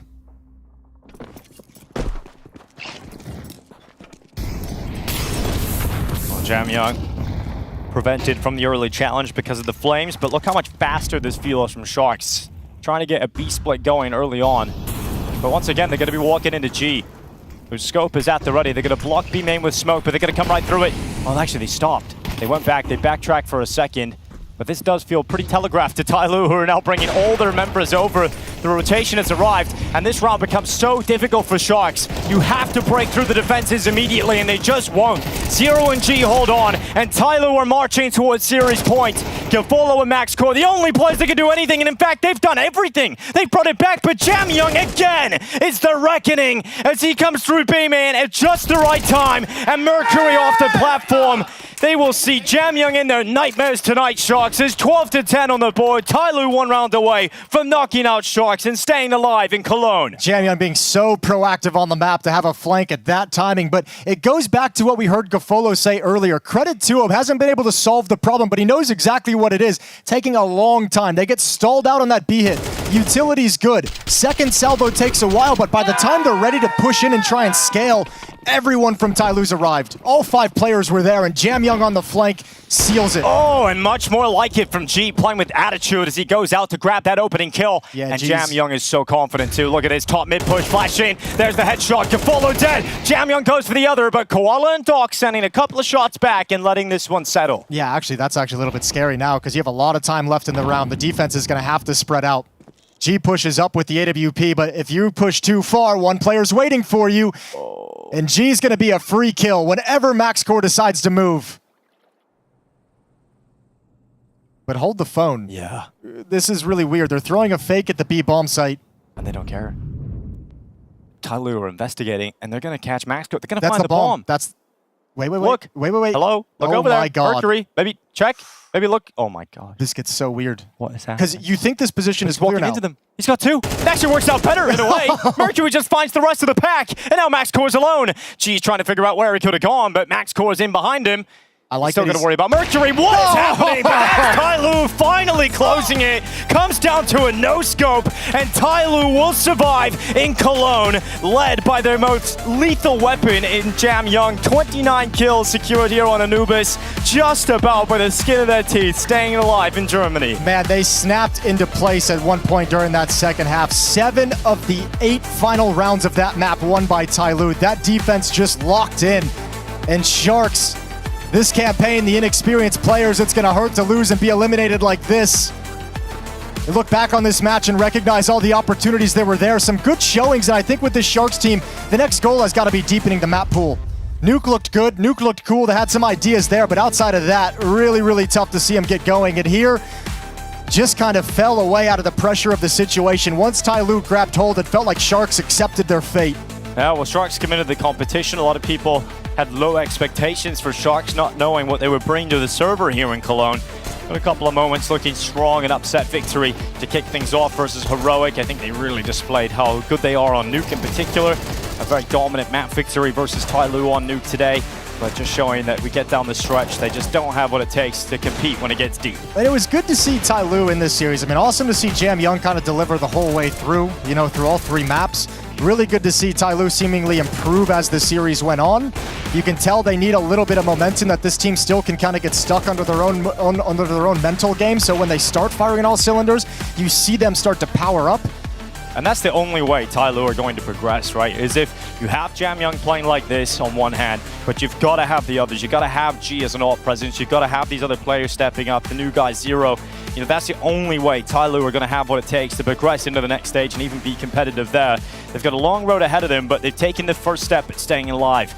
Yeah, they really got one more chance. I think also you got to be happy if you're TYLOO. You're loving now that you're through the best of ones, because you now have a series victory over Sinners, a series victory over Sharks. Not the biggest names, not a thing you're going to go home and celebrate and call mom and dad, but you're loving the fact that your team has put 2 wins in a row on the board, and you feel like you're starting to build into the major.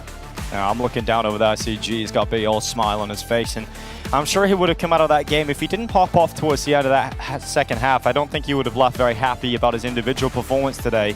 I mean, still a lot of room to be improved upon though for G, but the fact he was able to show us something towards the end has definitely got to be a positive feeling. We've seen enough out of G. We know he's got it. You know, this is probably a moment in his career where he's going through like a little bit of a slump and potentially the worst time for it, which is maybe sometimes going to cause it to extend because that mental block is always going to be there. But yeah, I think G is a player with the experience he has. He should be able to bounce back, and that's why I'm happy to see them win too. I'm happy to see him have that impact down the stretch, because hopefully G goes back to the room tonight and just kind of focuses on those moments where he was switched on, where he was feeling the game and in the flow, and that's when TYLOO looked their strongest. They're going to need him moving forward into the future to qualify forward, and if they do make it to Stage 2, they're going to need him even more. Well, unfortunately, the other side of the story is elimination, and we are down with Sharks upon their exit. The game was TYLOO Sharks. It was an elimination game, and in this moment it is us eliminating the Sharks. First and foremost, you know, in your own words, how did this match in particular go? I don't know, man, because we had a good first map. The Inferno, we knew it was going to be tough, and it's sad because like Anubis, we were in like 9-6 lead, I guess, and it felt like we could win, and I don't know, it's sad. You get over to Inferno, and everything. Where's everything? Where's the team there before the switch to the third map? It's like because we knew like the first map we won very easy, and then is our pick, and then Inferno is their pick. Like it's kind of normal. So we need to be better in the third map, like to reset our mind and go with energy to the third map. That's the conversation, the mentality. Coming here to the major, it's a big step. It's a big deal. You know, not getting out of Stage 1 is one thing, but showing up here in the major in Stage 1 is another. How important was it for you to play here?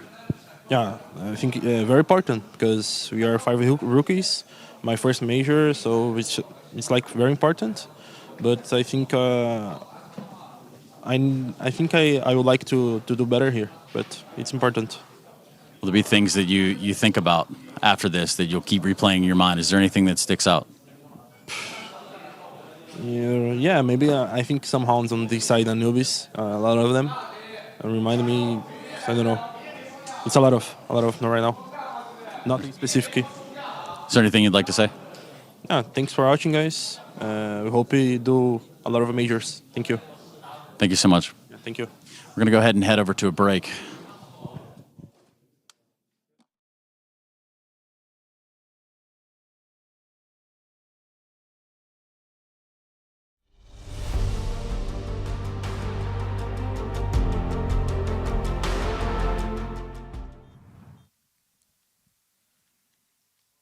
Feels safe for Hypex on this position. If you get out with 3, you'll have a fall buy in the next. Yeah. Good chunky util as well, so very important. All of these guns survive.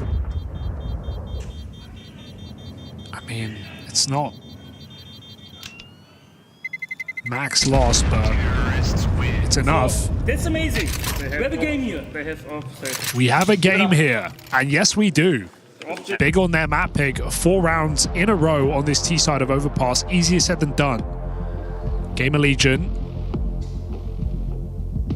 Tag timeout. You know, we said coming in how, you know, for Big, this has been kind of their go-to. It's the map they've looked to play a hell of a lot. It's one they've got a lot of reps on, one they've had a lot of good successes on. And with that, if you are an Overpass team, you know that these T sides, as Tabson just said, 4 is already good. 4 is already very, very solid on the T half. And the idea you could really sweeten the deal here and now.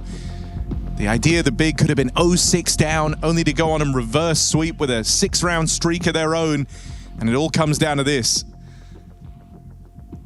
Big aren't going anywhere, they're not getting broken. It's going to be a grind for Gamer Legion if they want to deliver on this strong half. They've got everything they need to still redeem themselves with an 8-round CT side, leaving everyone satisfied. I feel like the AWP for Hypex has to start hitting. He was able to make up for some of the misses earlier on, but that's kind of changed. And Griggs, meanwhile, I know he's not topping the charts or anything of the likes for Big, but he has had some good impact on the AWP. Just key trades, key openers. Hypex has been quite passive. He's just been playing on the bomb site for the most part. We've seen some heavy B setups. This is the most aggressive he's been all game. So a setup in middle, support from Rez, Snacks holding connector. The numbers are here for Gamer Legion. Can JDC thread the needle, or does he just walk right into this AWP? He is hyper vigilant of this position. But eventually it comes to him. Caught throwing nades, 5v3 as Snacks takes Tabson down in connector. And Big are in a world of trouble.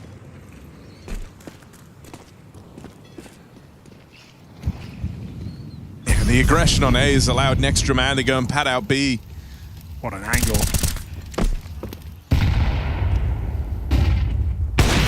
All right, swing and a miss for Hypex, but PR's going to make up for it. And a flawless round comes through for Gamer Legion. Talk about a return to form. Yeah. Aggro is set up out towards mid, nets them all those openings. And it puts them one step ahead of Big, able to maneuver everyone around, stack in the right place. And, you know, we look at maps like Inferno where you go 3-on-5 on T-side, you lose a couple picks, and you can win those rounds. You can get in a post plant, suddenly you're favored, smoke blocks, push CTs into awkward choke points. This is not one of those maps. Those rounds where you lose a man advantage, you don't get the chance to trade, let alone a 3v5, very hard to hit a bomb site, let alone get into a post plant. Even then, you don't feel favored. Aggressive end to the half here for Gamer Legion. A statement made by Rez with high damage on the second as well. Gamer Legion coming swinging to round number 12. And remind Big who is leading. Back to this B hit. 2 players in position. Oh, dear. Torsten was trying to get value out of that util, but caught on the jiggle. And that's all the opening Big needed. PR, he's been solid all across this game.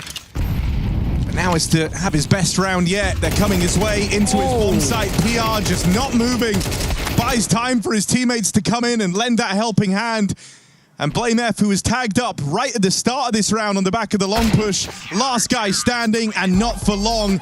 Gamer Legion will recover. They deny Big that 6-round streak on Big's home map. And they get... It's MIBR taking on Lynn Vision here. 2-1, both of them here at the Intel Extreme Masters Cologne Major. Linus, LNZ, quite the project you've got here in front of you, man. You want to give us any insight? How's it going over there for you guys up to this point?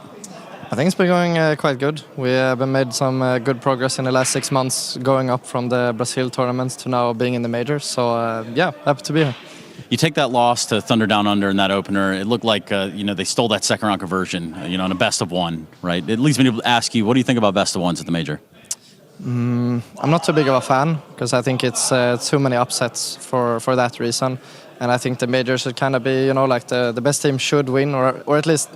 Let's rephrase it. The best team should have the best circumstances, right, to win, or to show that they're the best teams. And I think it's a bit too random with the economy and the MR12 in best of one. So best of threes, I think, should be the standard. So MIBR, you guys win over Liquid, you win over TYLOO, you got wins there on Mirage and Nuke, and that's just a bounce back from the opening loss. So you find yourself now in that 2-1 position. Was it an uphill battle for you guys? Yeah, a little bit. I think I said it on the broadcast yesterday that I think the Thunder Down Under game was like a smack in the face for us, that we had to wake up, which is I think actually a good thing, because we had a lot of more chances, or we still have more chances, even if we lose today, to make it further, right? And we had to fight for it, almost also getting comeback by TYLOO. But I think we learned a lot from those games, so it was only good things to say, actually. Do you feel like there's still kinks that you guys need to work out within the MIBR camp, and what are they? I think we're still very like inexperienced as players and as a team still. Like this is maybe the absolute biggest tournament we played right together, and you have to like learn how people work in the tough times when they get pressured and how to deal with it, right? And also the CS in a major is maybe a bit different, you know, more stakes, higher pressure. So even if we would make it to, you know, stage 3 this tournament, we still have a lot to learn, right? So yeah, we just need to like see the full process, you know. People put a lot of stock in the word confidence in the game that we work with. When you loaded up in today in the server versus Lynn Vision, how confident do you feel? I feel very confident because we've been showing up very good in the last 2 months versus a lot of good teams, and we also got a bit smacked in the face now recently. So I feel like we're ready for this now, and we're ready to be in stage 2 and show against even better teams that we can also win against those, and also even in practice in Europe. Because we've been practicing a lot here. We're also showing very good face versus the good teams. I know it's only practice, but it's in one point we kind of show what we can do, you know. And I think everyone in the teams feel like we can show it if we're on a good day, you know. Thank you very much for your time. Good luck. Thank you.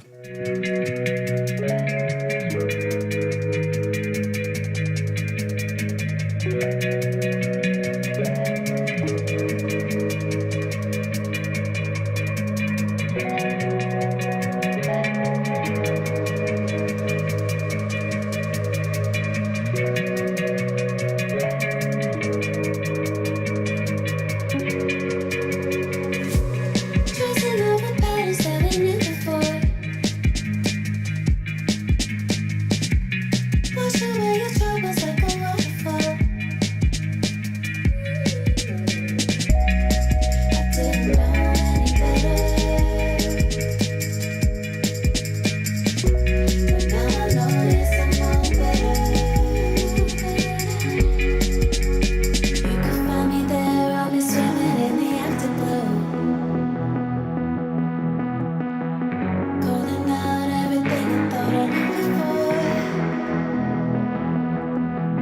You can find me there, I'll be swimming in the afterglow. The Intel Extreme Masters Cologne Major 2026 is brought to you by ESL in partnership with Intel, Acer Predator, DHL,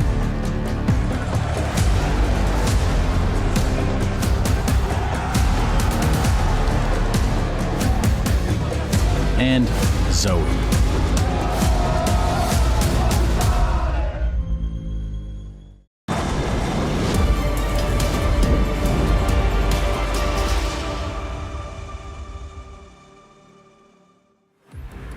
Lynn Vision versus MIBR. Yet another iteration of a Chinese Counter-Strike team up against a Brazilian Counter-Strike team, Mo. We just had it go down in the elimination game, and now we're going to get it in a progression match. I think that, you know, MIBR did have some hype coming into this event due to recent results, and that is why maybe some would have expected them to progress to stage 2. Lynn Vision are looking to seize an opportunity today and get past what was the barrier back in Budapest. Stage 1 was not a good place for the Chinese Counter-Strike teams, looking to upend that here in Cologne today. They also have beaten another Brazilian team. They've already taken out Sharks, and they're in that best of 1 game, but this one's a little bit harder, and it's also because a little bit more international. We're going to have some characters here afoot, and obviously we see how international MIBR are exactly. A team that we could expect a lot from, but also I don't think they know how good they're going to play today. Right. And I think Lynn Vision, they made a great comeback early here versus Heroic. It was at 13-11. Well, really well-called game on Dust 2, and Zacher, who was impressive in that game, was incredible versus Sharks. 2.11 rating on that map. So I think Lynn Vision are really growing into the stage. They have a lot to offer, and they might not be one of the strongest teams here, but I definitely think they could win this. It wouldn't be easy. Right. But I could see a world where MIBR are a little bit more disappointing than you'd hope. I think, you know, it's been an optimistic outlook for the Chinese teams after the Austin Major, when it was kind of TYLOO and Lynn Vision looking to break through side by side. And then we had that step back. And so our expectations have kind of tapered off a little, but obviously we're talking about teams that just keep on getting more and more fuel, more and more major experience. And you can start to clump them into teams like, in my mind, like the NRGs of the world, the M80s of the world, the teams that are no longer having to face the nerves of the first major, not the second, not the third now. So yeah, true. It's, you know, in that regard, I think that now that you're sitting at a 2-1 game, sometimes this is exactly the spot where we'd say, the more experienced team's going to pull right through. Or the team that has more successful recent results at MIBR, they're going to be able to tap right into it because it could just overwhelm. I don't think that goes into this head-to-head today. I think we've got a very real opportunity for both of these rosters to just bust down the doors, progress to stage 2. They're going to be content that they have an extra chance if needed, but this is a real opportunity ahead because we actually saw in the opening game from MIBR, I think just a version of Counter-Strike that they never want to see themselves play again. Versus Thunder Down Under, they were just not coherent. No, they're not cohesive. The team play was just not what we had seen in the last 2 months. And now, yes, there's been an uptick back, but there's also been some success from them that was very much fueled by like a hyper performance out of Klim. And Klim could damn well be the best player in the server. That's how this one could end up being. And if Lynn Vision can't keep up on today's Counter-Strike because of Klim, I think that's also a possibility. They've got to be very careful when it comes to his ability to take over servers on his own. Yeah, G2 will be watching this game intently to decide whether or not Klim looks good enough. I thought it was hilarious that I don't even know if the game was over yet, but in the middle of his last best of one, when he's like 25 kills and the next closest MIBR player doesn't even have double digits, HLTV gets a word that they can release the article that says, G2 up for sale. Klim, get him while he's hot. Yeah. Like, Buddy just puts a new piece into his resume, didn't even get out of the server, and they reminded everybody that he is up for sale. So we'll see what is his future as time goes on. But for now, here he sits, looking to continue to tear through with MIBR and attempt to qualify for the second stage of Cologne. Wonder if Linus has any nicknames from Brazilian fans, or if Klim does too. Klimzera, Elenzizao, sounds right. Elenzao, yeah. Elenzao, it works really well actually. I'm excited for the eventual generational shift into the Anis. I think. Oh, right? Okay, right. One day. When we're all old and brittle. Elenzini. What, no Elenzini? For now, this series starts on Anubis, and we're going to have MIBR on the CT side of things. It's funny, this is exactly where that last China versus Brazil game just ended, quite literally. Congratulations, TYLOO. You fight on another day. We'll see if Lynn Vision can find success as well. We're super high on Lynn Vision because we casted his 1v5 when he was like 10 years old versus G2 at the at Blast, and it was so impressive. But I think this team has been more impressive because of we saw like Amelia's performance so far the major. We saw Zacher and some of the op shots that came in, like really good stuff in the picks department. But I think Starry's not really found himself yet as the player who's the young superstar talent that he could be, and matching up to some of the skill that he showed early on. Yeah, he's coming into this match with a 0.92 rating so far at the major, lowest performance of the Lynn Vision team.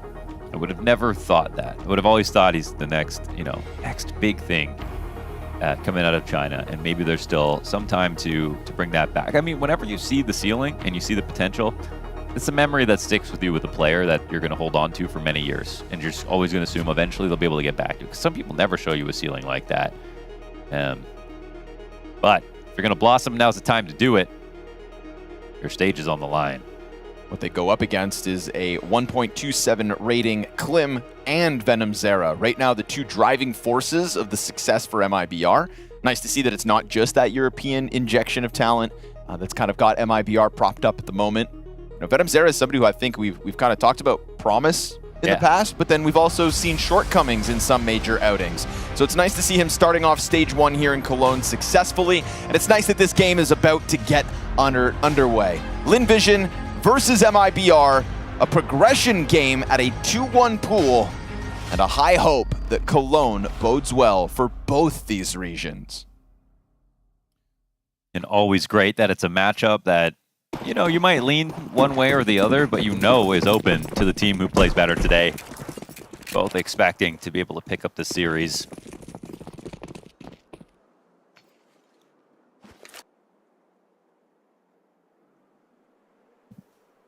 It's going to be Venom Zera first. Instantly, LNZ moves over. Utility in hand, that flashbang ready to sail, but they don't pull the trigger instantly here, Lynn Vision. Collect themselves. Venom Zera gets another chance at finding kills, but no connection.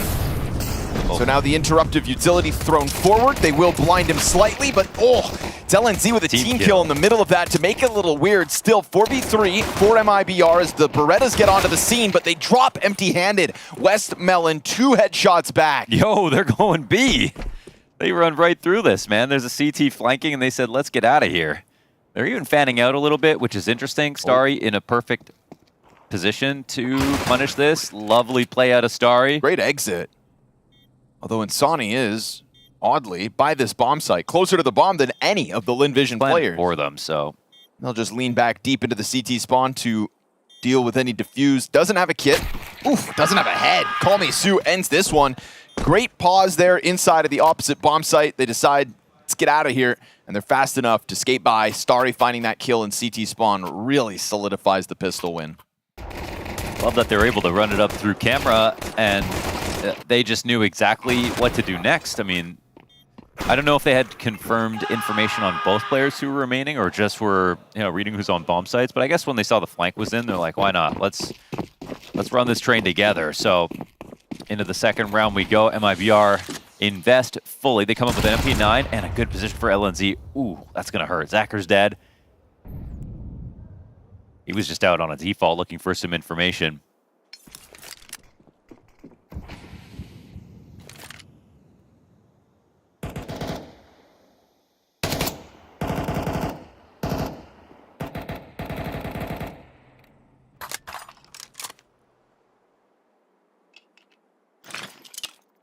No gun upgrades there for MIBR, but they have enough to be very scared. Ooh, he's making a lot of noise here. They'll have an escape route. They don't want to approach him, and West Melon's got the bomb. But Venom Zera down to 2 HP. Yeah, that was the camera Molotov, coupled with a frag grenade. They almost just lost their single A defender by utility. As we're watching LNZ run for the hills. MIBR reading this wrong. I mean, they're spotting B. So I've got Insani, who's now going to see the bomb. CTs are already making it. Oh, wait, did he see the bomb? The CTs are on the other side of the map completely. But it's time to actually start walking forward. And if they don't commit soon, they're going to run out of time. It could be a late camera play. Venom Zera starts making a ton of noise. That's going to be heard. They're going to pinch and see nothing. That's pretty good. Takes his knife out, caught on the fallback. Smoke over towards Temple. West Melon holds the smoke momentarily. Klim still got this push into long A. That utility now dropped in front of him as the Rugs player and Amelia is trying to just serve up a distraction. Him versus Insani, and he loses that duel. A main flank's being queued up. Starry hangs on to the other side of the bomb site. That does indeed alleviate some pressure. Insani peeling back with that MP9. Feels like he's got too much to lose on this one. They understand it's going to be easy for Lynn Vision to just sink their teeth into what's left of this round. They will get away with the 4v5 in the pistol round conversion. They might get punished for a mid-round like that as time rolls on because they got a little scared about seeing Insani, didn't want to commit, but that site was definitely not too bad to go to. He was the only one there. With the time left over, you can always change your plan, but they didn't know where really the rest of the CTs were at all. But I think what's really important is that they stuck to the idea and they did it together, just like in that last round where they ran through camera, out of the A site, and I think they were ready to trade no matter what happened. So I think if they can follow the calls like that, they'll definitely be in a good spot. MIBR still managed to come up with some deagles.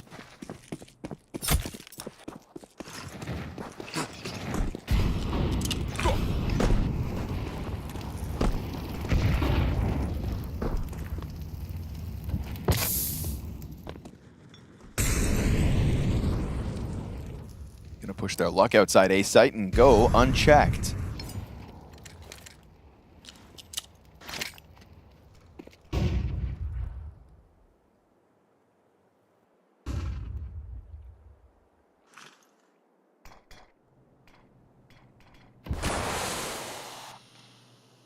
BRN looking to push through, but loses LNZ on the other side, so has to wait for the flash. Now he activates, eats it slightly, will still spam down Sue at least.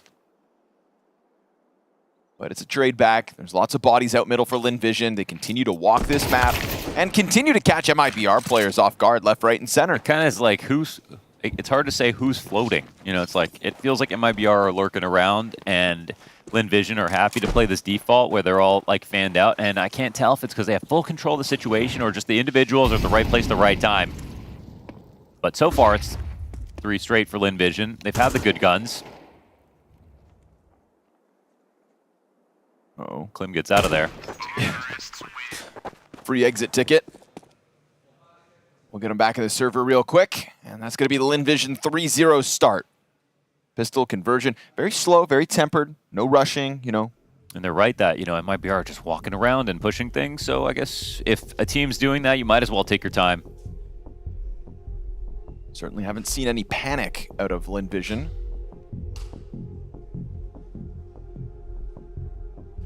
Oh, forgot to tie his shoes. Oh. Safety hazard.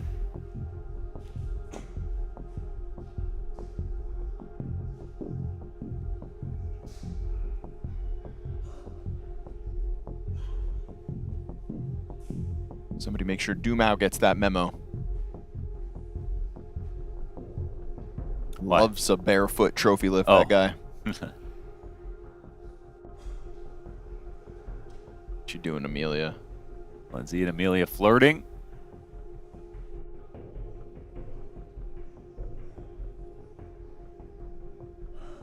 A crazy road that LNZ has traveled.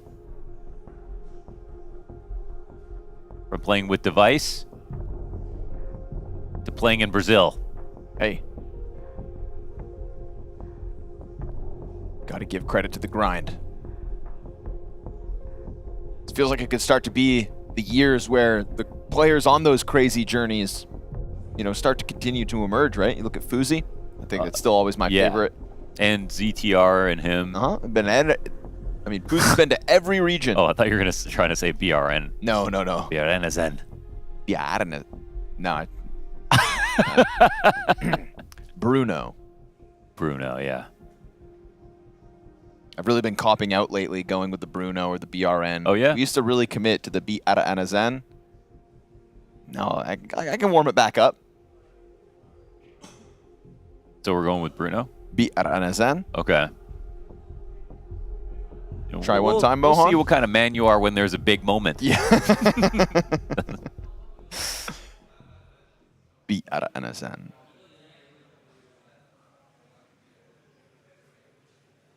Klim back in the server. And Lynn Vision looking for their first real test. Guns inbound for MIBR. With that, their CT Endeavor set to begin. Can Klim take over? Because right now he's got 0 kills. Him and Venom Zero, the 2 highest rated players of MIBR's majors so far, both without a frag in this first map versus Lynn Vision.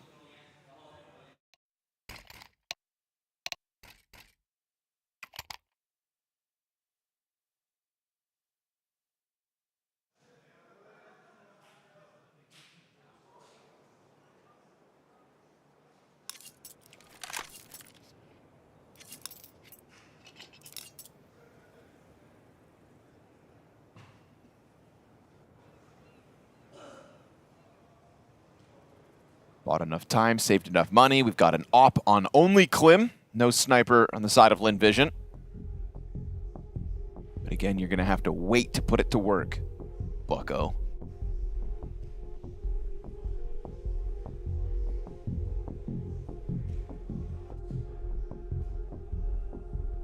You see earlier today that when Thunder Down Under were playing, their jerseys have no sponsors. Yeah. Right? Except for Dexter. What Dexter have? Well, Dexter is, well, no free shoutouts, but has his personal sponsors. Nice. And so he has sponsors on his official Thunder Downer. Good for him. But nobody else. Made me laugh. They did a great job with their logo on those. Yeah. And the color choice. Who would have thought that Thunder Down Under Very would steal Y2K. the purple swag of 9Z? 9Z going with the black and gray sticker this event. Oh, yeah, did they? Sad. Yeah. Sad. That was 9Z purple. Well, now it's Thunder Down Under mauve. It's Thunder Down Under and out. Oh, God. How brutal. How brutal the Aussie head-to-head for elimination. Us, as North Americans, have a much better place later today with NRG versus M80 for a guaranteed spot in stage 2. No one goes home, someone goes through. That's what I'm talking about. Springboarding one another. Not every day we get a game like that. No. Not every major. No. Not at all.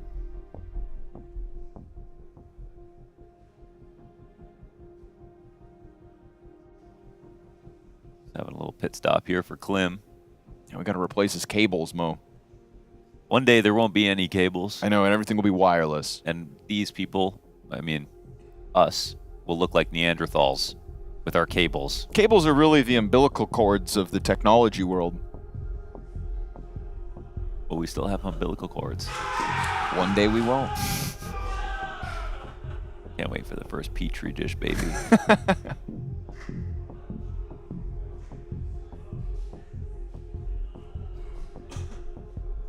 When we start making humans in labs, what do you think they'll be good at? Like, just by default. The first thing. Yeah. Being emotional. Yeah, definitely. Yeah, they're not going to come out whack at all. I don't know. What's the easiest thing that you can be good at? It's not Counter-Strike. Casting. There'll be like yappers coming out of them Petri dishes. Just a bunch of yappers. 3-0 Lynn Vision, map 1 in a 2-1 match at the IEM Cologne Major. First 3 stages, let's get this back underway. First gun round for MIBR, and Klim's op was looking feisty as he had to sit there on his hands during the tech, so he will go quick into the E-box peak and find nobody going for the canal on the side of Lynn Vision.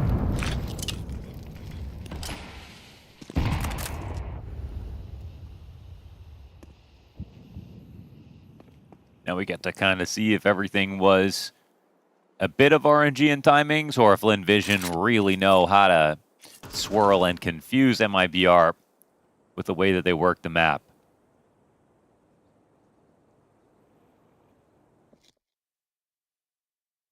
I certainly don't mind dedicating a few seconds to seeing if MIBR are going to try to push. Kind of the strategy they've had versus the pistol rounds of MIBR, so looking to utilize it once again, now knowing that the threat is out there. But really not making any contact. I don't love that MIBR just come into this blind, play standard spots all the way back and wait. Their map pick, by the way. You know, sometimes you expect something exciting. And so Insani gets smoked out of information. There's no one on the other side. LNZ fast step. Ooh. Oh. It's going to win the head-to-head versus Amelia. Nobody's there to trade that back.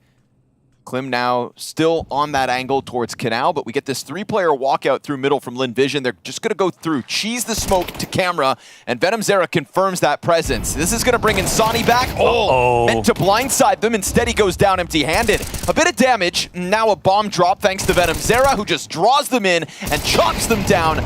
2 kills deep, easy trade. LNZ's also got a double, and Call Me Sue on the other side of the map's got no bomb possession, no time, no chance. MIBR, very passive, very patient, but when the shots start flying, it's MIBR to connect. Yeah, it's pretty great from MIBR, especially from LNZ, because he's the one who gets kind of tricked into pushing. Like, Amelia is there in a spot to hope to get this kill for sure. And, you know, Linus at a tiny bit of a disadvantage. But he has the awareness to cover that, and because he gets those kills, you know, Venom Zera can play his position, which allows him to 2K and get a little extra damage on a third. They could afford for Insani to go down without a frag there.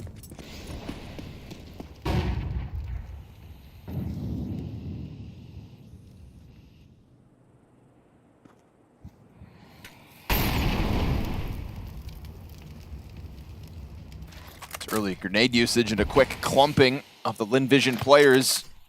We see them scramble because of the frag grenade. Call Me Sue doesn't have a choice but to eat it, down to 72 HP. They're gonna pop it open for Zacher to try to pluck one off site.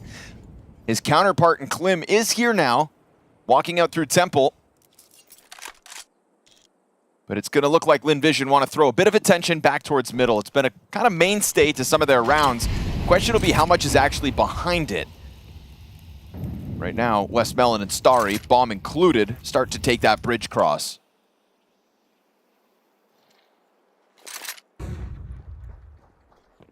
Again, almost no pressure back from MIBR. They picked the right site to stick in last time. They've got 3 here again. And this is kind of perfect for Lynn Vision. Are they really going to walk into that? Would have been insane after that smoke got blown open. It's lucky he didn't see anything. But now, look what happens over on the other side of the map. Nice catch, Amelia. He gets traded. We've got the B players actually pushing down into E-box. So you're going to find a vacant bomb site here, Lynn Vision, in terms of planting. They just want to maul it. I mean, they know they're here, surely. Zacher right now still controlling middle. They're concerned about Cave as well, but here comes that walk up from Bruno. Insta-kill and a second. Nice shot from Zacher. Op's gonna have to go scrambling back as Call Me Sue hangs on to long control. Oh, missed shot from Zacher under pressure. Call Me Sue reveals himself, and it's a good trade back by Insani. Nice E-box push from those 2 defenders. They do everything on their own, no assistance needed. And there should have been a little bit, because they had the bomb plant that came out of Temple, and I think they had Call Me Sue, who could have been watching the exit from E-box and helped them mow down those 2 players. Yes. They really shouldn't have been worried about that much else, and I think it was tough for them to stay coordinated, but they made the good move of smoking camera out, crossing secretly, getting this kill on the push from Amelia. Kind of everything was right, except for still being scared after they had done most of the job, I think. That bomb plant was fine, and the push was necessary at MIBR, but it was desperate, and they, I don't think Lynn Vision looked at it that way. On top of that, every kill goes traded for MIBR, including that Amelia Cac long A-hold.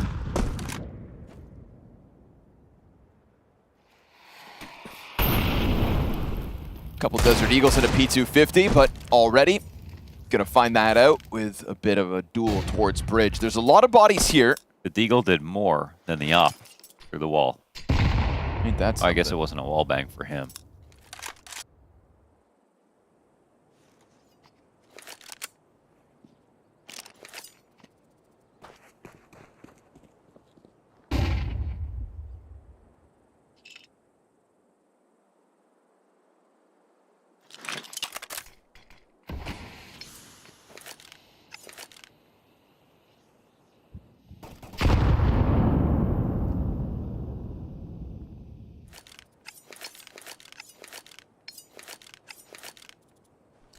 Very slow pace to this game so far from Lynn Vision. Yeah. Every single round has been like this. But take your sweet time. It's a massive opportunity today. But I think the more and more you do this, the more comfortable MIBR are also going to become with this timing and tempo. They understand what you're up to. You haven't, shown a shift. No contrast. Means MIBR start to find comfort in this consistency. But you're knocking on the door of the B site, and the rotators are nowhere to be found. Huge ask with the Glocks. One Desert Eagle kill comes through from Starry. Low HP here for Anazan, and Amelia is going to clear him out from the back. Now, Klim is here in Temple. Op shot missed, and a dangerous game to play, but Amelia missing one opens the door for Starry's 1v3. Klim's got him with the pistol. There was no plant? That was after time? Is that what happened just now? That was like a weird server.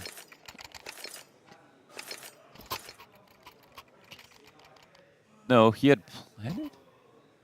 I don't know what that was. Wait, what happened there? Am I crazy? I mean, even if that round died by kills, it shouldn't have gone to the next round that quickly. So that's some The kind bomb of... got planted there. No, yeah, it didn't get planted. Yeah, so he died after time, right? Wait, what? I got no idea. Am I crazy? I don't know. I'm tripping out too. Yeah, I feel like I missed something, but nothing. Nothing's come of it. So they've got the 3 AK, 2 Tech 9 buy. Maybe Thanos snapped or something. Ooh, that's hefty damage.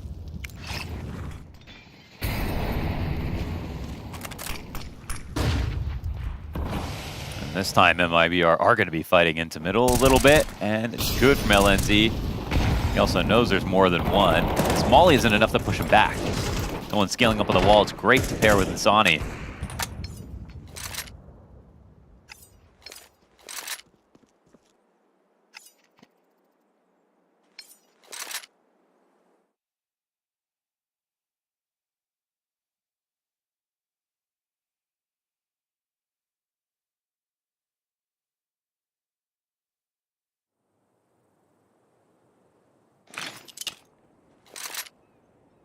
Desperate times.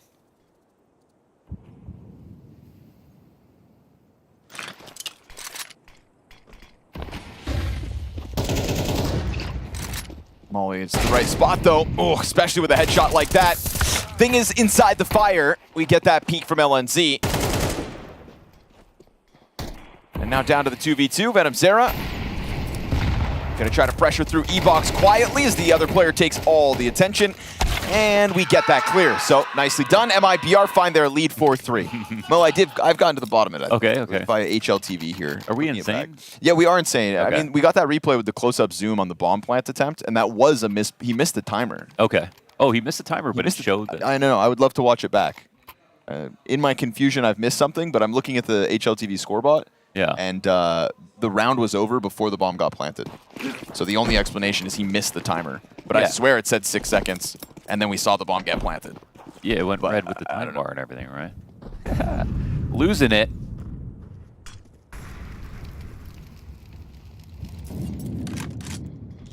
What matters here? I guess we could have just checked the money after and saw. There were 2 Tech 9s to the 3 AKs, so. Yeah, but it was like the teleport that happened was so jarring. And with the player dropping the round before. Crop circles. Feel like MIBR have got their legs underneath them now a bit more. More activity across the map. Sonny hanging on again. Fire's been making this hold problematic, and they keep coming through with kills. But it's in those frantic moments, MIBR just keep on clipping bodies one by one. Upgrades to be found in the post plant. It's definitely a winnable situation. Not easily winnable, but grouping E-Box. That's not going to work with the utility that LNZ has. Starry M4 trying to be set up to be the reason this doesn't happen. This retake comes up short, but bomb being in the deep corner, fire in front of you. Nothing you can do if you're Starry here to stop that deep use. And so having majority alive once more as MIBR really start to run away with momentum. 5 rounds straight. From the moment they've had guns, they have not looked in the rearview mirror, and Lynn Vision have come up short each and every round since. It's not unlike Lynn Vision to take rounds slowly. They have been playing slower rounds here at the Major and trying to go for full execs and stuff and getting map control. For a few rounds, the first 3 rounds, they're able to do it because MIBR weren't playing against them in the middle. Now they're playing a bit more actively and getting kills versus them. So it might demand Lynn Vision to change it up now. There's that change of tempo. But at this point, Insani's just going to slay. Bruno comes through with one. Really puts it on ice, and Zacker's op is suddenly left 1v5 as we get a 2K from both of the defenders over on that site. Missed chance as well to get into this clutch attempt. Zacker's gonna go running for the hills, but you've already got MIBR who are now let off the leash slightly inside the T spawn. It's full alert. Zacker is surrounded, and he keeps getting spotted.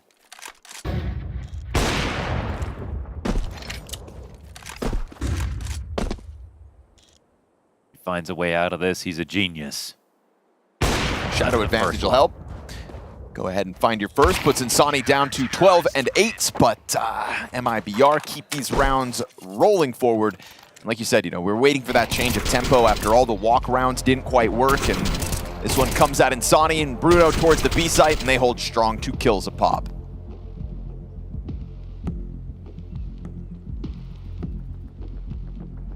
Vision look at this map and go, if we win it, amazing. But I know they're going to have to fight pretty hard for it. Going up against a lot of economy now. They can put together another buy.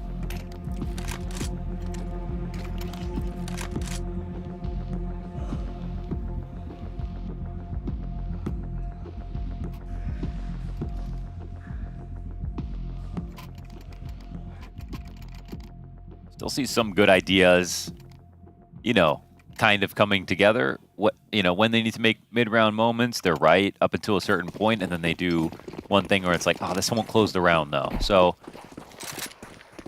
we'll see if that's going to be enough. A couple rounds left in this half to play. But as the half has gone on, MIBR are going for more and more information. Not just playing 2-3 to sites and waiting.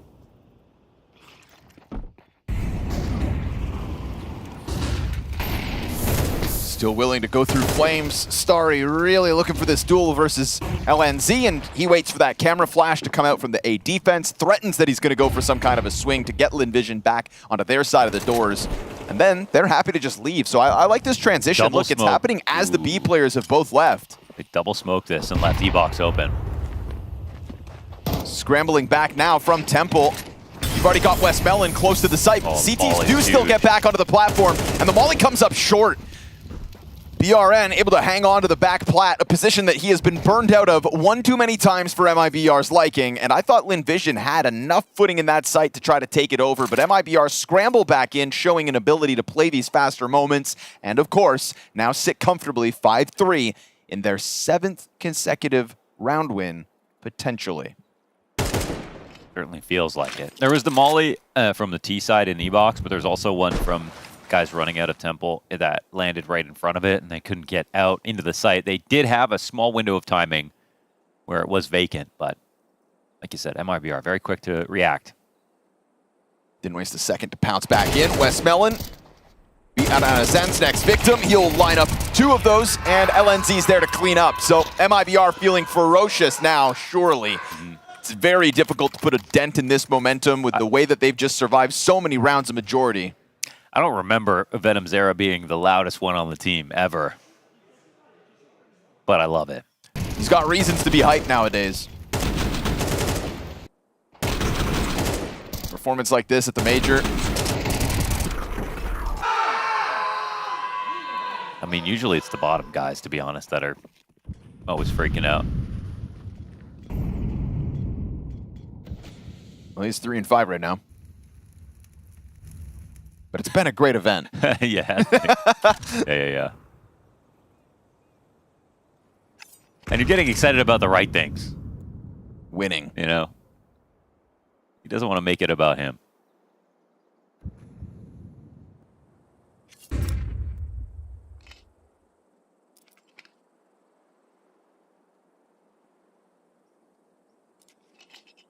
Looks like Lynn Vision want to go back to the slower tempo that they really played for the majority of this half. Doing it with pistols and some utility, but a comfortable amount of utility. Enough to at least have a second volley if things don't go well. They'll be walking towards middle where Klim's op awaits them. Ooh, just missed a chance at that freebie on the doorway.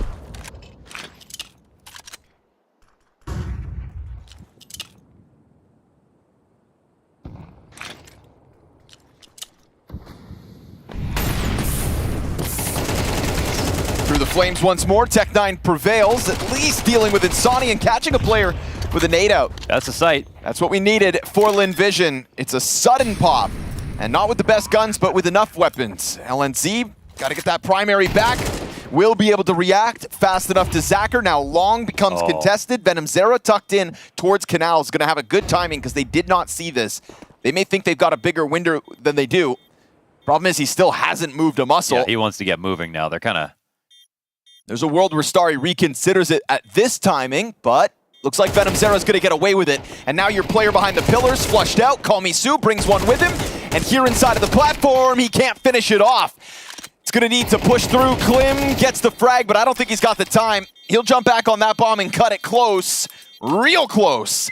But no cigar. 4th round Lynn Vision via upgraded pistols. Yeah, and just a really quick rush.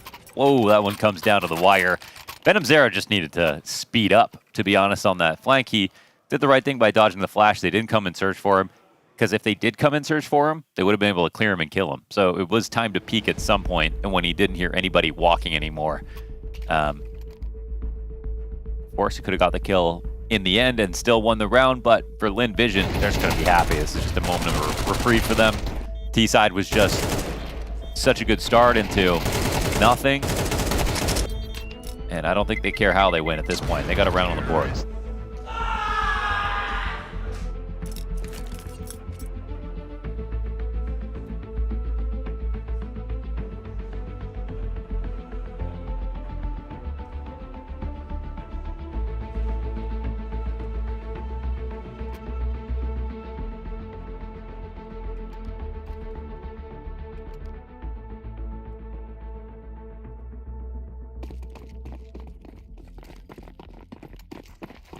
It's a hard-fought 4th round win, but it brings them guns into this one to finish off the half. What kind of tempo? I feel like, you go back into that slower pace and it works. Maybe you should revert back to what the starting game plan was. There's very clearly the idea they began the T-side with, but now Starry oversteps at the bridge. Klim last time, having just been on the doorway, goes that much wider and nets them 5v4. Yeah, they're bringing their defense up further and further every round, and sometimes you see teams start off aggressive and start to peel back a little bit more, but this flavor seems to be working quite well for MIBR. Venom Zera is going to have his hands full, though. Right now, he's the only player leaning towards this A site. Could have had 3 players just drop on him, but they want to prioritize making the canal clear first. They're also 4v5, though. Not finding another pick is going to be troublesome. Whoa, that was spotted in the end, I'm pretty sure. Making sound of the waterways, though. Wow. It's going to queue up Klim's clear. Zacher dead. 2 players do get a little closer to that E-box, and maybe if Klim goes back, he'll be caught off guard by that. Westmelon really trying to elicit this peek on his terms, but Klim's not going to miss that shot on Amelia while the bomb carrier was distracted with the window. And so Klim on for the ace right here, right now in the final round of the CT side. Call me Sue tucked in, slow approach. 15 seconds with an entire MIBR on the other side looking real stoic. Just made some noise. Sat back ready to go and preparing themselves for a T-side. Excellent recovery here for MIBR. This starts with a pistol and conversion for the 3-0, and they give up 1 round beyond that to a Lynn Vision that'll now have their hands full.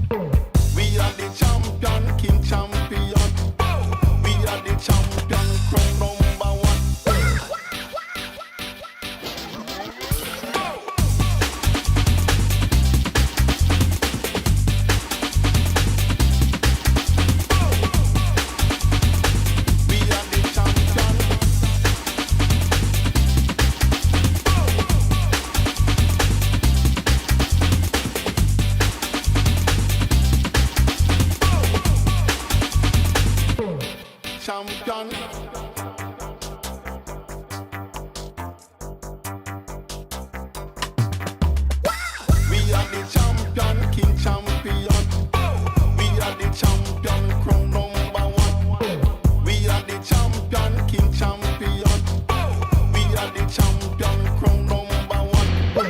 We are the champion, king champion. We are the champion.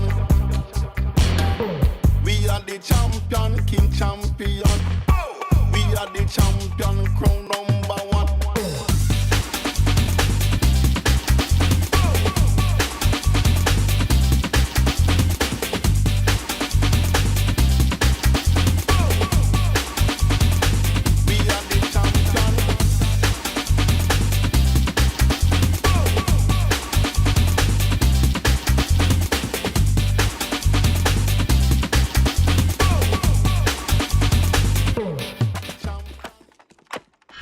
Stewie's on his own, but look at the time! Look at the time, there's 7 seconds to go the bomb! They're trying to go pyramid, but there's no more play! Stewie's on the round, we go to overtime! 15 tempo. B, 1. Refresh. Should be B. Planting. Planting B. Breno, double pick. 3, 2, 1. Careful, guys, stay on mid. Over there. Far B2, far B2. Up jungle. Okay. Can be main, Breno. Tempo. Wait, I need him. That's him. I need him. Last guess B player. Breno, you search. Be main. Nice guy. MIBR absolutely running away with that energy once they got their gun rounds going. A total streak to get this to the 8-4 score. And now to the T side of their map pick versus a Lynn Vision that I think they believe they can manhandle as this game goes on. Does feel like that now, definitely. Now they're just through. Okay, so don't peek that again. Nope, not for the rest of your life. Oh no. 5v4 just like that.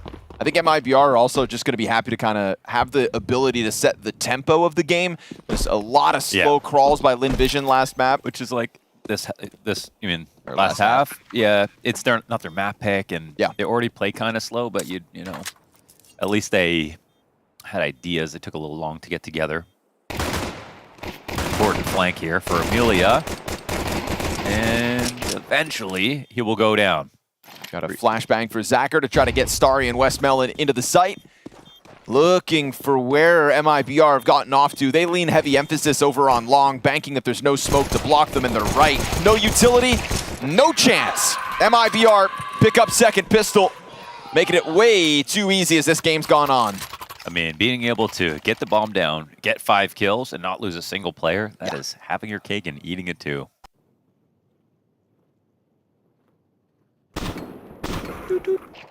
Fired a second bullet just in case. Call Me Sue walks right into it.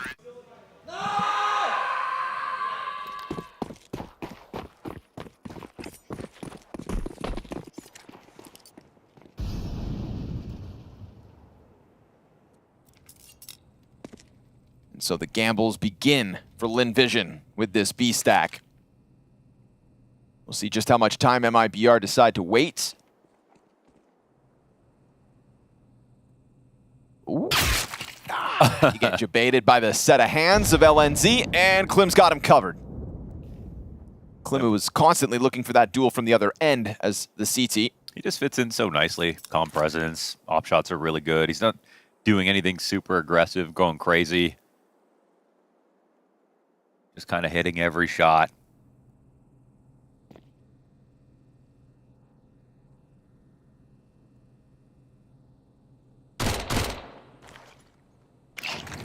Peppers away at Call Me Sue and tries to burn him out. He'll be the expeditionary force into the B site.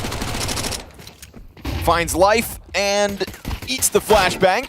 Eventually dying out to that USP. Bomb down towards the A site. All too easy.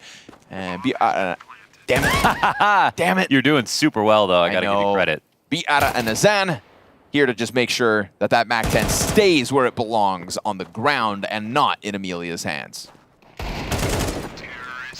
You think his mom calls him that? Yeah, for sure. Not Bruno. Biara and Azan. Come down. Dinner's ready. I noticed you haven't tried to say it yet, Mohan. Yeah, because he kind of just said BRN or Bruno's fine. Yep. So I honestly don't think we have the right to try it anymore. Oh, I thought you liked the challenge. Yeah. BRN. It's not bad. It is fun to say. Yeah, it is. It is. Also currently fun to watch. kind of say that across the board for MIBR as they dismantle Lynn Vision. 10-4 Anubis lead. No resistance out middle in this first gun round from the defense. If this is going to be a faster one for MIBR, if they threaten Amelia in this A site, I don't understand how he is meant to hold back the entirety of MIBR on his own. Zactor's kind of floating in the CT spawn. Uncertainty creeps in for Lynn Vision, but they keep that lean towards the B site. And it looks like MIBR will hit the pause button to play options.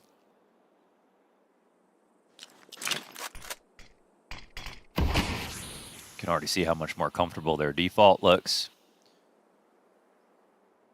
They're ready for a reaction inside of middle. Right now, Lynn Vision do not feel comfortable about going for it.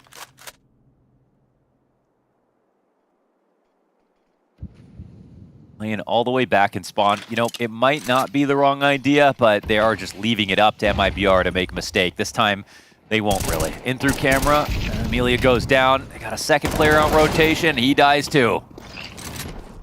So that's kind of what you could have expected looking at the map right before the exec took place. Yeah, it would have taken a Herculean effort from Amelia on his own. But unfortunately for Lynn Vision, he doesn't even get a single kill, let alone a multi-frag. And neither will Zacher, who stepped into his place. Both dropped empty-handed. Call Me Sue looking to get out of here now with at least the one kill.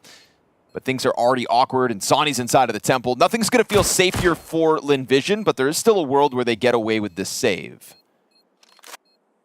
But we are really stretching for silver linings here in this one. Mid-control for Lynn Vision as the bomb is going to pop, and MIBR take a comfortable 11-4 lead within their map pick of Anubis.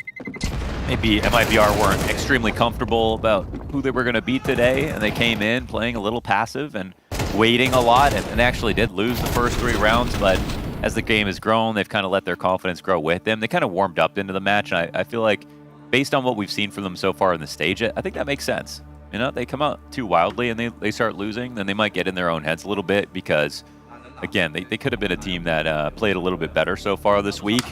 Still impressive results regardless. Still some things to talk about. This map adds on to it.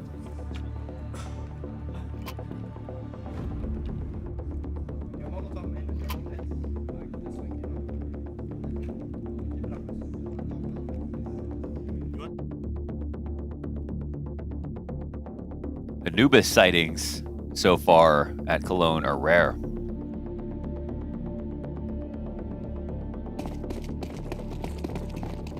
Yet we get them back-to-back here on the B stream.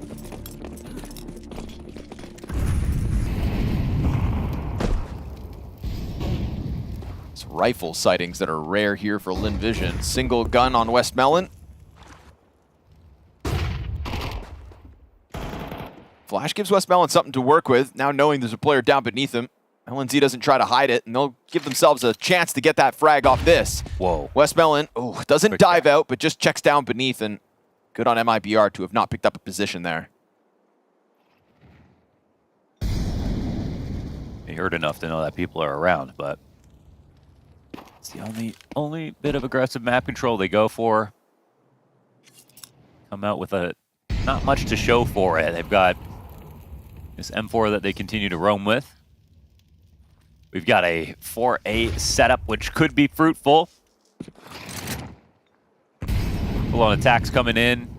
Still a couple players lagging behind. And I think if LNZ does get this frag, they're going to reconsider if they see no other CTs pushing. There's that one M4 down. Flash goes a bit too far. Klim's a little wild, but he'll recover the spray. Mid 30 HP, though, on the 2 players here. Or rather, 2 of the 4 alive. Yeah, they got 2 stragglers still. Damage goes both directions. There we have it. Sue's got a headshot. That's that low HP Klim dealt with. He'll use that window to reload. Another Desert Eagle kill here for Sue would really get it going, but unfortunately Insani catches the Zacher frag, which opens the door for Bruno to just push through and guarantee that this one comes up MIBR. 12-4 in the first map of this best of 3 for stage 2 of the major. As Pasha once famously said, full control, my friend. He also once said, admin.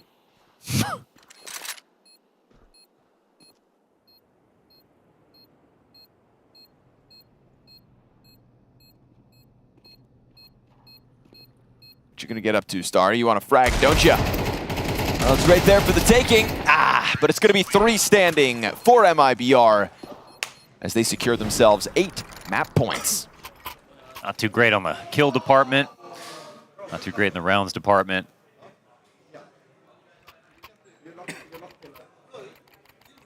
Gonna have to be ideas that gets them into overtime, but I can't really see it.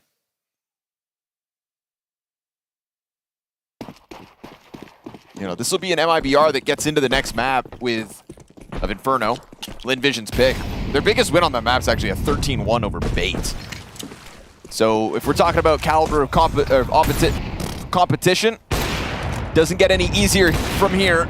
We've got Zacher with at least the kill to Venom Zera to try to put this one on ice, but now Klim missed flick over towards Bouncin. No HP left for that. And LNZ is gonna have to go into this. He will track down Zacher on the fallback.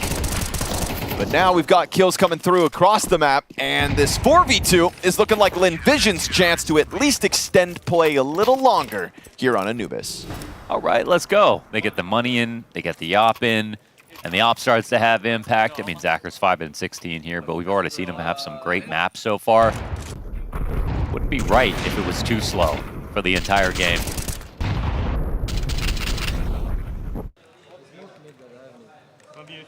It's nice and impressive on both sides of the map. It's active. It's everything you want to see.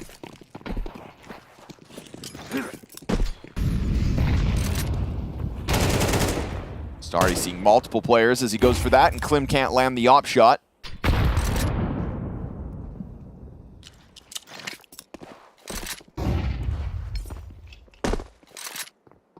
Starry attempting to be the beacon of hope for the Lynn Vision comeback.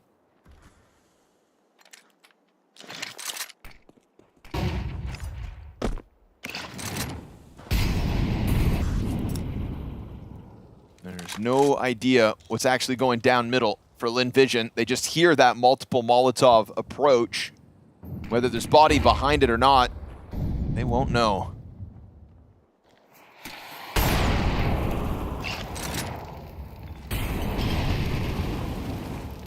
Zacher unable to just push this op out for the time being. More utility keeps trickling down on him, and so he'll be hit down to 57. 3 players inside this B site for Lynn Vision. 2 of which tagged low. And now West Melon dead means Starry's gonna have to go massive. Turns back towards the long control. Oh, Venom Zera actually clips him with the headshot. And a good smoke spam from Zacher, but it's the flank that gets clipped. 30 seconds. That bomb trying to cheese its way through the smoke at the same time as Insani's Temple activation. That's that lack of mid-play coming back to haunt Lynn Vision. 13-5, an easy day in the office for MIBR's map pick, and we'll be going to Inferno for the hope of Lynn Vision.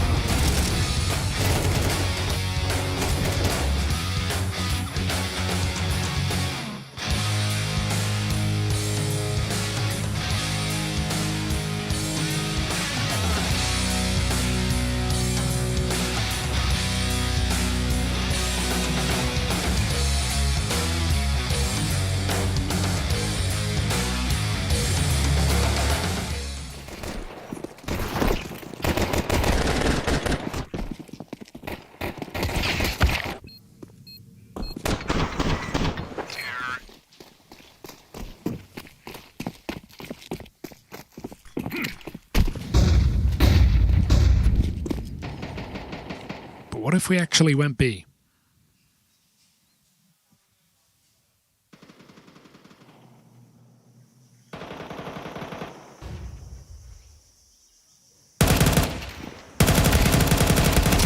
Oh my goodness, Rez! Where did that happen? Just elbow spray. Put some grease on Big.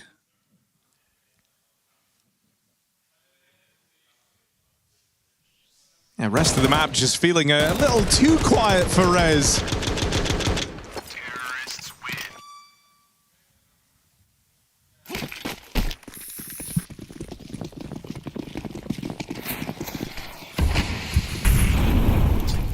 now the guns come out.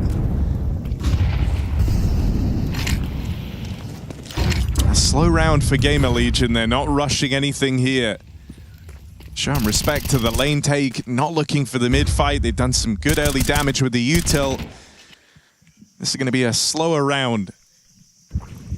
Still in spawn. Just want to kind of gauge what big are going to throw at them on this CT side.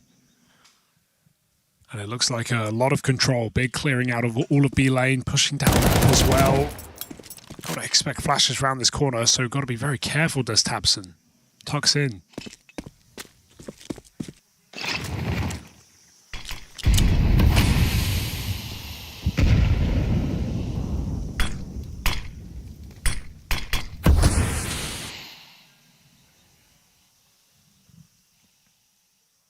They've just walked in. Oh, faveN knows that smoke's gone in a little late, steals himself away for a fight. No. That's one hell of a turnaround. torsten gets a double there. And so now you've got 40 seconds to make up your mind. Do you want to commit to the original plan, try and follow through with this B finish, or do you leave it to chance, hope you've got the gap out towards mid? These footsteps are heard. The aggression from Big gave them the info. And so blameF here lying in wait. They think they have the control. They're holding for this swing. Rez has the cover. And spot there on Grix dropping down in the middle. Gamer Legion allowed to reposition and play around this bomb. This is now a very tricky round. Oh, they give him a fight early. torsten goes looking for it. And now just Rez, low on health to B, swings out early. Doesn't have the health to play with here. Grix trying to force a fight, but Rez just isn't giving it to him. This is frustrating. You've got to take the fight to Rez. Closing in now. There simply isn't time. torsten better apologize for even putting his teammate in that position. But well handled by Rez. Knows there's no way Grix is going to stick that in the open. That would be absolutely mental. Huge comeback round here from torsten, though. I mean, he's on a heater. 2 big kills. Yeah. As they run through the heaven smoke. That was a 5v3 forced by faveN. I think it also just showcases, you know, the differences in those two players, right? torsten, younger guy, aggressive player, backed his aim in that after the double that brought them back into the round. But Rez just touch of class, you know, wins it with smarts.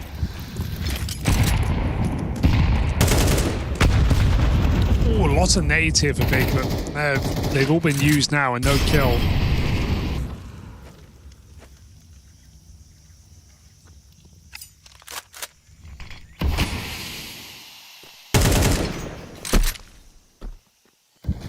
So Gamer Legion go back to spawn. Early assault on B. Finds nothing.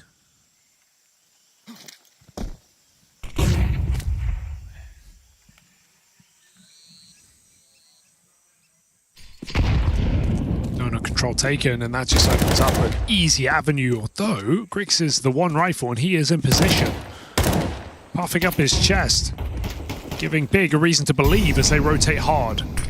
Yeah, Gamer Legion tried to dodge the stack. In doing so, play into the Grix M4. That kill on a JDC just makes you breathe a little easier here. torsten at 1 health, you'd love him to get out with anything, but it won't happen. And so round is far from safe yet. Flank is really slow though, and if he walks and they wait for him, they're going to lose a lot of time with no kit right now or smoke to elude those players in Donut. They're going to have trouble. That's an incredible shot though. 2v4, stuck in the site, damage done, but Hypex on low health just has to win these fights. His teammate back in Donut. Another clutch here for Gamer Legion in a post plant, and it might be enough. He's off the bomb, and I think it's been 1 here as Gamer Legion walk it over the line. Snacks 3 kills and a 1v2 to boot, just to make things feel nice. It's just always kind of doing what you least expect is Snacks, right? Like I think a lot of players there, you set up with the post plant in Donut, you know it's a low econ round, you know they don't have the kits, but he hangs around on the angle looking for fights, and they think they're going to have a lot more room, right, as they're crossing in. They're imagining they have to tap to force the fight out of him. It's one of those moves where, like, if this lets you down, you're kicking yourself because you know it's kind of the wrong thing. It's not the done thing. That's how Snax gets it done. Yeah, well, he knows what's expected and what's not. And he knows how to subvert it every single time.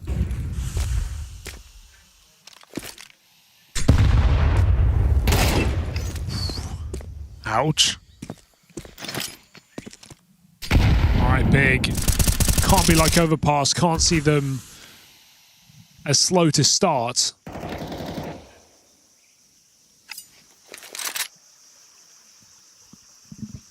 Gamer Legion fine to be confined back in spawn again.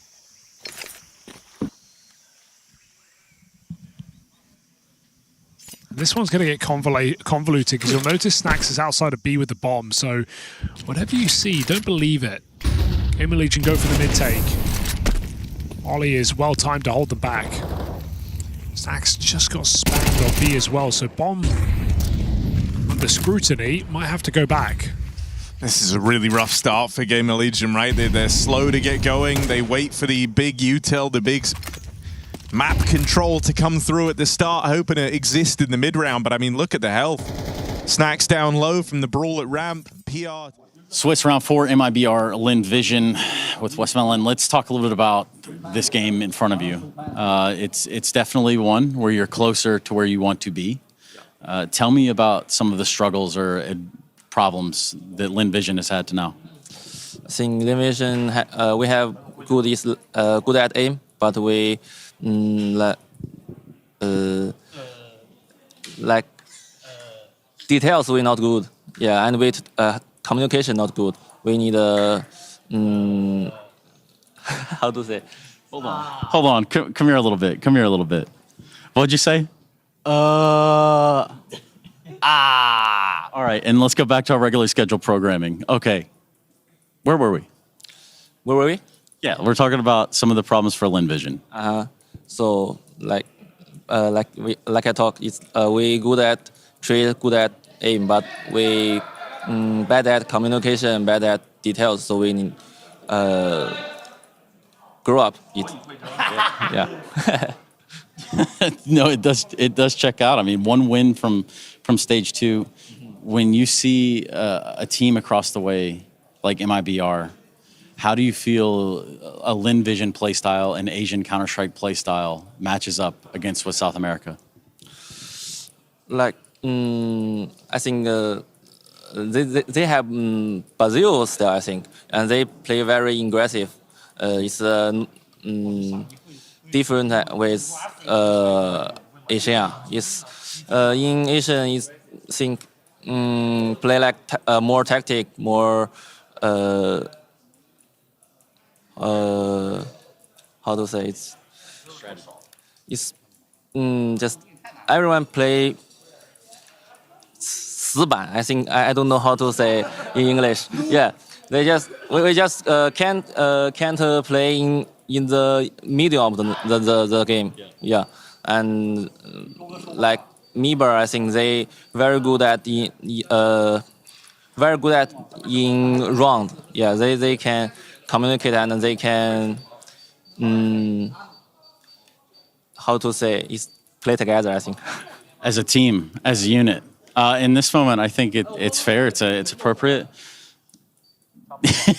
Your teammates are giving you a hard time over here. Is there anything you want to say? You want to tell them something? Say to what? Say to? Anything you want to say to the Lynn Vision fans at home? Like, 继续支持我们吧，希望大家加油，继续支持我们，然后我们会尽力进入 Stage 2，然后赢得今天的比赛。谢谢 ，Thank you。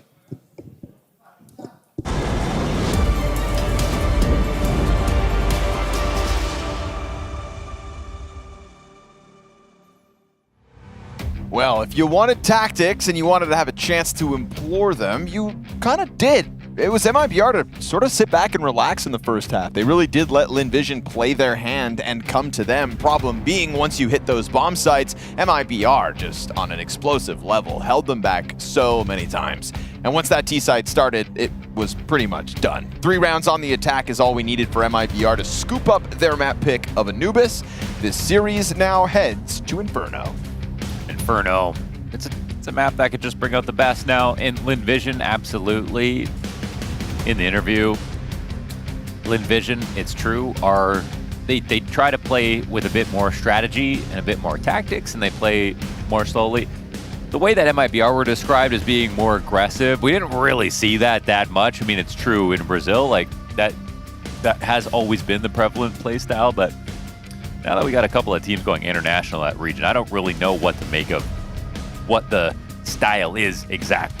Because like you look at the more aggressive pieces on like Furia, it's not even the Brazilian guys necessarily. Not at all, really. It's the imports. And if you look at the imports on this team, that's not exactly what you get out of them, right? I think Klim, he could be explosive, I guess, but it's only when it's called for, really. He's not Molodoing up the situation. Sure. So that's fair. But it's exactly what you need. The last game was really just across the board. MIBR hold back an attack of Lynn Vision that tried to put itself in the right spots, but I mean, we have to remember it was the pistol, it was the conversion for the 3-0. From that point on, the only other round they won was when they really slowed down once again with the Tech 9s and crunched into the B bomb site. They didn't even win a single gun round. Not one gun round in that entire first half. That's whereas commentators, you know, in our minds, there just really wasn't a chance. They didn't really show us that they were going to come back at all, really. And we're quick to believe. You give us one or two good rifle rounds. I'm such a romantic. We'll reach for anything. But Lynn Vision, I'm not sure if they really felt like there was just any hope on Anubis. Felt like they just, let's skip this one. Now they'll be tasked with a T-side on Inferno. That means you're going to have to deal with Insani over on Banana. Not something I would want to be signing up for, but I think that just the last map having all pieces, barring Venom Zera, who I guess just didn't get a ton of action, so hadn't have to do much work. He did his work outside of the server by shouting Apex down style. Lynn Vision. It was really just the other four of MIBR that rock solid defense. There was really no chance for them to penetrate that defense. There was no openings. No portion of the map had any kind of a weakness. MIBR stepped up to the plate and everybody did their job. And they'll try to just use that exact same formula to close out here on Inferno. And if this is one of those series where like Inferno is a real pain point for MIBR, then maybe we could try to kind of like twist that knife and hype up Lynn Vision's hopes. But the reality is, MIBR, when I see that 13-1 over Bait, I just kind of think to myself, if you can do that beat to Bait, anybody, then, you know, well, maybe not anybody, but definitely a Lynn Vision. Yeah. But like, no joke. I mean, if it's, and it depends on what kind of bait it was and everything, but it does show you that there's hope. I mean, I think we're going to see, I don't think Lynn Vision are going to look like a fish out of water like we just saw in Anubis, so I think everything changes a lot right now. And I do expect good use of their utility. I do expect good pulse takes. I do expect good A hits, which you can't get out of teams who are not comfortable on Inferno. Those are all very difficult things to do correctly. So let's see if this is their time to shine. We kick off Inferno, the second map of this series. Lynn Vision on the attack, going for 2 sets of utility. And ample nades over for MIBR as well. I can see those frag grenades between Venom Zera and Sonny, and I have a hunch where they're going. It's just a matter of timing.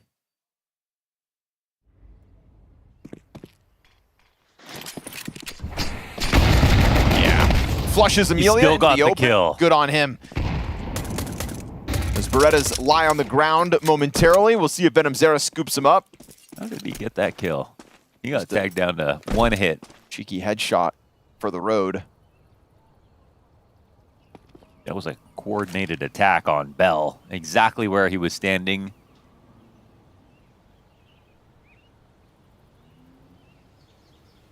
That Flamey? Yeah. Shout out to Flamey. I don't understand how anybody could put that sticker slab on that spot of the Glock. Wait, you'll see that thing flailing around now that I mentioned it. I know you'll notice. They're going to just dive bomb this B site off of the double smoke execute. So it's a clean way to try to make the most of an understaffed site. That gush is critical. It's going to drop Venom Zera with nothing. LNZ lines one up through smokes. That'll give them a chance back in. Fountain plant and a retake in place. Klim walking it back. He's just holding the smoke right now. Sorry. watching that CT smoke. There's no one actually in front of it. Just want to make sure they can punish a left side quad peek as the scaling begins. Point blank Glock. Oh, LNZ did not stop. Back-to-back headshots, 3 kills on it. Oh, goodness. We got to see that from his POV. On top of just the smoke kill. He just hit the gas pedal. Through that smoke on Coffin, LNZ gets his first. That's what kind of gave them the confidence back that they were going to be able to do this. That shot, boop, see ya. And just a drive-by for the last 2. Oh my goodness.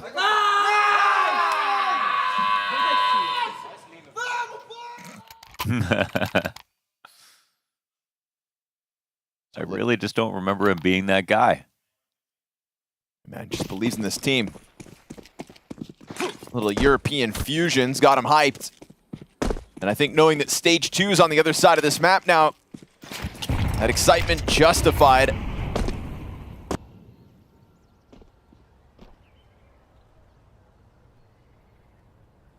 To hell with needing a close game to get excited. I think it's the accomplishment that's fueling Venom Zera right now. Majority rifles for MIBR. We get the force for Lynn Visions moving up towards Arch, but it gets stuffed real quick. Nice Deagle shot back for Starry.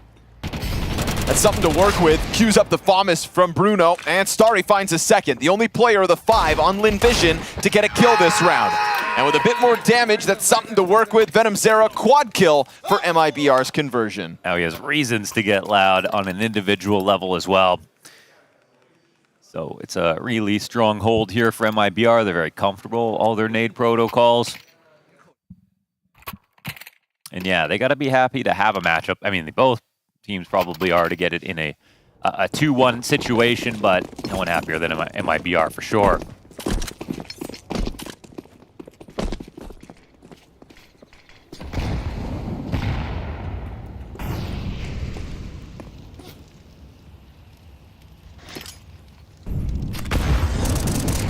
It goes a touch too far. They'll eat some in response.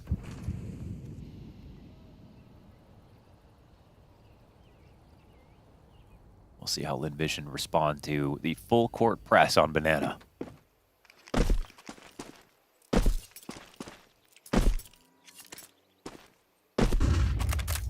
I'll try to run at this, but there's still a chance. This crossfire holds strong. Yeah. And it does for a long time. Not bad. Starry at least getting that last Desert Eagle kill and thinking, nah, I can't run to the B-bomb site. But had he, there was a world he maybe gets that plant. Instead, he's going to go for the mid duel.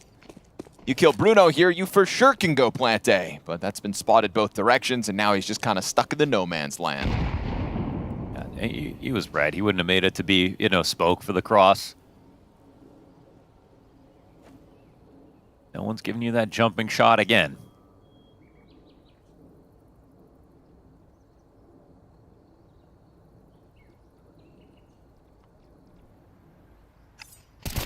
Yeah, unlucky with the knife pull. No chance to even fire back at Klim, who sets this up for the MIBR 3-0. First gun round of Lynn Vision inbound.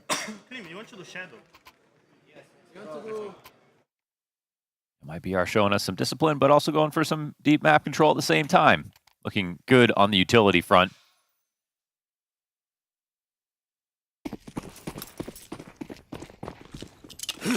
Let's see what kind of T-side Lynn Vision want.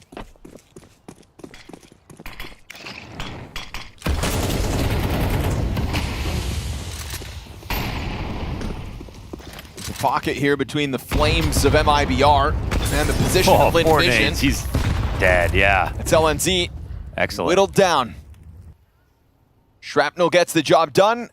Bruno inside of the apartments had a chance to catch Sue, but Starry takes up that angle. They're holding both sides of this hall.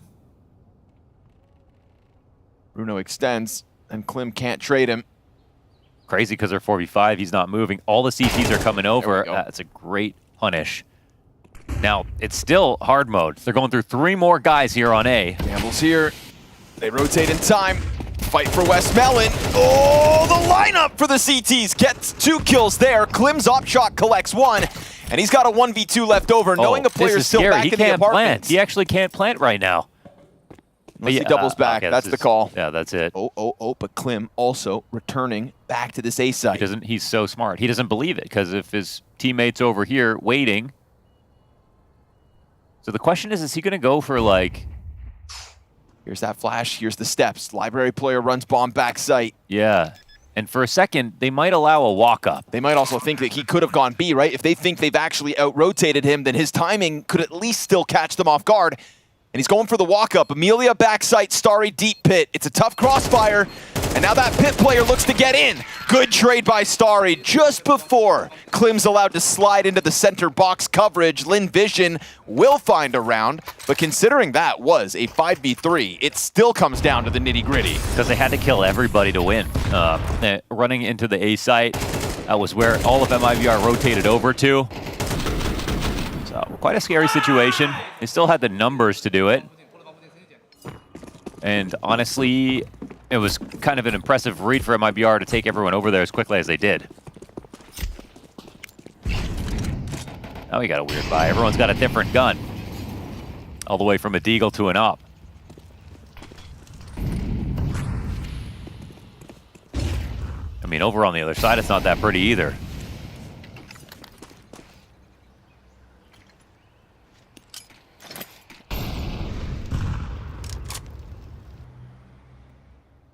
Be that breakthrough moment Lynn Vision certainly need. But we've got this triple up in the short side of the A site. It can give and take. I mean, they don't have... They are starting to guard now the end of halls, but it's with a guy who has a deagle, and they're rotating another player over. They still have this DB control. This is really rough now for Lynn Vision.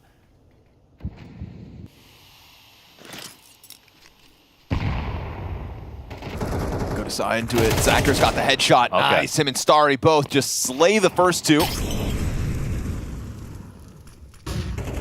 Will this end up being another moment where the defenders that remain on site can still throw a wrench in the works? For now, it looks like Lynn Vision will continue to pause and escort that bomb further away. The op is going this way. If they want to turn it around, it's going to get a little scary. Flash doesn't do anything, and they get collatted on the way in. No way. Oh, now they're scared. Andy's in front of the smoke. Saw that approach. You know there's no op. You can hold this line if you want to. LNC gets the deagle shot on Starry over towards Boiler, and Boosting Lynn up to Vision. right. It's going to be a flick. Oh, he hit that! It. Oh my goodness, and he lived is the most important part, because now what are you going to do? They're going to smoke off CT spawn and just try to overwhelm Klim, who has given them a reason to be worried. He tracks Westmelon over top. Missed shot on Sue. Finishes with the pistol. No way Klim does that with the quad. That's insane, and it's that damage he did on the half wall that assisted that final kill. Easily done for Klim. Crazy to pull off the collat. The flash isn't good when they're trying to scale up. And just clutch from everything, from the shooting, the positioning. We said he wasn't quite Molodoy, and that doesn't make him him, but that is one of those moments where the European op does just take over. Yeah. Oh, that flick, too. Just makes it all the easier to just put that last one in the bag. At a critical juncture with both economies on the line for that last round. Now the going gets real tough for Lynn Vision if that sinking feeling hadn't already set in.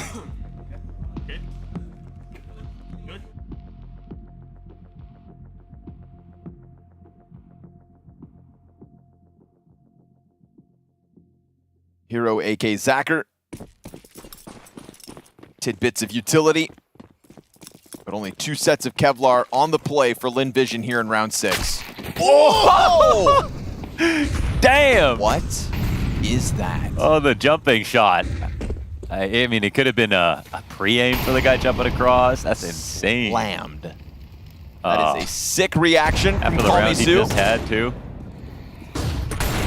It's a reminder, Counter-Strike goes both ways. Some rounds you're just not the hero. Sometimes your opponent's just having a good day.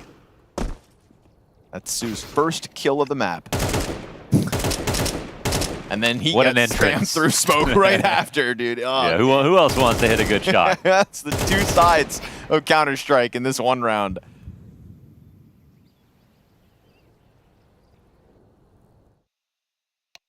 Zacher has a smoke, which means if they wanted to smoke this off. Yep. Zacker's gun's gonna be sticking out in a second. Ooh. Clean up for Venom Zera as they just try to extend out and grab that M4. Starry's late to the party. Doesn't have the bomb possession. If you'd even love to go for the Hail Mary plant attempt, double up from the rifles here on brackets. Yeah, tough go of it. MIBR's CT side of Lynn Vision's map pick goes up 5-1. Oh, it's a full flick.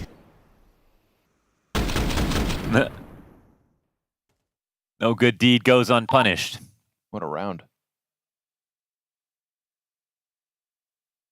They are so done mentally. After a clutch like that. After a map like Anubis. Yeah. You can definitely, I think Letney's got his finger on the pulse. Doesn't mean Lynn Vision are allowed to give up, but I'm sure any confidence that they rolled out of bed with has evaporated in the face of this MIBR today.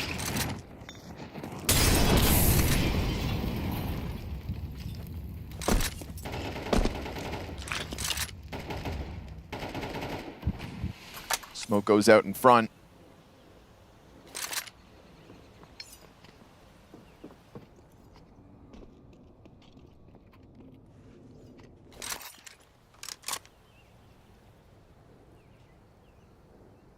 You can try your hand at the numbers strong approach to that B site, but they've had to pay prices every step of the way. And then Sonny just giving it the jiggle with the incendiary out. We'll see if that smoke towards brackets keeps Insani's teammates away from B. But he's got more nades to slow all of this down. Definitely a little nervous, and he should be. They look ready to go. But now they're kind of like in between two ideas. It's two players with Molotov trying to figure this out. Any kind of smoothness there was just lost. Here comes that util indicating to Insani, yeah, the commitment comes in and he will find that instant headshot. It's a push into the CT spawn from West Melon, put down with just one. No smoke here on Coffins? No, unfortunately not. Kind of, in the front sight. It allows for him to keep vision on backside. Also easy to go for the spam, but we do still get Call Me Sue returning fire through the CT smoke and at least cutting this down to only a one-man advantage for MIBR. Klim's patience already nets a kill to Sue. He'll double down and majority alive for MIBR as they get that 6-1 lead. Could he be any farther back and more patient and more careful and more accurate? I don't think so.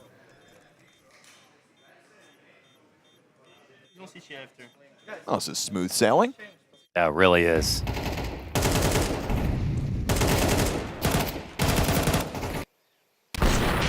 Vent a single scope, just easy. Klim doesn't say a word. Yeah. He didn't even react, just like adjusted his, hit the two shots, adjusted his earbuds.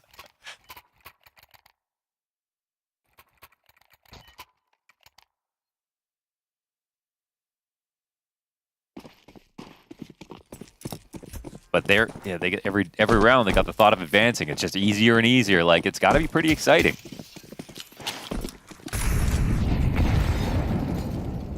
Not all runs are made equal, but I mean, getting to the next stage, it's just so brutal in the first place, getting here and everything that they're going to be over the moon.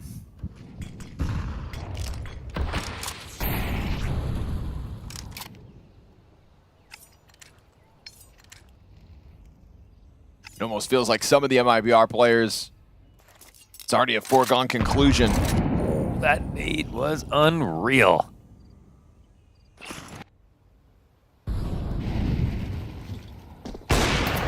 And that could have been a collateral as well. Yeah. At least Emilia's trying to get closer to the site. He's got a chance to overwhelm Insani, who's dropping util. Is he safe? Yeah, he's kind of lost in the smoke there. Klim kills Starry. Insani's still back there. Call Me Sue, concerned about both sides. Insani finally dies, but Klim actually picks another one up off Coffin's side. And round by round, Venom Zera gets closer to a chance to really celebrate. Yeah, I mean, his voice going to be cooked before this major even really begins. Damn, they're up 7-1, and yeah, it does feel like Lynn Vision are a little bit done mentally. LNZ coming through that smoke when Insani was able to escape like that. You just know any hope of kind of getting through the site, doing it swiftly enough to prepare for the rotates, to not get caught by those smoke pushes, all of that's gone. When Insani just survives, doesn't even need really output. And we'll get util and Tech 9s for Lynn Vision in round 9.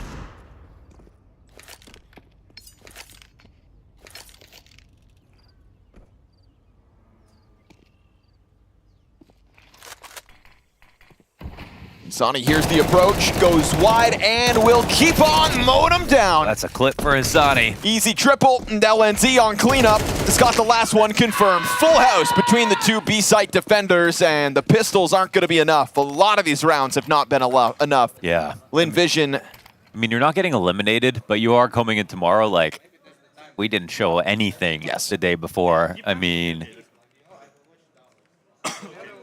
we saw that game in Gladiators match and thought, they're going to lose tomorrow. Yes, and that was what like it kind of feels like right now for Lynn Vision, which is unfortunate because actually the games they played were good. I think that's a great comparison. You know, it's an unfortunate. It's like one match can just convince yourself, yeah, your opponents, the critics, that you just don't cut it.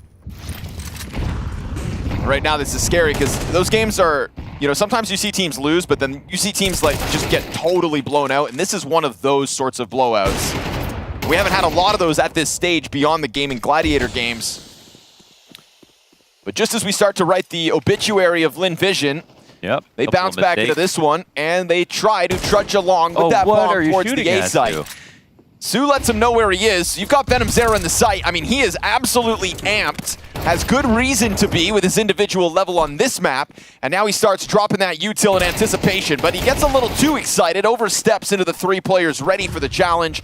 And it should still be Lynn Vision, even though they gave back their first anchor on the site. Yeah, a second round at the very least within this T side. Definitely a comedy of errors there for MIBR as they start to lose. Klim shooting at a wall. Them not getting their first kill, and then Venom Zera getting cross-eyed, seeing guys on lane, guys up in halls at the same time. And a few chances to actually bring it back, but instead Lynn Vision grab one. I mean, it feels like just about time.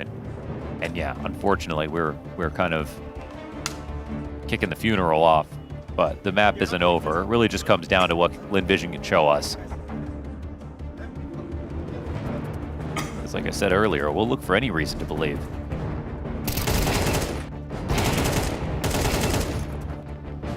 Sue taking over the apartments by storm. Starry staving off the attempt.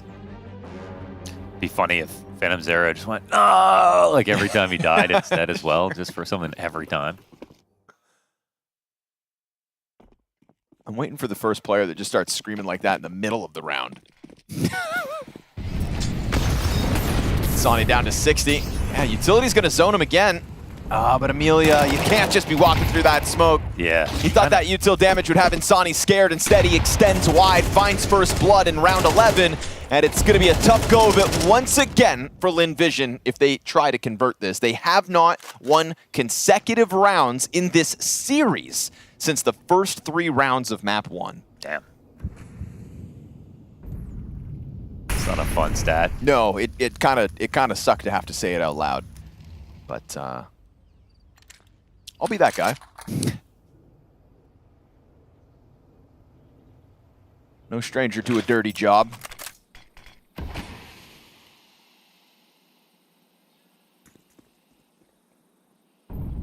Dropping nades back towards the spawn. Yeah, LNZ spams through. Also saw the gun of Westmelon, I believe. So that'll be a quick warning to Insani. Oh, please clear it. No, they don't. It doesn't. Insani, easy pickup. Westmelon just goes tiptoeing into his coffin. And Zacker's going to come through with Pit, but no. LNZ from inside sight holds on, drops bomb, and the final 30 seconds. Starry's going to die. MIBR 9-2 off of that one. No, it's just becoming a bit of a joke over there for sure. That's a nice round out of LNZ. Empties the entire mag on the perfect line. And there's like a certain amount of time where he's emptying this mag on a line that you have to cross to get into the site while your own flashes are still useful. And so you know you're delaying. You also know you're baiting them in because they can hear your bullets running out. They haven't seen a boost up in CT before, so it's likely they've run into it. Still probably should have cleared it.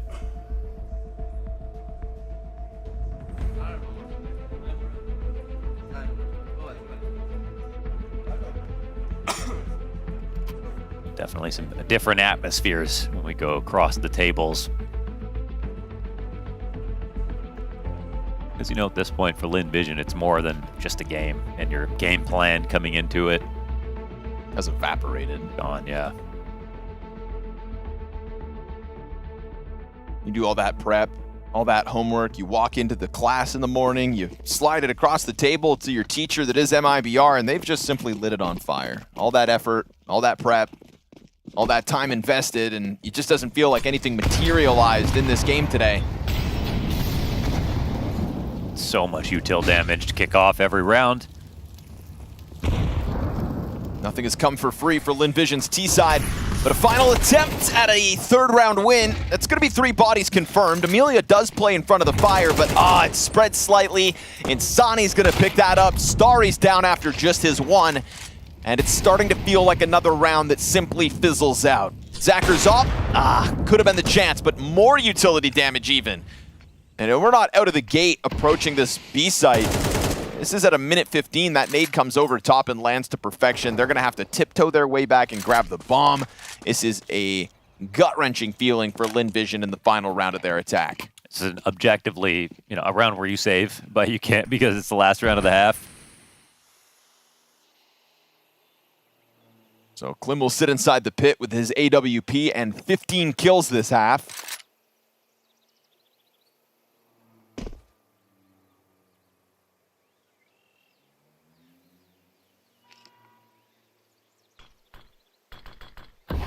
Another smoke. Damn. Tough. But they do have a smoke of their own. They win this, I'll shave your head for sure. Okay, sure. Smoke for the cross. Molotov to maybe disrupt somebody in orange, but they chuck it back dark. Insani getting burned out of the position. I mean, the Molotov's well placed, but it's back-to-back headshots. I mean, anybody could have seen this coming. It is a stomp on the side of MIBR. They barely gave up any bomb plants in this double-digit CT side on Lynn Vision's map pick.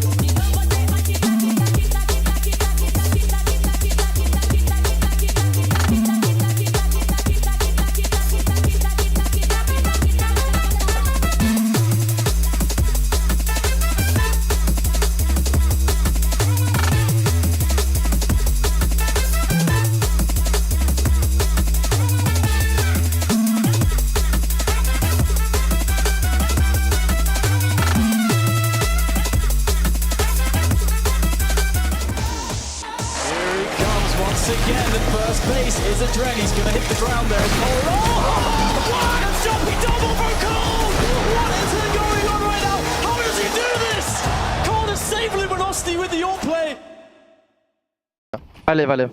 I flash it off. That's first. I smoke myself. I will flash in 3 seconds. Carry city. Flashing now, flip, dodge. Pushing ruin. Side. Fountain. Fountain or pool. I flash above left side. I flash above left side. Nice! Bro, today I'm shooting with Nice, bro, not like yesterday. Flow state achieved by MIBR versus Lynn Vision in that half. Probably felt like they could do no harm, no foul, and the scoreline reflects it. 10-2 as they'll take to the T side, map up, and on the brink of stage 2 here at the IEM Cologne Major. There is real reason to be as excited as MIBR are. Even if the level of competition's not massive in this head-to-head, it's a well-earned road to stage 2. Amelia tries to recover this one, as it's going to be 4 versus 2, heading quickly into this A bomb site. Supportive utility already thrown out from alt mid. By the time they get out through that balk drop, Westmelon's got to be the hero. Oh, but he misses his chance. Will be just another body added to the pile without a frag on the side of Lynn Vision. Everything seems to be pointing to an MIBR progression.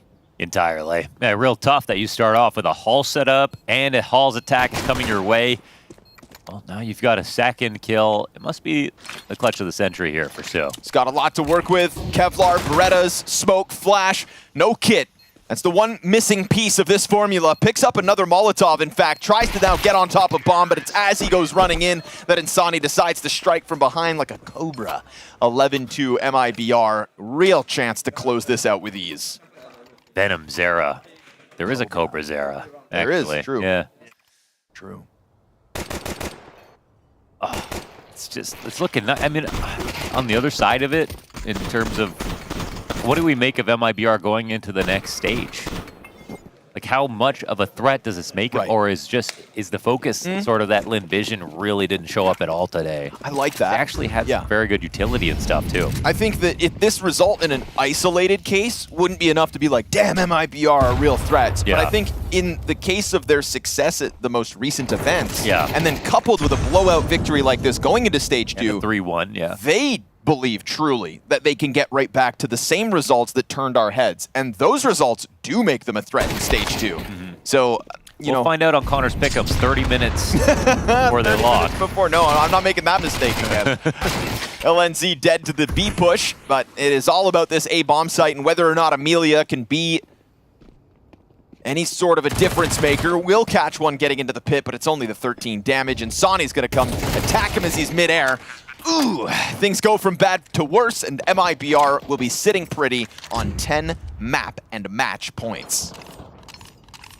Won't call this one too early. Let's just see what happens. Wouldn't want to be embarrassed.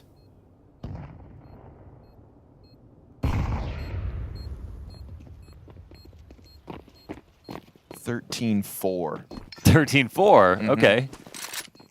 13-4, okay. Problem being, I mean, Lynn Vision went in with the force buy this round. They're not going to have anything in the next either. They didn't even play for LT. Super generous of you. Yeah. But let's, you know, for their own sake, man, make a fake comeback because you still got to play tomorrow. Yes, you do. And tomorrow you're 2-2. Yes, you are. Ain't nobody want to play those games. 2-1 games are the fun games. I think 2-1 might be the most fun you could have at this stage. I don't think Lynn Vision would agree. A 2-0 game, I feel like you're almost like, okay, well, let's just do this now, and then you don't, and then you get really scared. Nobody wants to be the team that goes 2-1's the 2-0 wake-up to 2-3. game. You're supposed to be woken up now. Yeah, you can go 2-1 to 2-3, but you can't go 2-0 to 2-3. Well, some have. It happens. You just shouldn't. FlyQuest, in fact. Boy, yeah. I've done it multiple times. But they're in a better boat this year. Final attempt for Lynn Vision. At least this round does feature a couple rifles and utility. But who's going to step up? LNZ with an empty belt. They're going A. Yep. Has nothing more to offer over towards that B site. He drops his utility. They bite down on it. Now there's 3 members of Lynn Vision allocated to the wrong site. And you've got this perfect R-trap just slipping through with a 13-2 and a progression to the second stage of the major. That's what all arrows point towards. A forced 3v5 retake when you're already feeling like a shell of yourself. MIBR banking off of Venom, Zera, and Klim yet again. 2 highest rated players for MIBR at this stage of the event, and both of them will have another great outing today versus Lynn Vision, putting a mile between them and this caliber of opposition, which is what tells you they are ready for stage 2, and now it is official. MIBR just skate right by Lynn Vision like it's nothing. You could see that the energy was just dead. The atmosphere was finished over there for Lynn Vision. First of all, congrats to MIBR. Made it through the stage. Looked great to finish off. They're probably feeling very good about next week for Lynn Vision. They've got another game to play tomorrow. And like in terms of they got to show up for that game, they have to just believe no matter what. We can't have a finish like this because even if they had made a 10-round comeback or something and lost on Inferno here, at least they left with their dignity, and they didn't have that now. This is almost as one-sided as a Gaming Gladiators match, and that's, you know, about as bad as I can put it. Unfortunately, it's not a Lynn Vision that they want to remember. It's not one we want to see tomorrow, and it's not going to be enough to get them through. This is a situation where they have to pull out of a tailspin. We make that comparison to the Gaming Gladiators, I think, because we saw them play like that and then not be able to stop it from happening another time. Does that mean Lynn Vision have also just dried up here in Cologne? I think a lot of us hope not. We know the promise that they can bring. Unfortunately, we didn't get a glimpse of it even versus MIBR today. And so having to go back to the hotel, look in the mirror, and get right back to work is a daunting ask of Lynn Vision. But it's exactly what tonight has in store for them. A difficult realization. You are now on the brink of elimination from another major, and you had not one but 2 chances. And you squandered this one versus the Brazilians. You never had a foot in the door. And tomorrow, it'll be the last chance for Lynn Vision. One here, and if you're looking at MIBR, you're pretty happy with how this turned out. And Sonny, quite the showing of force here, I think I'll put it, for MIBR against Lynn Vision, and you qualify for the next stage. How do you feel? I feel good. I feel like we played a solid CS. Besides the first game that we had here, we had a good stage. I think we're evolving throughout the games, and as the tournament is going on, we are showing even better CS. So I'm proud of the boys. I think we did great today, and I'm feeling good. Feeling good. In a matchup like this, you don't feel necessarily tested, it feels like. But as you guys grow and continue to play together, does it feel like it's coming together properly now? Yes, I think as the games go by, we're getting used to the pressure and to the stage here and about the environment. So I feel like so from now on, you're going to see an even better MIBR, and we're going to stay focused for the next stage. Well, hold on now. You say stay focused, but really, now that you've qualified, surely you guys go to dinner or something at least, right?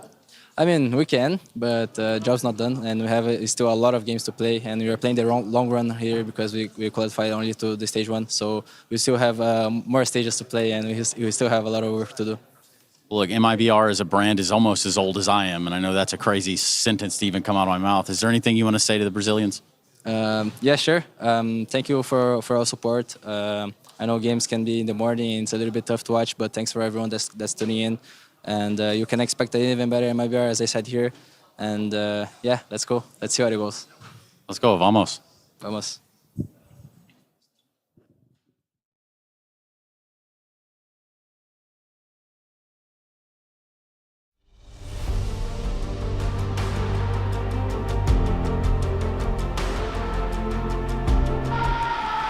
The pounding heart of esports beats louder here in Katowice.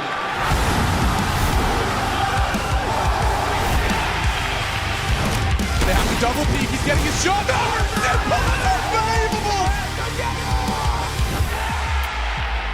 Something special to throw this decoy, and that's exactly what happens. Katowice! We are back!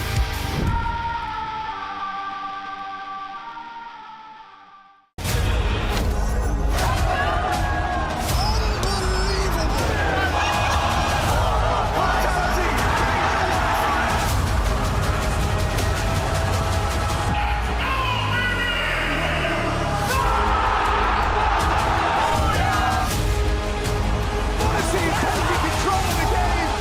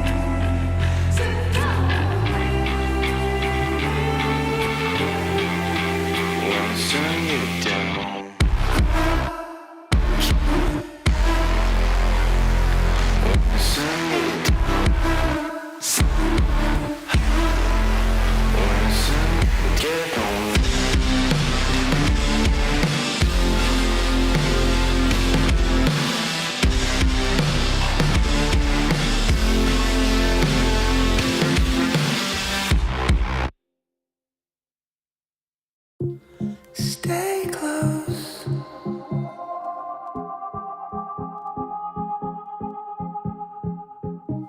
Stay.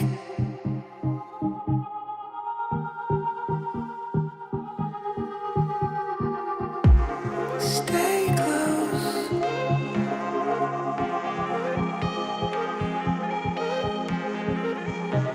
Stay.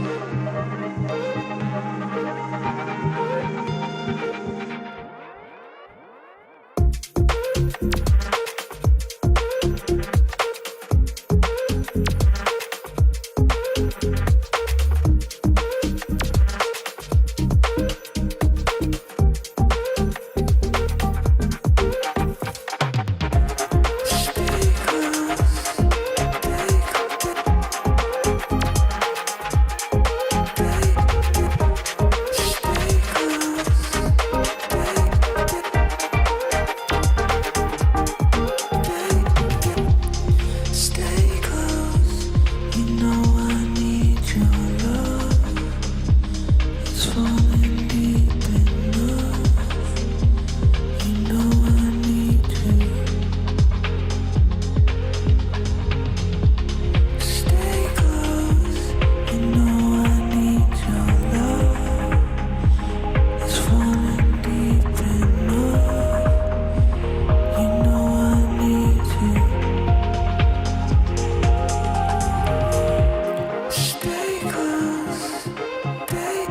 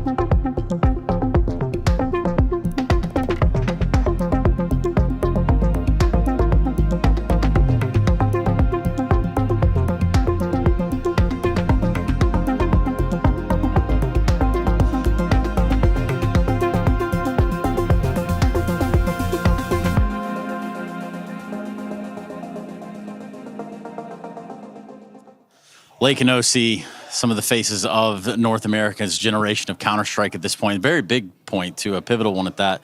I wanted to ask you guys, because you've been watching each other, sort of the build-up into this major itself, and now you find yourselves in what is a very, very cool situation to be in, right? Except for the NA part. So what would you say about each other at this point? Just, I don't really know what to say about each other. I don't know. Both have been playing okay. Both had our struggles this season, but looking to go 3-1 at the major. 3-1 at the major. OC, when you look at their performance, how do you see M80 trending?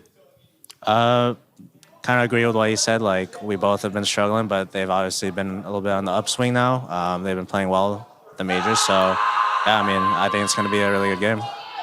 Do you guys think that where you're at right now and obviously pushing forward in this major, how much do you think that might help propel the NA scene? Not very far. It's pretty dead, so. Well, I'm glad we're all on the same page. Yeah. Is there any vindication, though, guys? I mean, I know it's a real happy day, and you guys are best friends out of the server, into the server perhaps as well. But in this matchup itself, what are you expecting from M80 versus NRG?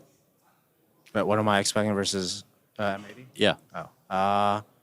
Expecting a lot of thrown rounds, because that's just the NA style, you know? You or them?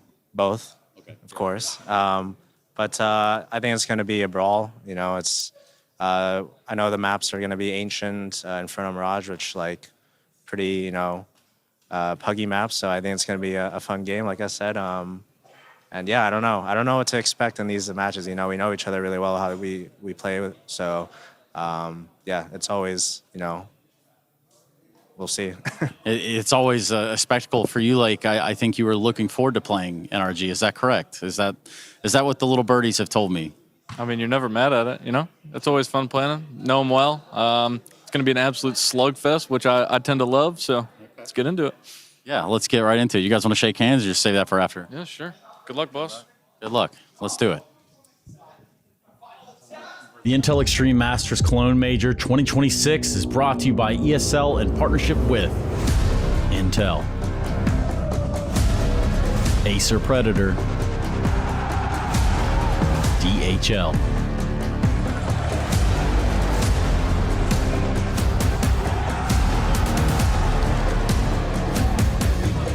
and Zoe.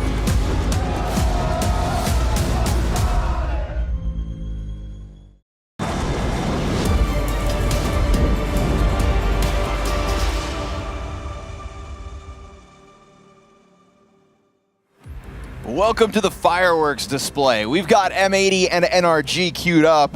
North American action, Mo, for a 2-1 game. We had Aussie on Aussie cannibalism down in that 1v2 match earlier today. Well, here at the Americas, we're springboarded somebody into Stage 2. Now, M80 have become a bit of a mainstay in Stage 2 of the Major. They were actually able to progress 3-0 through Stage 1 back in Budapest.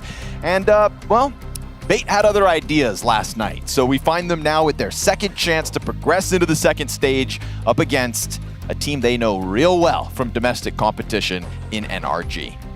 It's July 4th, exactly 1 month early, with a little bit of Germans involved. So we have at least, you know, they've got two things to cheer for.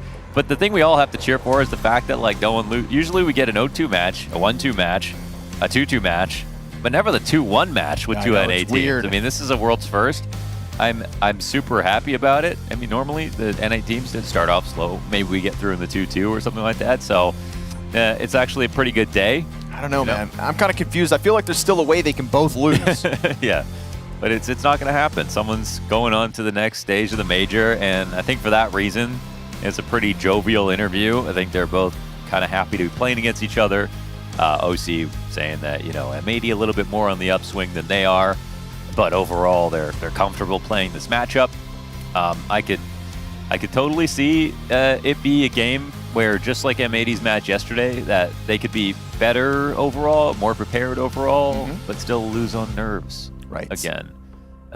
Because I think NRG, they're not quite as stacked on the same level in terms of the strategy. I mean, NRG have impressed me. They've had a great run. Yeah, I think. Oh, great is a subjective term, but they've had a solid run. They've had a solid run. I think as a team, they do look very good, I would say. And I think they will be more clutch in the end if it comes time to it. I also don't believe they think this is going to be free or they should win, whereas I feel like for M80, they feel like they should have won yesterday. Yep. They really should win today, and then they're really nervous if they don't, so... And it all starts to that'll be stack on my up, mind. doesn't it? You know, meanwhile, you look across the board at NRG, and there's a team players here with tons of experience. They've been around the block. This is not going to be some kind of shaky set of newcomers to a major. You know, that is one of the teams that NRG did defeat on the run here. They got a victory over Sinners, who we know is one of the 0-3 teams, and that shakiness kind of takes their stock down in this run. But 10 rounds versus Gamer Legion and a loss in their opening outing, and a victory over FlyQuest sets up NRG nicely. And you look at M80's victories, Lynn, Vision, and Sharks. I don't think that's something that even M80 are going to kind of write home about. We know that this is a team that can push international opposition.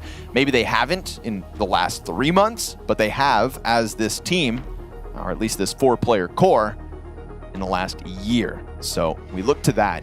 What made me worried yesterday with the M80 outing versus Bait is as that Inferno game got on, there was a kind of, I don't want to throw any one individual under the bus, but like Sin individually, mechanically, kill distribution, super skewed against him. Also, I can't help but think about that round where he gets into that bomb site, gets shot at and starts jumping up in the air multiple times, gets mowed down in those frantic sprints in with the bomb. It just looked to me like nerves actually sunk in to M80 as that game got into the double, triple overtime. Oh, I think it was extremely apparent. I mean, JBA had a great scoreline, but missed 2 critical sprays in different situations. There was that one where he was at the bottom of mid. It was a free 1v2. You know, nearly died to a 180 turnaround. Yeah. Like, every single player showed us nerves, maybe besides... No, even Swisher had the 1v1 on the A site versus Alex. Like, I think maybe Lake was kind of good throughout, just kept getting better slowly. Slacks just wasn't overall that good, didn't look nervous or anything like that, but there was multiple players that it was clearly it was affecting them a lot, and I think it's, you know, be disappointing for Sin because we know how impactful he can be and how important his voice is on the team, but he was like the biggest case of it. And you know, he had the round where he was jumping back and a CT spawn, threw his gun away, and I was thinking, trying to be charitable, oh, he probably thought he picked up a gun in midair, but when we saw the replay, it wasn't even close to that. He just full on like hit the wrong key, jumping back. It was butterfingers. Peaked library with that USP and instantly died. It was, yeah, it wasn't good. And with a game that goes 40 rounds, any one of those situations, you just play better and you actually win the game. Yep. So it had to take that many disasters in a row. And there's something about it. When you're nervous, you create the loss. You know, you actually take 10 situations in a row. You think there's no way that this could happen, but you don't have to believe you're going to win. And if the other team does, you're going to lose those 10 situations in a row. So let's see if they could have got that sorted out. I felt really bad watching that. But we could also say, because some people were comparing that to like a NIP Amcal or something, but when we cast that NIP Amcal game, you know, that was a true clash of trash. They were all awful. It was like really terrible round. M80 had lots of great rounds yesterday. Yes. Just nerves as well. But I don't think NIP and Amcal were even nervous. That was the sad part. Yeah. So into it here in the pistol. We had an M80 Ancient game versus Bait as well. A very close affair with a lot of clutches for both sides that ended in round 24 as they kind of ran out of steam and overrushed this B bomb site. But they'll be playing on the defense to kick this off. Lake, point of contact down the ramp. It's 3 bodies inside of Cave. As he falls back, there was a shot there for Grim momentarily. They want to go for the box boost to give Bro a better angle. The rotation's inbound by M80 already. And Lake still in anticipation of this split up the ramp, but NRG really hit the pause button. They want Sonic to go out middle. He'll try to take his duel instead. He's got Swisher occupied. And this does draw Sin back towards Red Room as that threat of an A commitment's real. But we can see it from the radar. 4 players ready to rock into this B site where Lake and Slacks hang on.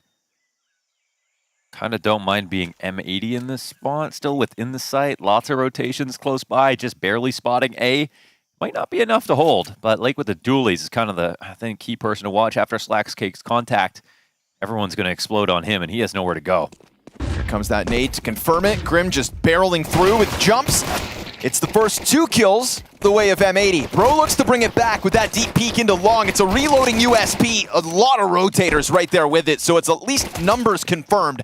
And now they're just gonna go into this Hail Mary plant. Sonic pops up, Glock in hand, can't manage a kill. 4 members strong, M80 as patience pays off for the first round win. Yeah, they put themselves all in, and they had tons of great site reads in map reads, or even with the full fog of war, they knew exactly what was going on at all times. So again, super impressed with the good rounds out of M80. Slacks had some solid ones on the CT side of Ancient.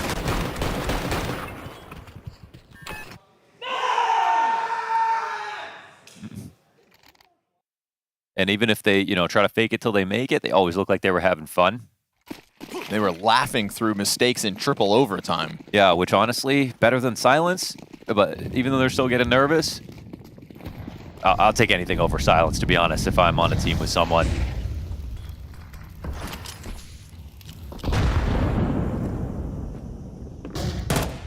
Yeah.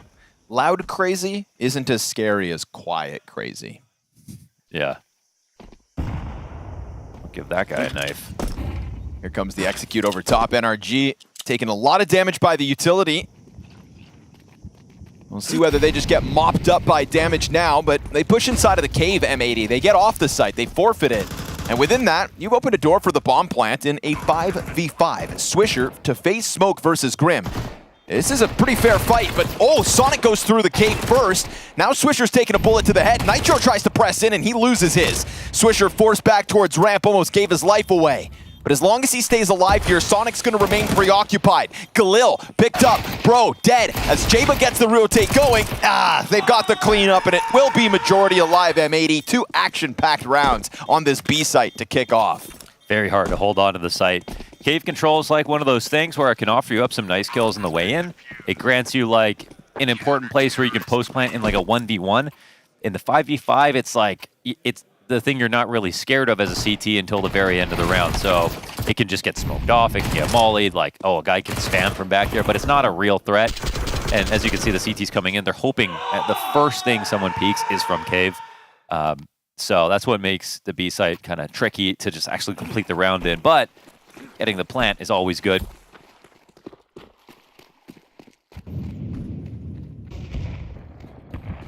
It's going to force NRG to take a knee. They do still come in with a comfortable amount of Kevlar and Tech 9s. They're going to need something to prove this worth and investment. And it's Bro, maybe a step ahead, but starts to pepper this with the Tech 9. It's 2 players there and an untradeable peak, as Nitro was just a step off that play. Bomb currently sits in T-spawn as NRG start to wrap back through their safety net of spawn. Lake's gonna get flashed off his angle, and Sonic looks to just go charging forward. Straight through that smoke, doesn't give a damn. But JBA, great chance at a double. Smokes off main. And we saw great things from him anchoring A-side on Mirage so far at the Major. But yesterday here versus teams on Ancient, it wasn't quite there. For him to be 6-0 this start between rotates and now a kind of under pressure Tech 9 push, so be it. It's 4 alive for M80 by the looks of things. Yeah, like in spite of maybe I would say 2 nervous moments from him, even on Inferno, it was such a strong map overall, and that's what we want to see with JBA.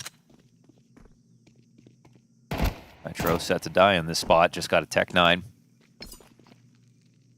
Looks like everybody wants to kill.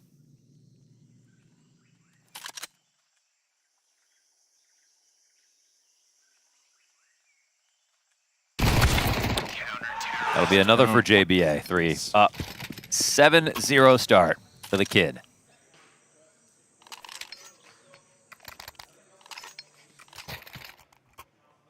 Finally, NRG are able to come in with guns. Tantalizingly close in round 2. One thing I do have hope for, especially with M80, that the kind of the supporting staff around them, and Daph as a coach especially, talking to them about the specific things that they needed to hear, because they have everything else. Like, they do have a good game plan, tactic, strategy, everything like that. So it felt like he kind of fit in perfectly as a coach. I do think, like, this team has always proven they can scout really well, and they're really paying attention to CS in a good way. So I have a feeling that, they go back to their hotel rooms, they have some good discussions that are actually effective and provide some awareness as to the actual problems and not oh, you know, we'll just do better tomorrow. I'm sure it was productive. So, you know, let's see what they've got today.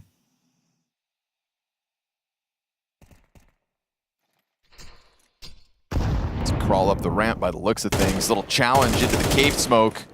Trying to get off that line, Sin back sight. Oh, it's just the Galil, but still offers up a great distraction. And Swisher comes through with a frag. Ton of damage there done as well. Doesn't want to be a liability and die though. And Slacks has to be worried that maybe these rifles just go flying past his crosshair. Oh, the smoke, it kind of like awkwardly gets stuck at the edge. Or now, maybe it doesn't matter. At least they do get back into the site, but it will open up this gap for him to push around. That's a looming threat in NRG's mind, I think. Slacks, they will find an off pick for the retake. Another successful retake. JBA comes through. This guy's got 9 frags, 0 deaths. Slacks and Swisher also still yet to fumble. And 4-0 with 3 retakes so far from N80, feeling like they can do no wrong. It's a lot of good numbers. And he did those last 5 kills with an MP9. So he's on 13 grand. He just got an AK for free. He will put himself through school after this. You don't have to go to school if you're good enough at Counter-Strike. Those are the rules. Master and kicking ass. Oh, okay. And we hand out certification around here.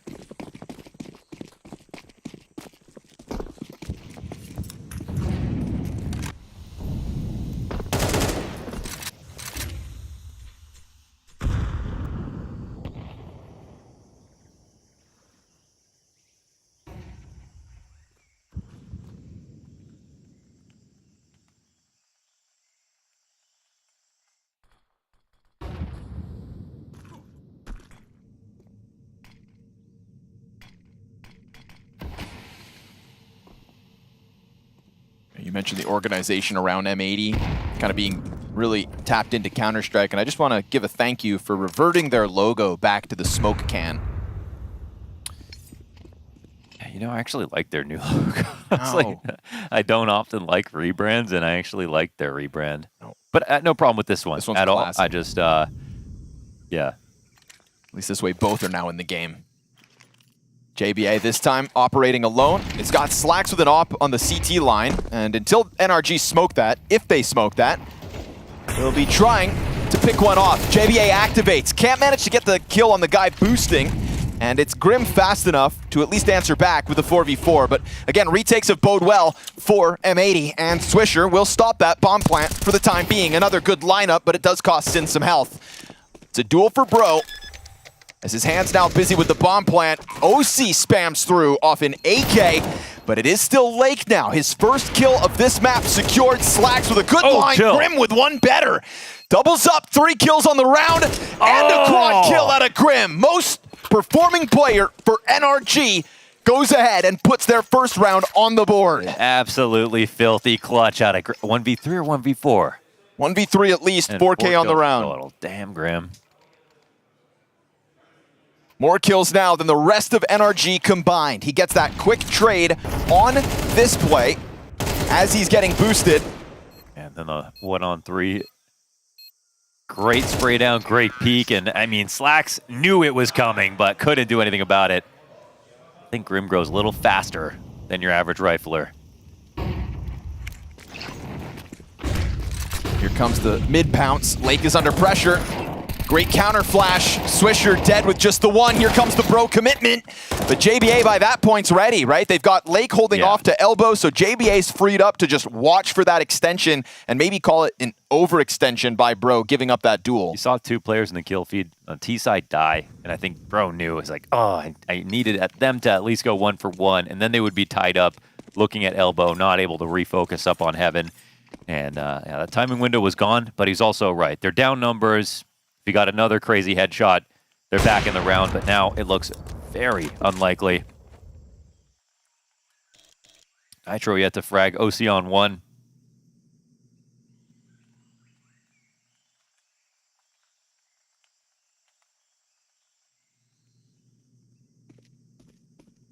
This is unmissable for Slacks. Yeah. On Ancient specifically, despite the loss, he was actually out-opping even Sizzy yesterday of Bait. Yeah. That kind of tapered off once we got to Inferno, and Sizzy certainly made a difference, but this is what M80 were looking for. An instant response to the first round NRG win, a win that comes with 1 survivor, and now M80 have 4 men standing at the end of round 6 to really just start rebuilding all of that money. There's a lot pointing in the right direction for M80 CT side, even if we are only 6 rounds deep. Decision from NRG is to come through with some upgraded pistols, 3 players on Kevlar, a couple grenades in the mix, and to take a look towards middle once more, but it's early counter util out from M80, a challenge from that AK, the one rifle they had. It'll quickly change hands, Bro looking to extend into it, but that push down the top of ramp, now the next guy to pick it up is already sitting on less than 10 HP. And he still hasn't managed to get it. Now Lake's got eyes on the other side of this smoke, and that kind of confusion in that moment could be a chance for him to flex this advantage into the players, but they're just going to run him down. Lake kind of... I realize how close they got. Yeah, a little too dangerous, and now we've got this pinch back into middle, and M80 are throwing away what was meant to be a good spot. Swisher looks to be the difference, but he's going to chase them towards an A site where Slack stands tall already. Oh! It's the Deagle out of Nitro, as he will collect his 2nd kill of the map, both of them in this round. And you put an AK in Grim's hands, and an op in Nitro's. That's a massive op to have. The boost up too, to make good use of Grim. He'll be a hard guy to find. Smoke on bomb. Hear this. This is going to cause a bit of panic, perhaps. It's going to have to be Swisher with the defuse. 5-second defuse here from Swisher. That's going to get denied, and M80 throw away a great opportunity as NRG just pounce on Lake through smoke. Yeah, it really is just Lake shooting for way too long, and he did see them over there. I just didn't believe they would try to chase him down. Didn't have a teammate there to stop him from coming in. Wasn't smoked. And eventually even just having to reload was a problem. So a little too confident that they wouldn't push, and they did.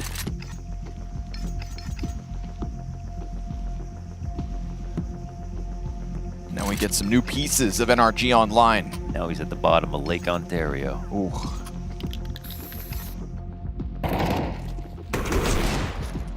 Stuffed. Shout out to the Nitro Deagle, though. He also gets this op. Yep. And deals with Sin on that retake. Wilder's still sitting on a frag grenade just to deny Swisher, as he's in like the last second to that defuse. So that'll give M80 something to think about, and give NRG a reason to believe that they're still very much in this T side. Early A main presence. Oh, gets denied. JVA, Best OC, and Grim. What a tank. And from that, 5v3 established in the opening 20 seconds. Dude, an op and a rifle down. Had to, his gun was hot too, had to reset his recoil. Crazy how they just bounce back like that. Looks like it'll take even more heroics for NRG just to secure a consecutive. Sonic's going to walk into Lake. Technically, Sonic with the gun advantage, AK over Famas. Speaking of advantage, this limited MP9 goes for a quad down towards B site. Lake picks up the fair duel, 1v1. Whittles away the numbers yet again for NRG.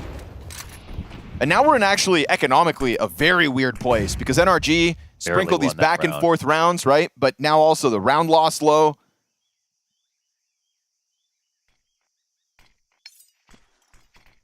Yeah, it's a little messy. But it's kind of a deserved position, because the only rounds they win, it's like they don't even have that much. They just hit a couple of nice shots, you know, pick a gun up, and then they don't win them confidently. It was really on them to at least make this close.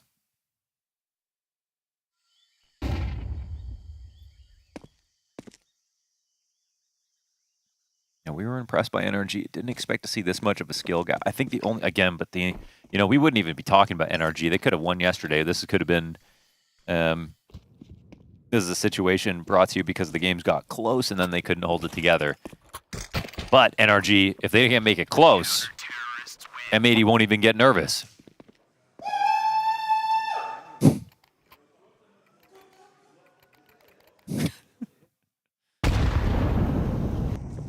ABA's got motion today. Yeah. 13 and 2 off of that push into A main. And it's Grim trading. Yep. Ooh.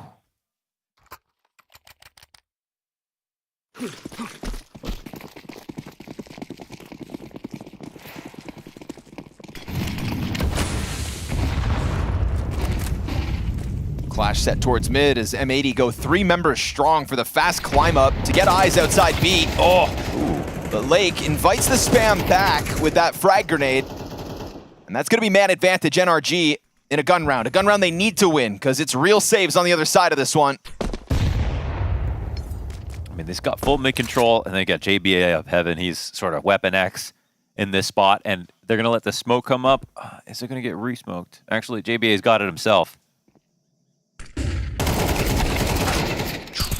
Bro's got the trade back. JBA dead. Sin's not able to escape it, and we've got a Slacks clutch versus 3. Those are great trades out of NRG. Looks like Slacks might be going for it. Does he hit the first shot? Grim confirms it. Nate's going to chase Slacks back. That'll be enough to get him away. Yeah, and that's going to be NRG sinking their teeth deep into this A site with no real resistance in sight. Make that now 6 rounds with non-consecutive wins.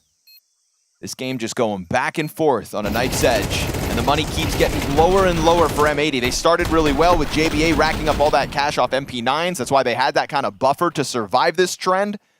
But now it's one survivor. He's taking out Lake again Don't inside die. a cave. Oh, now no off as well. Slacks dying with that. Check out the cash. Majority under $3,000 or right on the brink for M80. With him dead, that is all the more uncomfortable. I think they're going to save. JBA had gone for the rifle and then decides to get an MP9 instead. Yeah, would have loved to keep that op into this round, even if they weren't going to buy behind it. NRG, hard-fought opening, but they get there. Damn, they're actually saving a lot.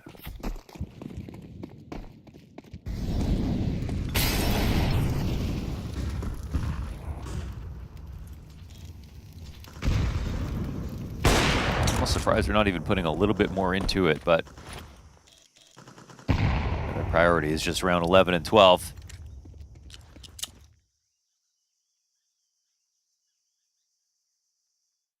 One round of loss bonus on the other side. Make sure you keep nades the rest of the game. OC under pressure, lands the op shot, and then he's got Nitro to help out right behind him. M80 were looking for a successful press into the ramp, but instead costs them 2 players, and all of NRG just kind of sat back here ready for that moment. Ooh. Down goes Slack, so now really nothing to show for this very light buy M80 decided to bring to the table. B-site becomes NRG's, and with it, a 4th round win. Their first 2 consecutive round wins on this map. This is the kind of pressure that they needed, and you know, not just the lucky rounds. They've got a nice anti-eco. They had a nice rifle round. They punished one of the aggressive moves that M80 wanted to make outside of Cave 2 rounds in a row. Kind of the turning point here for NRG. Right before that, M80 just felt like they were going to fly through this half. Maybe even 10 to it.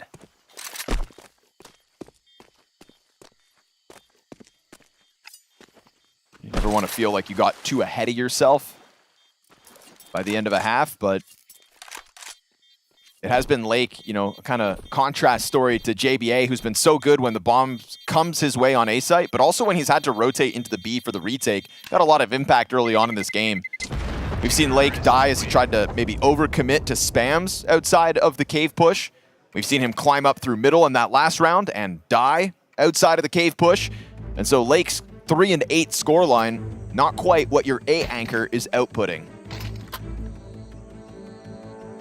And yet his job will remain aggressive, and he has to sign back up to those moments.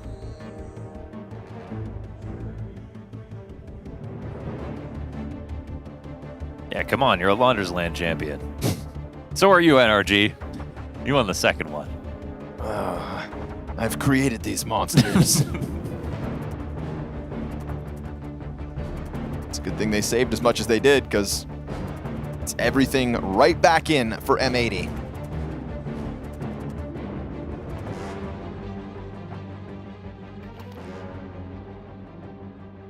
But again, before this game gets too serious and everyone gets too serious about this game, just remember, we all win today. 2-1 game, really enjoy it here. One of these guys is going on the next stage. The other guy's not really a loser. For the first time in major history for North America.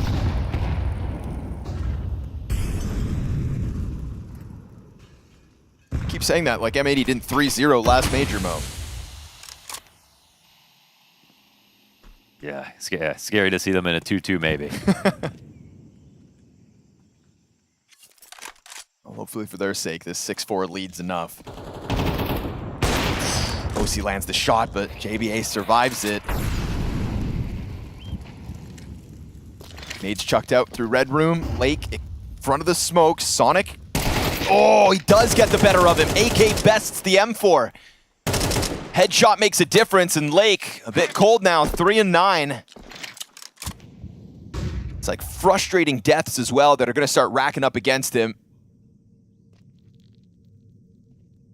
But there is damage as well for his efforts that NRG are going to have to stomach if they do decide to commit to this A site, where JBA's been left with 18 health. Sin comes back to drop a smoke grenade into Donut, but it's a deep smoke. Yeah, they're going to pop that open because you know you can push and then pause right here. Oh, but Sin, that's where he finds his frag. It's Sonic to finish off that JBA kill offered up by OC. Bomb plant offered. Now the nade comes out. Sonic. He gets it got down. it off. Bomb plant just with enough time. A 3 versus 3 retake here for M80. This is going to be a kit on Swisher. No longer any utility to block off A main, but if Slacks is allowed to just hang on to that angle, then you'd think he can cover off an eventual Grim peak. OC's waiting for his shot in front of Donut. Can't afford to miss this. And as he does, it opens the door for Sin to get across. Now you've confirmed Grim's position. He outputs with the flash, gives himself the headshot onto Sin, and that's going to be the safe call. M80's cash under question. They needed a frag. NRG will have a real chance now to tie this half. That's a couple of big kills out of Sonic, who, you know, NRG are making this comeback. He was on 1 kill before this round started. Starting to get a little bit more recognition for his impact, definitely. And even though it's a slow start, it's a critical play. Pulled together a whole round, basically, off of those 2 kills. He's 14-3. Yeah, life game again. He just got a bunch of egos. I'm not Maybe he gets big one day.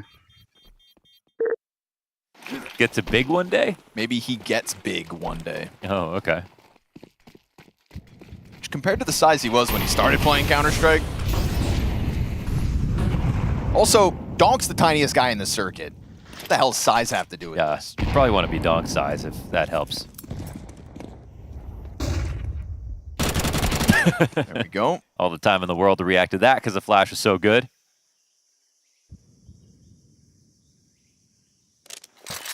Another well-placed flash.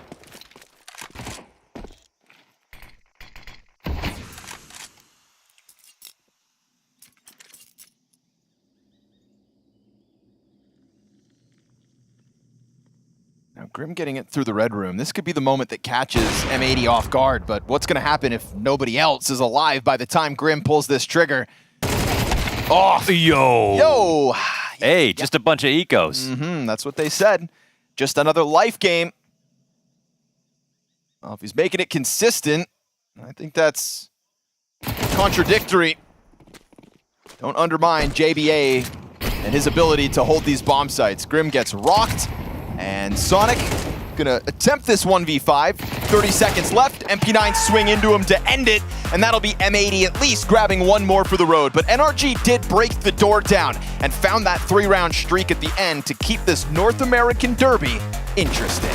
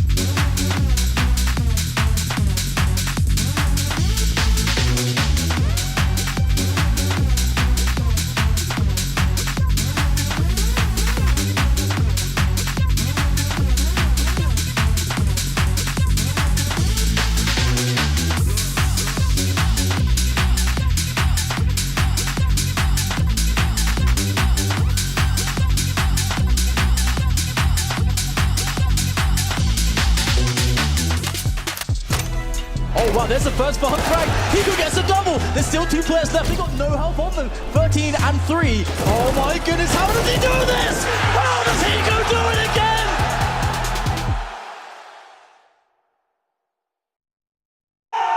Action-packed first half between M80 and NRG, and it took a little bit of time, but NRG did fight back into that half. The economy back and forth for some 6 rounds in a row before NRG were able to get those consecutive, and once they did, they held on to momentum for a bit.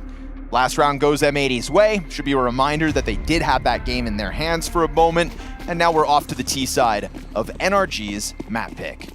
Lovely. I think either way you look at it, enough rounds for both teams to make this game very interesting. Had a heater for M80 yesterday in their matchup versus Bait. Feels like we're kind of conjuring up a similar situation. NRG have to sort of just step up a little bit and maybe win this pistol. Ooh, Bro's in a tough spot, falling back.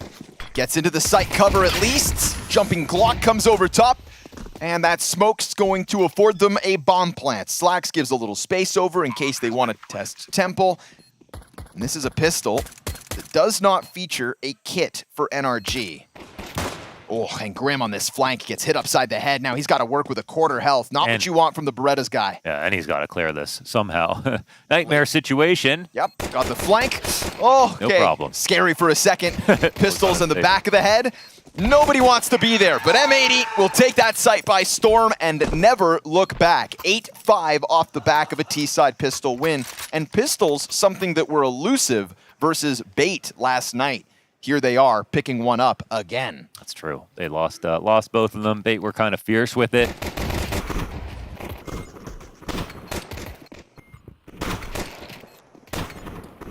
NRG are going to be feeling it a little bit because obviously they want Ancient.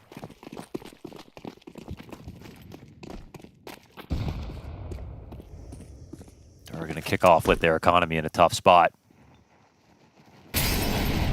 Could be Swisher's turn to get a bunch of ecos. He deserves a good meal, though. He's been providing a lot for M80.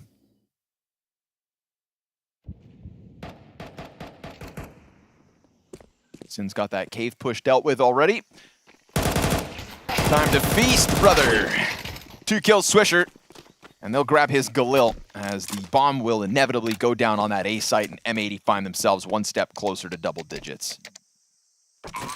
So what do you think? Do you think that this is going to be the go to round 24? Have NRG showed us enough that they're going to, even if M80 are maybe the better team, that they can push them just close enough that M80 start to look at themselves and get a little nervous? Or I think M80 are just going to be easy to spook after their close games yesterday versus Bait that got away from them. I mean, they were playing catch-up, M80 themselves, in so many of those halves. Right? Yeah, both halves on Ancient, losing the pistols. Exactly. And they only won 1 pistol over on Inferno, too. So, I mean, like, M80 had a hard-fought battle yesterday. Quadruple overtime on Inferno. That's why I also resent the sort of Nip Amcal comparisons, because, like, they had to fight so hard to even get close in the first place. Yep. They really had more. They just outright had more rifle rounds won than Bait in a lot of those situations. But yeah, I think if M80 get back to the hotel and they just felt like that game kind of escaped them, but it was theirs to win, I see that. Yeah. You had the harder job. You came up short. So to answer your question, round 24 push, I couldn't quite see that one from NRG.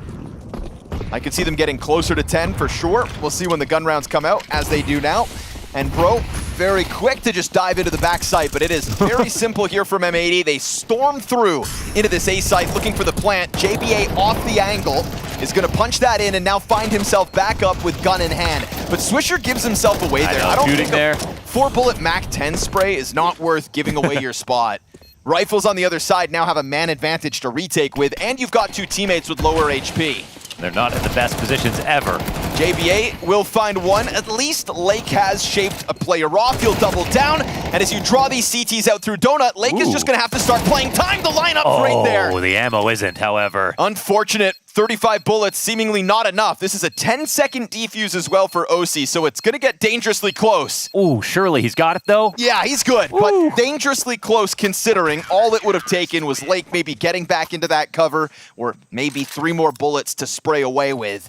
It's a retake demanded of NRG, and they'll stick the landing. It was a good reposition out of him, but that's when you look at a moment like this, and the only reason Grim really, even Grim, to be fair, maybe Grim shoots anyway. A spot like that is very common, especially when you've got an overflow of players in a post plant. But it is also, like you said, a MAC-10 trying to get a couple bullets of damage. The risk to reward ratio might not have been there. Even to delay for an extra second would have won the round. So we kick off with the reverse nades. Sonic and Bro get tagged down low. I think Grim definitely could have shot there, but he definitely does it that exact moment because you shoot first. And a couple moments make a difference in that post plant. But this time we see those nades to catch the jump out through Red Room. They're placed to perfection. Sonic and Bro not going to have a good time this round. But obviously, with the Tech-9 in Swisher's hand, and a responsibility outside of this B site that now has kind of escaped him. He doesn't know what kind of press off that bomb site NRG have gone for. They're throwing all this utility, but they're not looking at it. So they're not as powerful as they're trying to posture. They have pushed M80 back out of it. They might be guessing a little bit, but it looks like they're really not scared. Not having any lane control now that this mid walkout's going down. Yeah, like if once this pop happens, the B players, their rotation's not going to be that quick. It just looks like a very daunting task for the A defense of NRG. No vision on mid. Especially because these are the two players that got tagged, right? You got hit by those nades early. Nobody's come over to support you. So you're working with half HP on both. And on top of that, now only at this point do the B players come. They don't have a nade. That smoke to stop them in Donut does buy just enough time. This cautious rotation from NRG starts to sniff out the ramp play, starts to look at Red Room. Nice use of slacks, actually. They realize they have so many gaps, and they use window.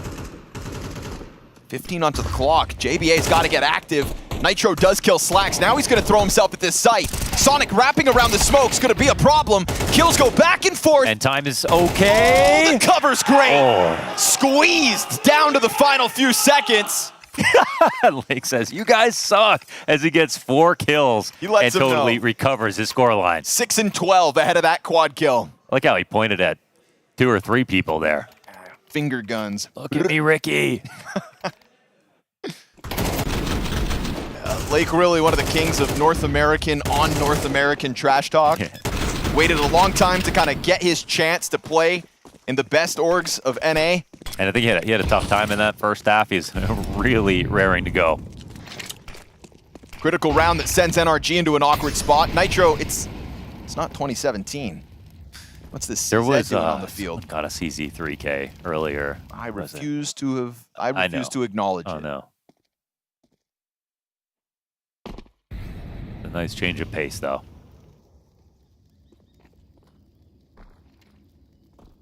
If you play the CZ, I know you're a fan of IKEA furniture. Yeah, but who isn't? Great meatballs. Flashes come through to a vacant A site, and M80 have selected the right target, avoiding that gamble stack of NRG. Look at how big that 4K was. Oh yeah, you know that round was massive.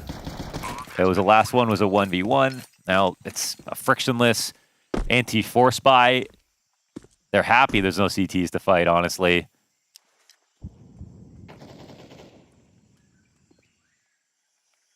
Getting upgrades, punishing exits actually could be huge.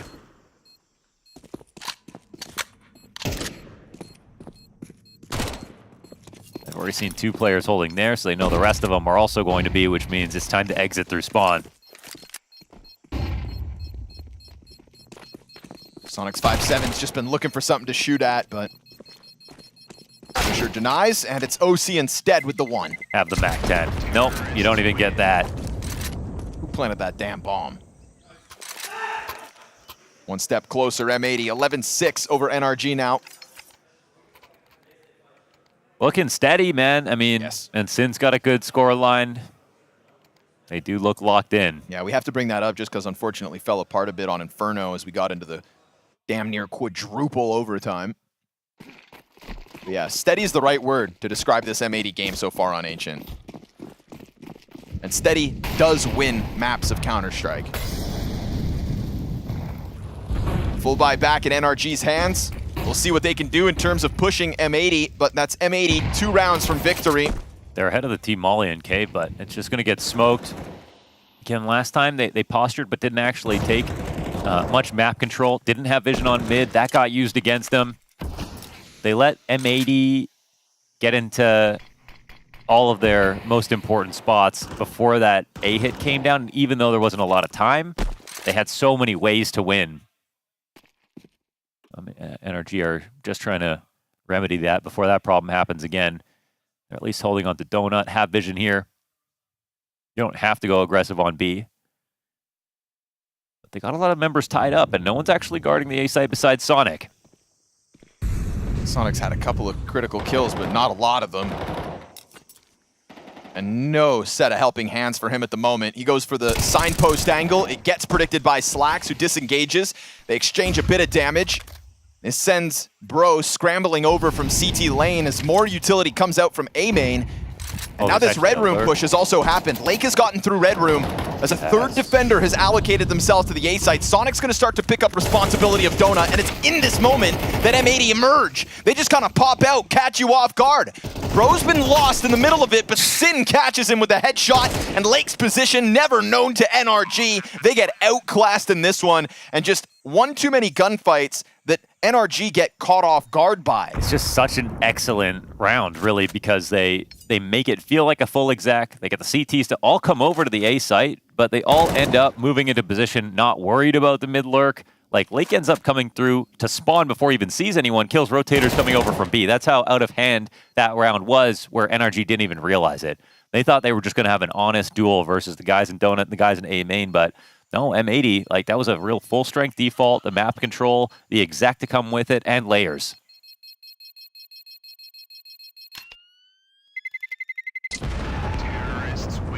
This is so solid at M80.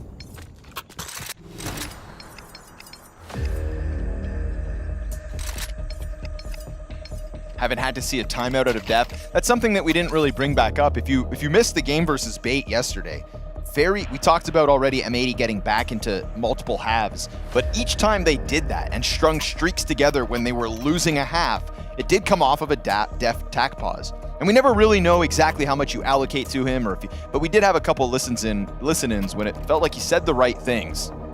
The conversion of round win after tack timeout from M80 yesterday was lights out. And so if ever this game gets close versus NRG, they'll still have that to bank on if they need to. Just that one extra layer to try to wrap up this first map of the best of 3. Sin down to 18 armor. I feel like that's something that's happened frequently. It doesn't often. Stayed alive so long. He actually should rebuy, but the tack pause into the A rush. Yup, and you gotta rush now to get into this. Sonic's MP9 tries to go out. Oh, Bro's Famas with a double kill. That's what you're looking for. M80 try to just rush through. We'll see what they can do in a 3v5. They've lost mid control. Lake can do nothing to contend with Elbow. Support is on site. Although the temple push does also start to happen. That's bomb spotted, however, in the site. Actually, Slacks can get up into a temple, and Switcher's opened up a backdoor exit for him. So see how this kill goes. But now they might be thinking, you know, how do we want to approach this? They smoke in Donut. The CT is the ones who don't have any map control now. Yeah, do you want to stick around? You've got Lake as well here to support. Yeah, Bomb's going to try to go for this. Flame spread on Slacks' feet. He full commits and barely gets off, but barely's enough with an AK and a potential headshot. It's this A main flank that's going to be everything, and whether or not Lake can handle it. Puts utility down in front of Donut, anticipating at least one. Just straight up looking for that duel over towards A main as well. And another molly after that. He's got a third Molotov to really burn off time. That's crazy. A main player now swings, gets the kill out of Lake, just scooping up utility one after another. And the flank gets caught. It's down to the final moments. They're forced to run through. It's going to have to be Grim with this stick. And so Nitro's got to offer up that cover. Grim gets the kill instead, and M80 recover a 3v5 to secure NRG's map pick. It felt like that rotate from Bro and the opening double kill off the Famas would be enough. But today, M80 show us the promise that wasn't enough versus Bait and pick up this first map convincingly.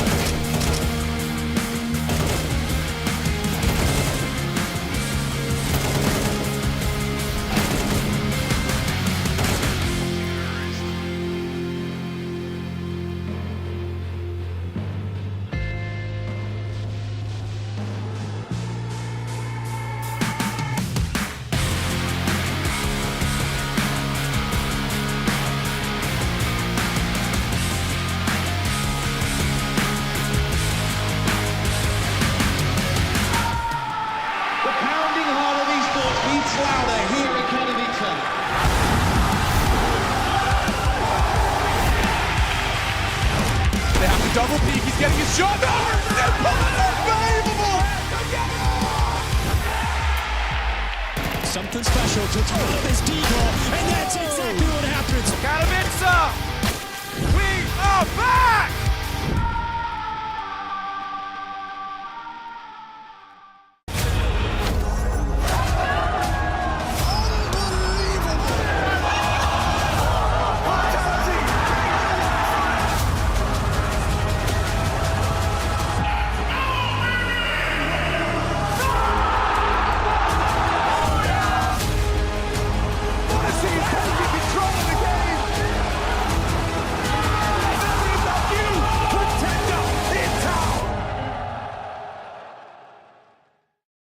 Cool. Are you guys pumped to be back here in Cologne? Get back to the big event? Yeah, it's my second Cologne I played, and this one is a major. So honestly, also back majors for us as a team.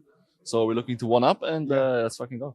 What is do you feel like the first time you were in Cologne, does it like prepare you a little bit? Is there like a difference now coming into it that you can sense from your first Cologne to now your second one?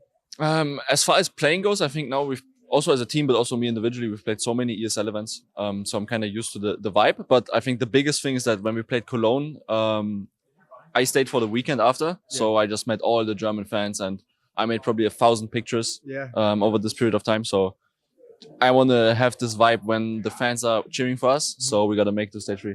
My boy. Cool. I'll let you get to it. Have fun.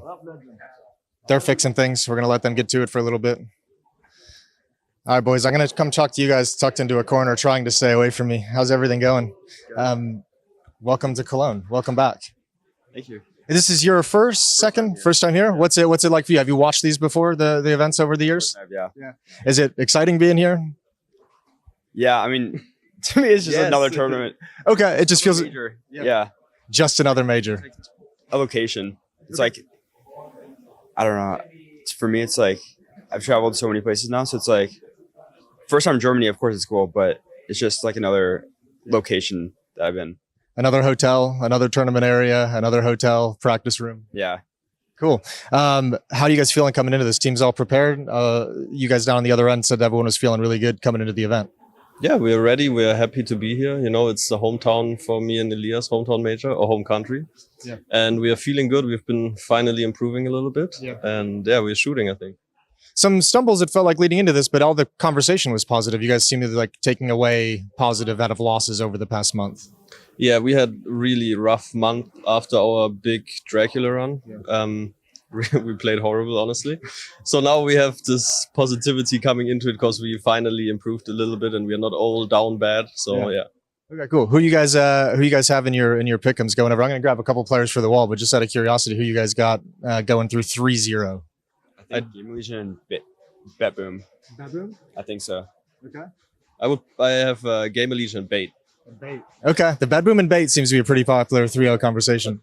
Batboom has the visa issues, so without Siren.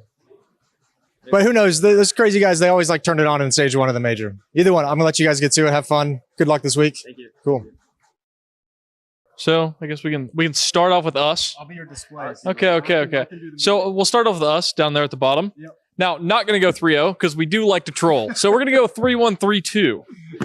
So that's probably a good spot for us. Do full NA. Exactly. Let's go through people who I think. I'd say B8 3-0. Gamer Legion probably 3-0 too. I think that's okay. Interchangeable appeal sometimes. Yeah, sometimes with those two organizations. Yeah, we'll probably say Thunder Down Under. That team is probably 0-3. And then I think Sinners Big both go through.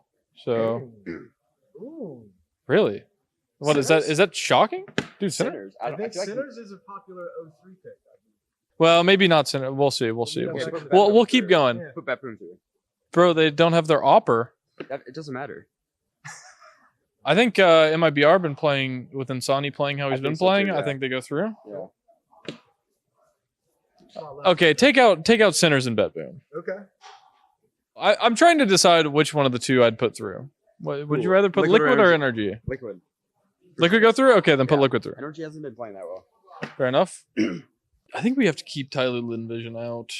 Actually, no. I think I take that back. I walk that backwards. Who's the better of the two?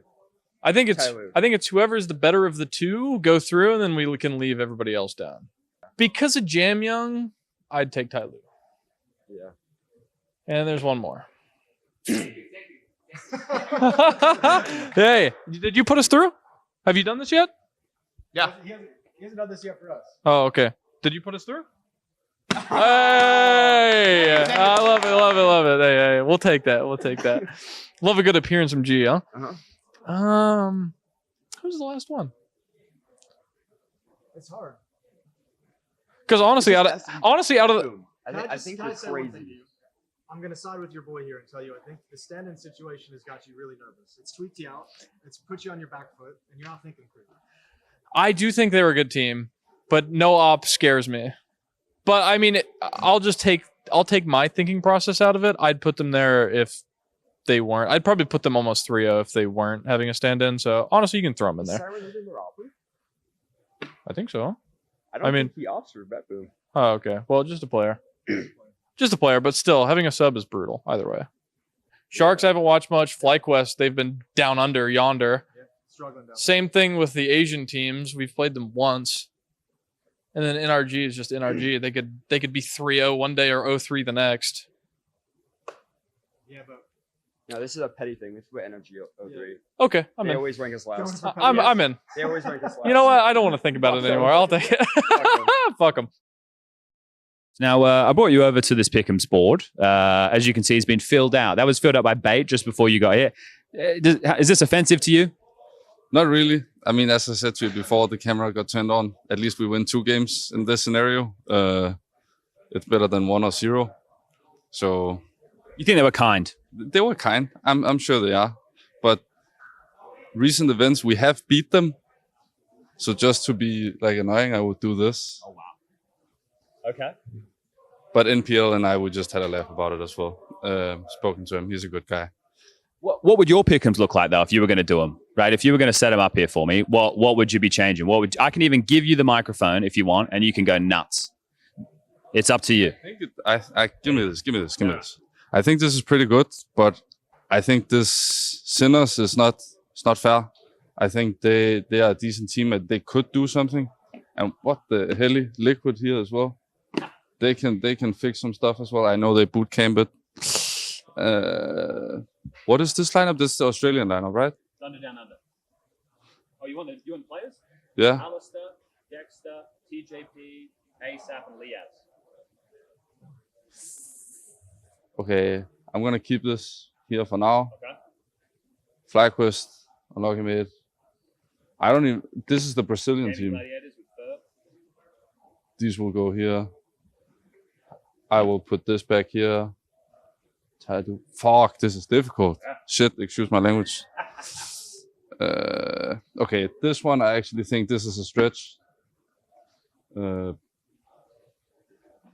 Never use yourself. So that's gonna help. You're not using yourself. No, that's not fair. Yeah, that's not fair. So Liquid, they will go here. I think Gamer Legion will do this.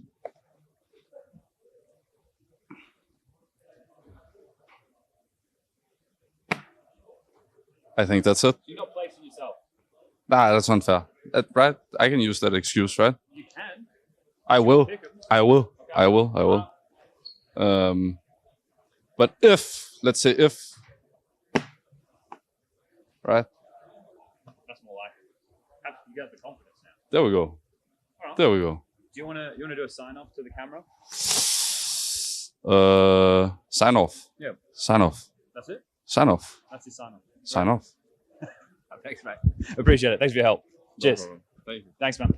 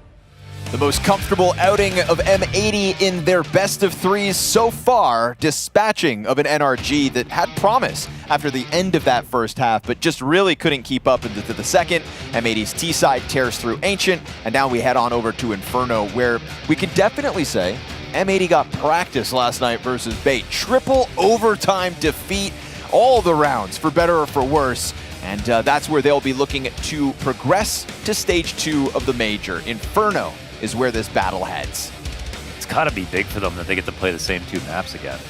Didn't really think about that coming into this, but NRG having to pick into Ancient, M80 have really relevant experience, tested very hard on the map, had a lot that they left, that they knew they could have done with. They won their pistols this time around. They look super comfortable throughout. So NRG, I think they've definitely got their work cut out for them. I'm feeling M80 right now. I mean, the last map wasn't close enough that we'd get to the worrying score line, like where it's 12-10. Ooh, maybe NRG can scare them. They just couldn't get to that threshold. And so I'm wondering if there's any chance they do that again. This is a third major for the core of M80. They started in stage 2 once due to their positioning deep inside of the Americas qualification. That one was a bit of a fumble. Then they had to go to Budapest. 3-0 stage 1, looked lights out. Things kind of fizzled out from there, and now here we are once more fighting stage 1 through. So this is becoming a mainstay top 24 team at the major. We can say that if they can just put this game on ice. I love that. And again, happy for whoever wins today, and I think they're both quite happy that this isn't just an elimination game. So M80 put themselves in a great spot. It'd be awesome to see them tested and see them have to overcome some of those nerves, because even if they don't and they win today, I'm not going to have a lot of faith for them in them next stage. I know the quality of play is there, but this is a major. What matters more is the psychology. Like a lot of teams are coming in prepped, have the talent, have the VRS points to prove they can take big wins. Yep. None of that matters more than can you do it in the tournament you want to win more than anything else in your whole damn life. That's where everybody will fall apart. Now we'll always pick teams and players who are the most clutch. I mean, because we can talk about M80's biggest achievement, which was really getting into playoffs of the Blast London event, some time ago now, but still a great highlight and ceiling to kind of compare them to as they tried to get back to that level. But what you could argue at that event is that maybe the other teams there, the Vitalities, the G2s, the teams that they were able to kind of take dents out of or put dents in, well, maybe they didn't care as much. But there's not one team, like you're saying, that shows up at the major and goes, well, we're taking this one with no practice. No. Like Vitality just did in their chain of America's events. They're at the Cologne major. Yeah, exactly. Like this is the most prestigious event of the year. If you think anybody's coming in half-ass, at least in stage 2 beyond, no chance. So M80 looking to do it convincingly to keep the belief that they have chops for stage 2. They don't want it to get close, but I think it might be better for them if it does. I think the close game was yesterday. But they failed. If they had won, then it'd be a little bit more like, okay, well, that's the demon they conquered. The demon is resetting today and dominating 2 maps back-to-back. Okay. Let's try to... We'll see about Connor's pick'ems next stage. Let's hope it... Okay. You never know.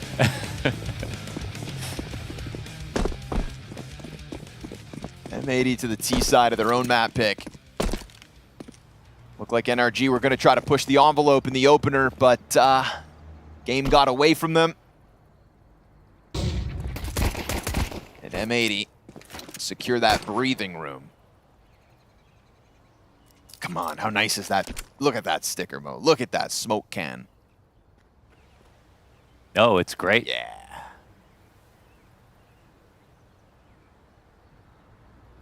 I always just thought it'd be weird to have an organization like M80 that's been around for quite some time now. You finally get to go to a CS major to get your sticker, and you don't get your like legacy version first. You know? So Right. at least they reverted back. It's like an homage. Homage? The fromage. C'est un hommage to where they came from. Looking to give NRG that smoke here right now as they slow crawl their way into the bracket play. We get that smoke over towards Moto, so Nitro's got a decision to make, and he opts to dive into the site quietly. Bro pops up with the Beretta headshot. Oh, but it's going to have to be all Bro, or at least a little more. 2 kills in, and there's Sin. He will try to set up his teammates for the 3v3 retake. Moto Smoke's fading by the time that OC gets here. There's another pair of Berettas in Grim's hands, although there is no kit for said retake. Sin could get off by that Moto peak. Yeah, caught off by that Moto peak. Oh, and OC just wins the duel as Sin kind of tiptoes back into it. A bit of disjointedness now between JBA, but he'll drop a body quickly. Tries to go in for seconds and fails to do so. Slacks gets killed, and that is ample time for the retake. NRG put a squeeze on the site and come up with the CT pistol win. One more kill there, and they could put it to time, but the shots were very clutch. And that's Sin who comes in with 2 great kills, but also he kind of overplays. Yes. Like you can delay for so long in Big Pit, and he knows he's got a teammate there. If he wanted to stick to the back of the site and not swing out, it would have been a lot of pressure on NRG to actually move fast. Like our comms weren't the worst in the last match, but there were some rounds where our comms dropped off heavily, and then there were some rounds where like our comms weren't very descriptive of like what the situation was. It's like Def, but with just less hand action. Yes. You know, like not as emphatic, but still just the facts. And you can see it on cams as well. Like no need to beat around the bush. Melancholic, really, with the way that they were coming into each round. But they are quite a chill team as well. There's a threat on the other side of the smoke. Grim tries to play in it. Yeah, he's body blocking, but they've kind of run into him. They know he's in here. How the hell is he going to get out? Finds Slacks on the ramp. They write off the threat of Sonic, though, or at least the first one does. JBA trades back, and we've got a bomb plant inbound surely here for Lake. Yeah, they're actually a little late to this. Not going to hear anything. JBA goes high. I wonder if, Lake's going to take over con control. It's not a bad idea. Smoke as well is huge. Leaves JBA alone momentarily. He peppers that smoke, gets Nitro down to half health. This is another moment where there is, again, no kit for NRG. Now, Bro's got a smoke, but I think I'd still rather be the 2 guys in the back of the site. They got good guns. They've let this coffin walk happen. It's all 3 coming coffin. Lake is going to draw the attention. JBA peeks out, does damage, but then Lake sprays through, and both survive. So another close moment, especially, again, 10-second defuse down to those final seconds. And they're all fine. They could have. NRG good. Was there a way for JBA to get his kill and not peek again? I'm not sure. I feel like they were actually quite tight about that. Yeah, I think, well, it's Lake who gets the first kill from the corner. JBA, I don't think, had to extend into those fights. Here's the frag from Lake. All right. Got to think about that. 2 rounds left out there where you had the kills, came down to time. Just don't peek. Get that do not peek bat.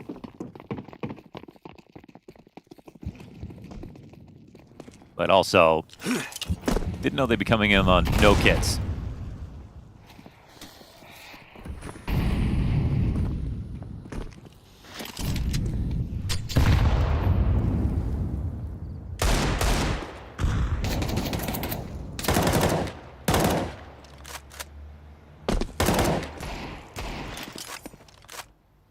Another light buy with this Galil.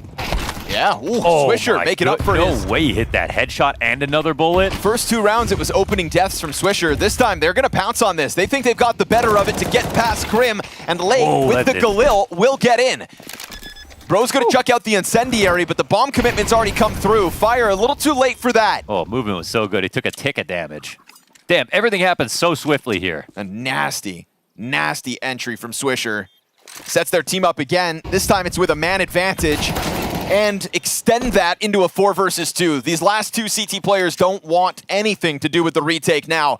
Hoping to get out of here alive. That is Swisher to set it up, but also Lake having that Galil. Makes the second kill versus Grim all the easier. I mean, this is an impossibly good round. Like, how many situations you saw someone swinging the half wall? They might get a dink while you fall back, but a headshot and another bullet with a Tech 9. I would see reactions for that. Yeah, so tilted if I was Sonic. Foot.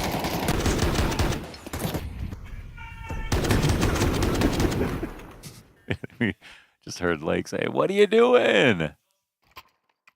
Trying their best, man. It's everyone's first go around.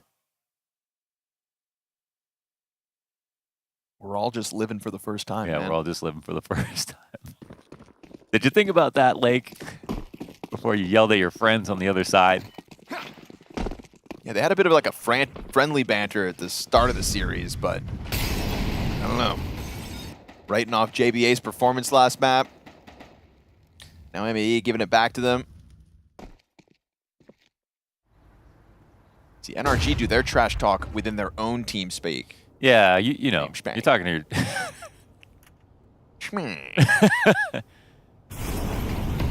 Yeah, sometimes I feel bad when this team comes because it's like you're just saying that to your teammates. You don't want them to be like, oh, he's so good, obviously. Meanwhile, it's Lake, what are you doing? You suck. He's not hiding pointing at all. at 3 different people. I do truly believe he's the kind of guy to say it to your face too, though. Yeah. And then shake your hand right after. It's all part of the game.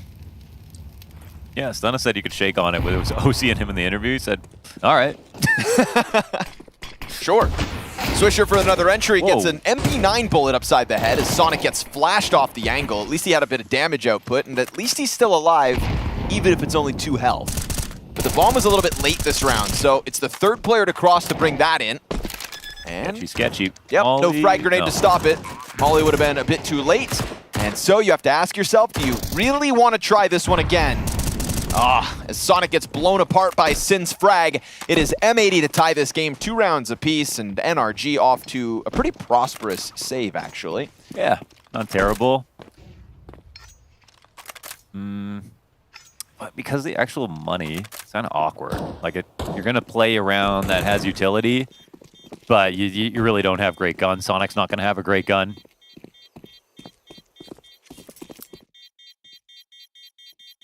That's very uncomfortable. I feel like one more rifle would just feel so much. Everyone's going to get nades. You get one more rifle saved, then you're kind of in business. But M80, unscathed, 5 alive, bomb plant, money made on everybody.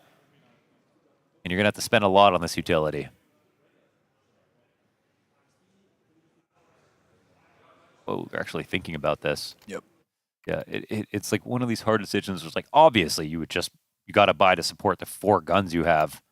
It's just really not that great of a buy. Yeah, I actually think this is right. Just let it go. It's crazy. I think they made the harder but correct decision. And they still have enough to win. It's just harder, obviously. But it might mean they play more retake spots in case... Oh. Okay.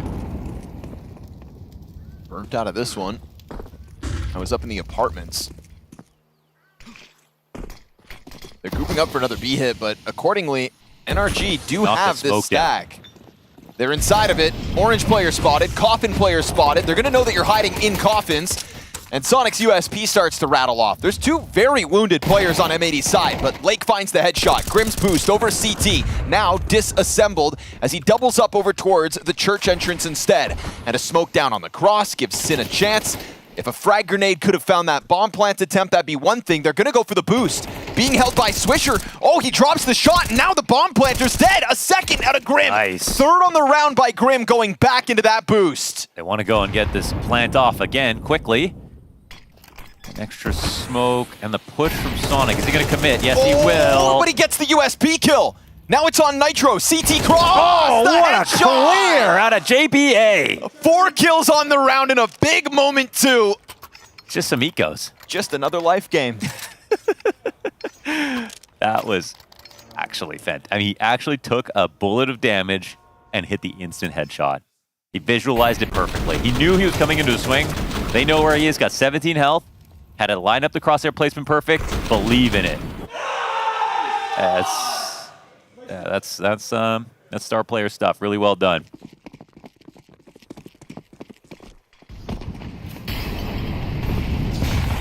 Gosh, NRG would have loved to win that round, but they didn't spend that much and actually get a very good buy now. Grim's even got a fancy new AUG. Well, field tested maybe, but straight from the pawn shop.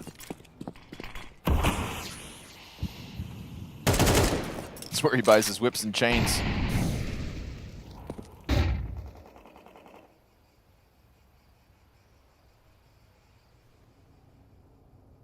JBA yesterday versus Bait had a lot of impact out through the apartments play.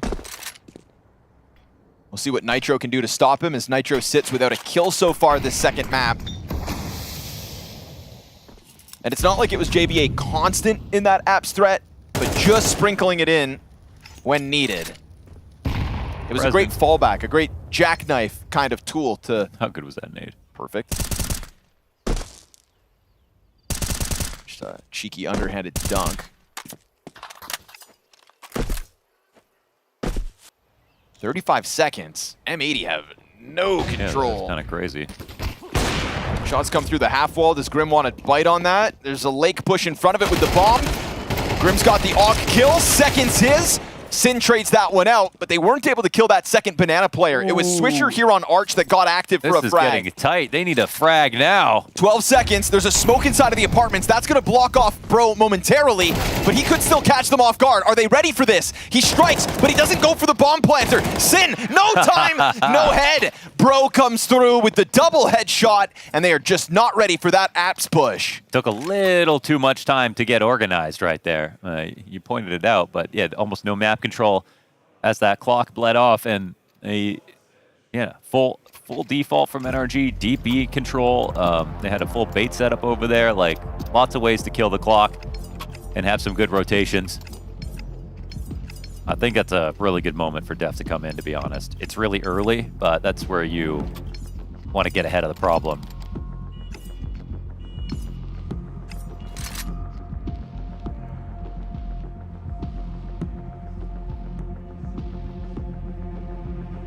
Can't wander for too long in the 5v5.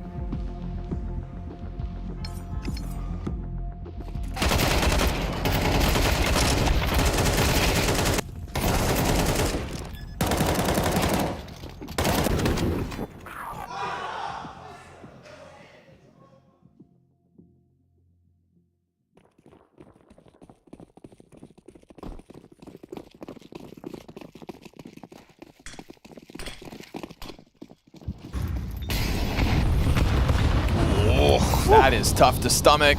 They'll still put one up on the half wall. Is there another nade here for the CTs? No. Double. Oh. Yes, but a little late to the party. Very fast scramble back by M80. They want to tether off of JBA's opening. He doesn't come through the apartments, but he does still find an early angle. They don't see anything. They get these two smokes off and then go for the wrap. They're going to be worried about Halls. They haven't thought about it yet. Boiler activation. Oh. Yep, Nitro presses down into the back of them. You'd think they would have considered it by then. They didn't get to the end of the site yet. I think clear everything out. Yeah. Well, Sin. It's just nice from Nitro. At least able to put that bomb down in this opening that JBA has found. He's got a smoke to deal with this Nitro flank back around through Apps. Does Swisher want to take a look at Arch, or is he just kind of letting them get out? Yeah, sure enough. He'll stay tucked in this middle corner. They just got to coordinate with Nitro. Sonic clears it. Swisher hears him coming. Nitro threatening Boiler at the same time as Sin just tries to get back through this stream of bullets. Can JBA really be the hero here? Or is Sin, no, offers him nothing from inside pit. It's versus 4, and the retake comes through from NRG. Sonic, he's got the kit. The one of 3 players with one to get NRG in the lead off this CT side. That was so sound. I thought they were going to wait an extra second for Nitro to be able to peek Boiler just to guarantee that kill in bracket, but they didn't really need it. And this timing from Nitro is so nice because if he doesn't act then, they will turn around. There's no one in pit. There's no one throwing nades. There's no op shot that'll be heard from Moto. And at some point, there's going to be nothing else to watch. So if he didn't go for a frag or a peek at that moment, like he'll almost have no way to counterplay. Halls would just get sealed off, and that would be a nightmare retake.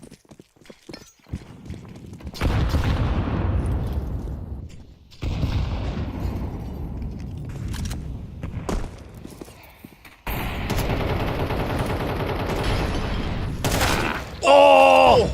Wait, again! He's gonna get another kill. No way. No way. Swisher single-handedly. Yeah, you almost have to give this round up, even though they've got nothing to work with. How is OC gonna respond to this? Pops it open. Doesn't stop Lake from getting up and over into orange. They need one lucky kill through this smoke. Otherwise, you might actually have to save. Oh, that's brutal. Unbelievable. He looked to the other side of the smoke. Swisher hit his Tech 9 shot and switched to a knife? Or who switched? I didn't see a switch in that. I saw... okay. I just saw Swisher walk through a smoke with a rifle pressed against his head. Yeah, and then turn to the fast side. reacts to the Tech 9 headshot. And then the flashbang pops at the same time over. Oh, he he switched did? to his nade. Oh my goodness. Ooh. And those ones are going to start to rack up against Grim, because he's also the same guy that didn't kill JBA and CT spawn back on Ancient. Got whipped on by that MP9. This one brought to you by Swisher. Nothing but net. Who doesn't do the yelling, lets his teammates do it for him. And this is a Swisher who at times individually has taken a step back from his best version of himself, and yet coming into Cologne was the first driving force for M80's success to get to that 2-0 pool. Doubles his kills with that round right then and there, and an unexpected victory for M80 to tie this game at 4. Oh no, your nades are clipping the walls now.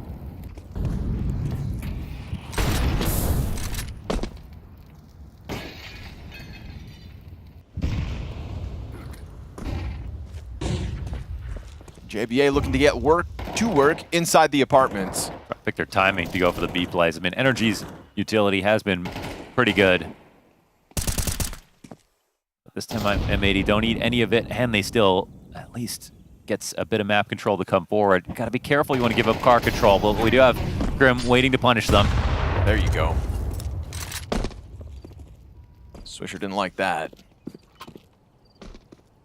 They shoot him off of B, so they're hoping that it's going to be, 3B in response. Not sure re-smoking that was the right idea for NRG, but they still haven't moved anyone else over to help, so they have the right read. Lake wins the fight as Bro steps into it. Opera looking for the response. Oh, collateral! Swisher dropped to the background just as he goes back into the play. OC's got a third! And now as JBA's dealt with by the pit play, it is a perfect sequence out of OC. That was awesome. Making movies over here. Op dominance to put that lead back in NRG's hands.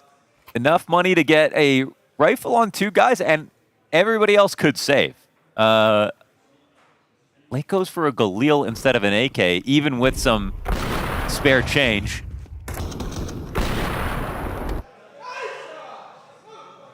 I guess he'll be the one to save for an op to try to get Slacks involved in this match. Swisher earns this AK after having found that double entry with just the Tech 9, but here come those grenades pelting him down to 17 health, and Grim will find the headshot. Not letting him get away with his antics this time. Grim wants more, set up appropriately. 2 more players still behind him, just supporting Grim in this challenge, and more util damage just sinking M80's ship here in the 10th round of their T side. As impressive as M80 were on the last map, NRG have showed us, like, in this stage of the major, they've come prepped with a lot of good utility.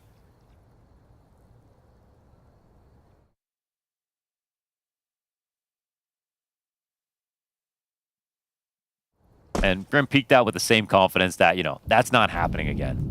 I'm still happy to take banana control. You got lucky last time.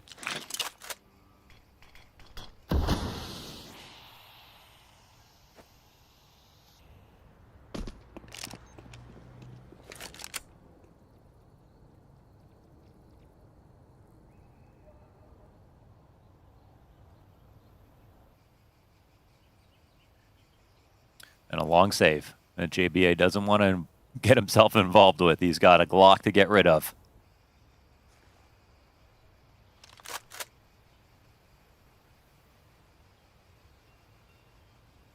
What are the odds he plants this bomb? 0%.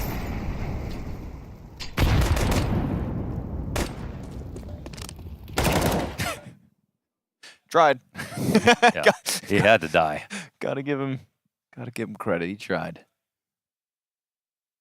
Oh, what's on the menu? 6-4 lead for NRG now. Really starting to cement themselves into the CT side.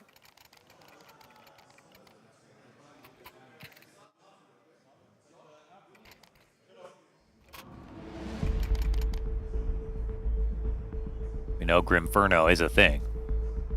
You said it, he was pissed coming into this round. Stormed the top of Banana. Here we go, tack timeout def. First time really this T side across the series has really needed them. It's the second one he takes, but it's at that critical juncture. Again, it was in the late portions of the halves that M80 were losing, just like this, right now. He takes these timeouts. He was able to convert rounds versus bait off the back of them, and not just one, but the kind of streak to the finish. So let's see if they can do that in their attempt to tie up at the very tail end of this T side. He never waits until it's 2 bad rounds in a row. Both times so far, just instantly after any red flag.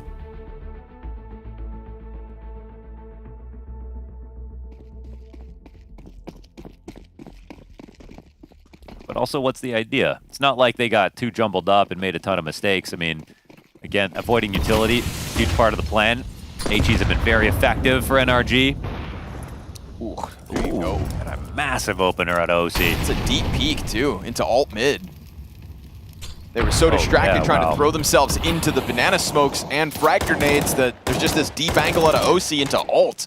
Oof, man. M80 coming to this one, scrambling for anything to look at. The utility has neutralized M80 again. Yeah, just fantastic starts for NRG every round.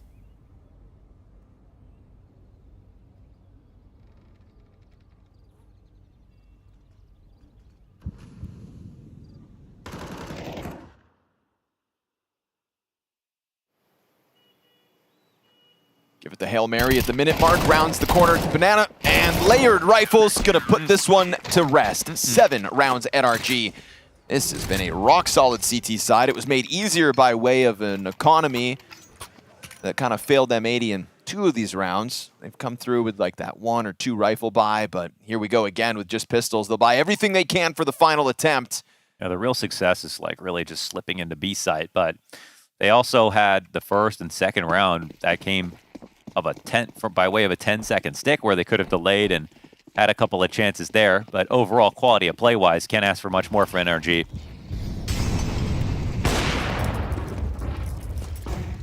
This is how you play CT Inferno.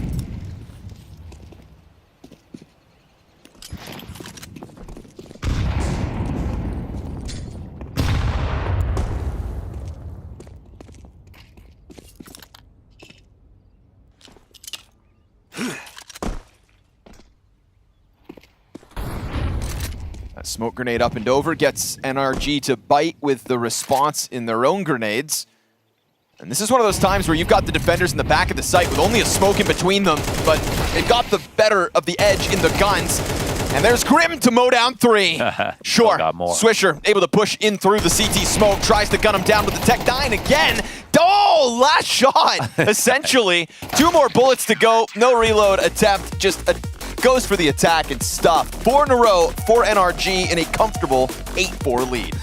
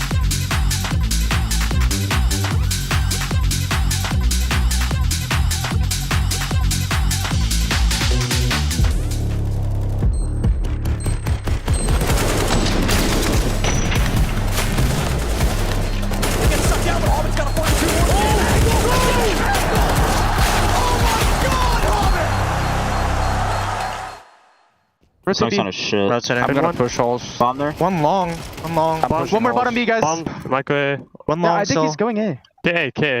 Alright, I'm hiding backside. I pushed holes. Yeah, come on. You're in A. Stay alive, Nick. It's gonna fade now. You've wrapped. Default dead, one more default. Default.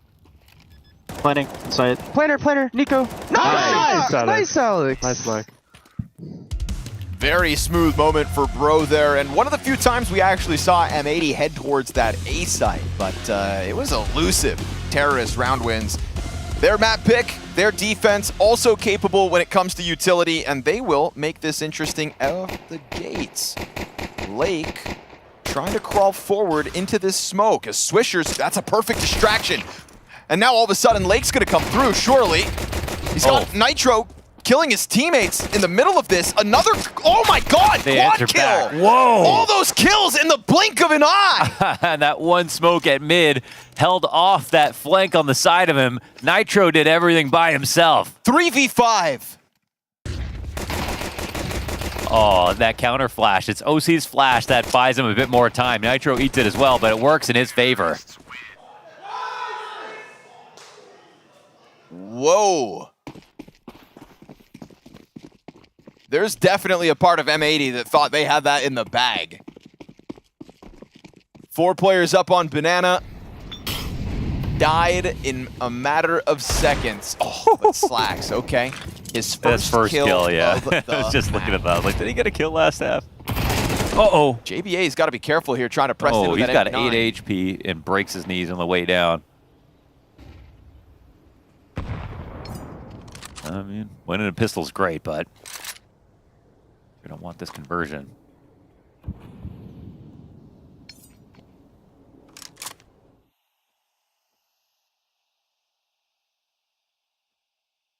Trying to get ahead of this commitment. They'll go numbers strong on A. A is that's a crazy place to go. I mean, obviously, 4 guys here. Yep. No smoke grenade to throw into the apartments, though, so it's going to be a 2 apps, 2 short push in a moment. They're hoping there's just 2 players here is the only thing. Slacks just needs to be able to fall back, and there's one. Yeah. A nade that comes off it. That's going to tell them at least 2. Now nades land towards apps. JBA will kill Nitro. Pro is looking to be the savior here. JBA tries to keep his head down. Lake's picked up his in the middle of it all, and now it falls on OC. Galil on short, 35 seconds, 3 players surround him, and sure enough, the force buy for M80 sticks. Ooh, just a couple ecos there for JBA. And NRG lose after that pistol. And that's gotta feel terrible because they barely got out of that one. Now it becomes a 4-round game. All the money made for M80 out of that round. Crazy that is Slacks' first kill of the game. Puts this one in motion.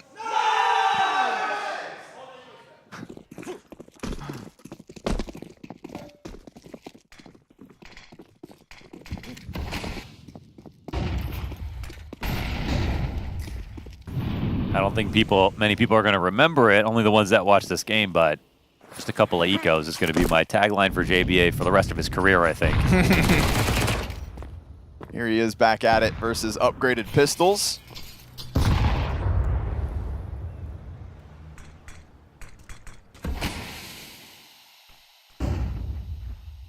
To the top of the scoreboard he goes. Oh, Swisher making sound on that fall. It's nice to see JBA as well with, impact maps in a row. Yes. Yes. You always see parabolic scorelines really good, and then, just not much, or the rest of his team is shining more, but I think that's definitely one of the fairest criticisms about him back on his wild card days. Yeah. When Stanislaw was really trying to shape him into kind of like the next big North American thing. He'd pop off, but just not a whole series in a row. And he was set up to really succeed on that team, so when it did work, it made sense, but then it was the hot and cold nature kind of undermined his reputation as like the big thing.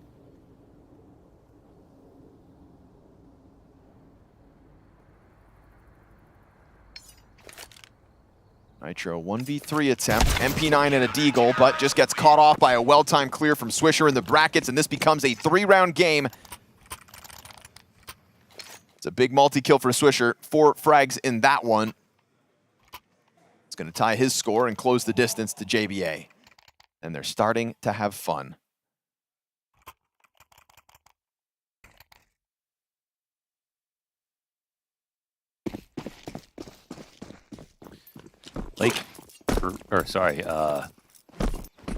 JBA, Sonic, and Grim. The only 3 players with a positive KD so far this match.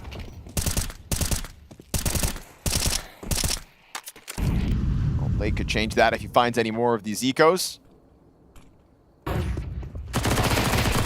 Slack's making money for the op. Okay. Easy payday towards top mid. These Glocks will get nothing. Looking to find 5, they will do so. What did he say? Something. That was a grunt, yeah. Just gamer noises. Obviously, NRG had nothing to stand on in that round. They will find their first bye here in the 17th of Inferno. Because they get that, they did not get the conversion denied. Now they kick off the first rifle with no money in the bank. After they spend down, get these AKs, they need to pass this test. Yeah. There's like $30,000 surplus across M80 as well coming into this. Slack's not pulling out the op just yet. Hangs on to the MP9 for another one. Oh, they're already getting everybody over towards the A site. They know what's happening. Nitro. Oh, first victim as Slacks finds the spray through that smoke. And there are bodies still to press through. Sin takes it onto his own hands, and it's a Lake pinch on the other side of brackets that works that kill out. Oh, ooh. Slacks, little labored. Then the M4 of Lake tries to pounce. He also only gets damage onto Grim, who takes damage from 2 players but survives those fights. This is interesting. Look at how well equipped Swisher is in this spot. At nade, any chip damage? No, but the molly will also work. It's gonna flush Sonic off the plants. No, he still finds a pocket back there. So allowed to go into it. Swisher's gonna try to give himself a smoke in front of this to work with. They could just start spraying through, but they're worried about where he emerges. Sonic holds the sight side, and they will come through. It's double digits off the back of NRG's first gun round. Ooh, very scary, especially with a Grim, that long duel up in the halls, but he won it ultimately. And again, these 2 guys, the 2 guys with a positive scoreline on the team, delivering. After going down 4v5, the rotations so efficient from M80 come over to the A site, but it was a couple of MP9s as well.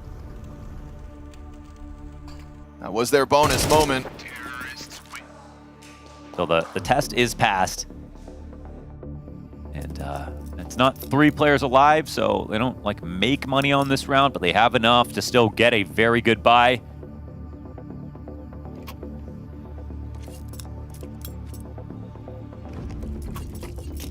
They'll be a little scared by the fact that they picked A that early in the round, and yet M80 were already there. They know that they were just trying to transpose into that A finish as quickly as possible. For whatever reason, they knew they'd do it at the beginning of the half as well, so Nitro's got something to think about.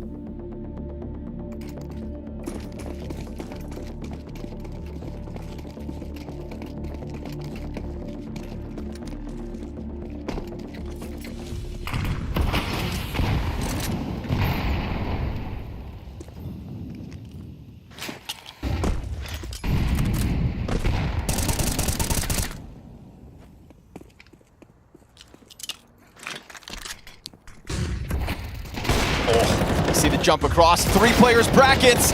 JBA's got them all! It's a full crush. Not able to hang on to balcony though, that's where the other 2 emerge. NRG, this is what they've got to work with, trying to get this bomb. Sonic looks to dive it, writes off the threat of Boiler, and now Lake's gonna set that bomb ablaze as Grim from 50 health is sent that much further back. That's real perfect from Lake. He doesn't really take the fight, just gets over to Boiler. They have it cut off. Holy. Feels like JBA back-to-back with reads. another 3K. That fast rotation into the A site a round ago, and now triple bracket setup that NRG just jump right into. Wonder why they wanted to try that again so quickly. And in the face of a missed op shot from Slacks and a smoked off Sin, it is JBA who posts that triple.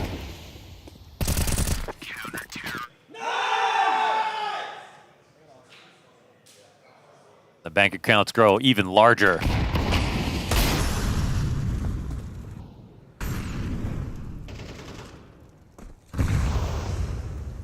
Sends NRG back to pistols.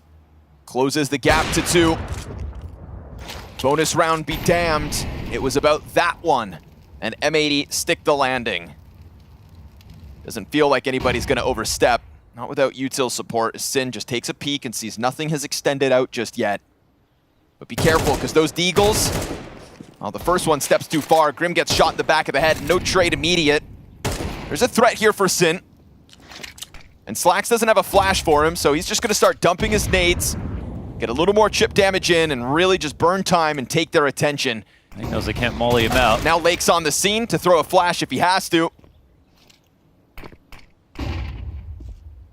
Just playing with NRG as these upgraded pistols are going to find nothing. The economy of M80 grows off the back of this at the same time that NRG's lead dwindles.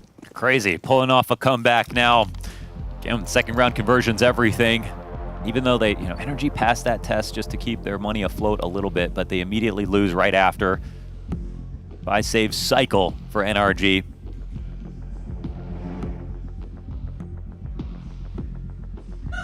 OC's op was pretty powerful in the first half, but that's where you get the shine on Inferno. It's now Slacks' turn.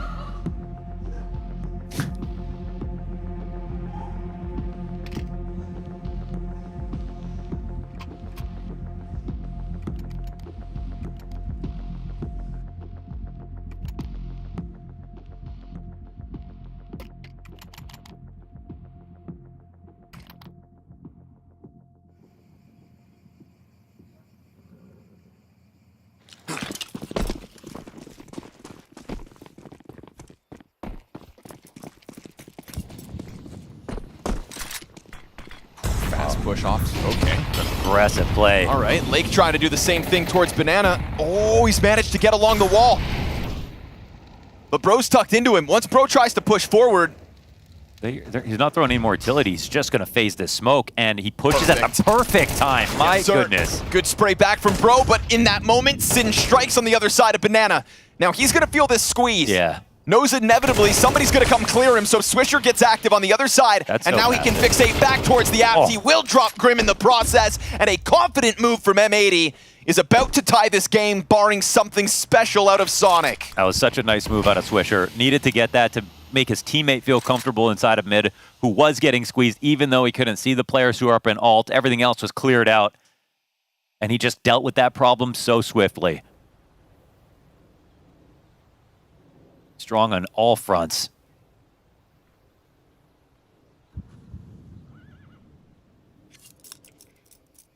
It's a weird moment for Sonic. He's already got a kill in this round, so they know where he was. Reverse clearing Banana is just not going to be easy. JBA just sitting here with a nade, kind of giving it the jiggle, confirms it. Now he's going to just go save, honestly. Molotov you off.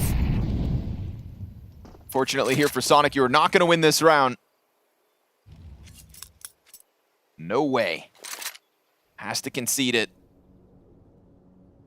Save this AK while we can see his teammates have no money. Yeah, tight no game. Money. 3 rounds of loss bonus at the moment for NRG.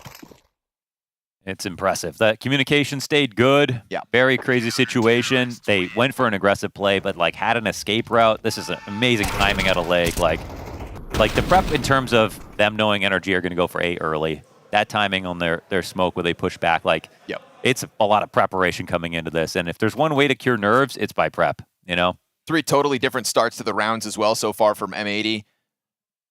That first A stack, the triple in brackets that JBA delivers within, and then that one, an aggressive move to spend NRG into an awkward spiral where they'll spend half the money they earned waiting to get back in with full guns. Can Sonic be the difference maker, having hung on to that AK-47?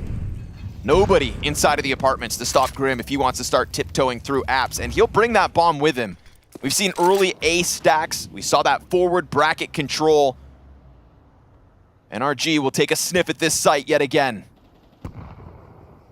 JBA in a great spot to catch you as you start jumping over the railing. He will catch Grim first. Slacks with 1. Sin dies as OC's wounded, and now this is all on JBA from inside of the pit.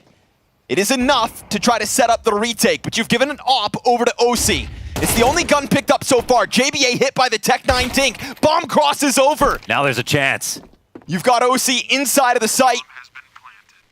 You've got 2 pieces left of M80, and will they anticipate this arrival from Lake in the apartment? Yeah. A grenade into the smoke, that's gonna draw a lot of attention. He blindsides OC. Tons of utility still to work with here for M80. And they've evened out the numbers, confirmed both the bodies. He tries to climb up and over.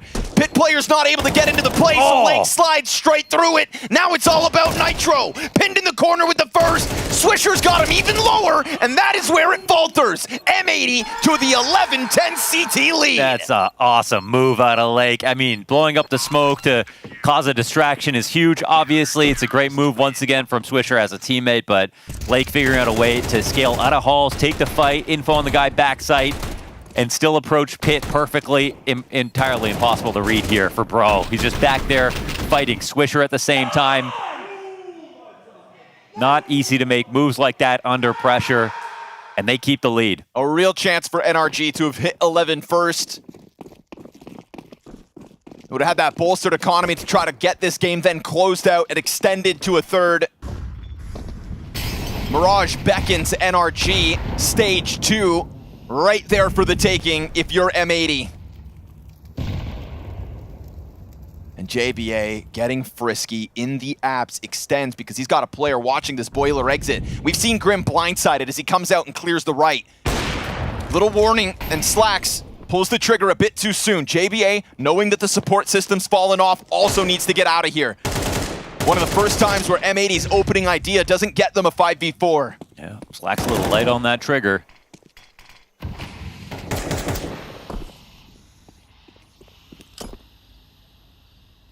Setting up for numbers strong on B. Wait, they're a little bit far back.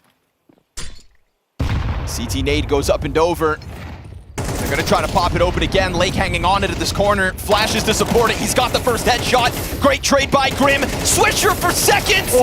Not able to find a third, so both bodies confirmed. NRG, if you want to pounce onto this, you know there's just one player who is here throwing that utility to support. And now it's Sin, hiding back behind Nubox, giving space over, finding Bro with back turned as he tries to dodge JBA's flashes. OC's 62 health clutch demanded of NRG. Oh, and the Ops got it this time. Heavy on the trigger, he will close, and M80 with 2 chances to just finish off this series. Yeah, gave themselves a good chance with that tactic to get the upshot on halls. Once they broke apart that structure, made the right rotations, fought B extremely well. Swisher, again, I just feel like his impact is kind of quiet in some sense, but like if you're really paying attention, he's moving these rounds forward. Him staying aggressive right there, knowing he has Sin in the sight, and Sin also a great step up for him, especially considering what we saw yesterday on Inferno in those later rounds.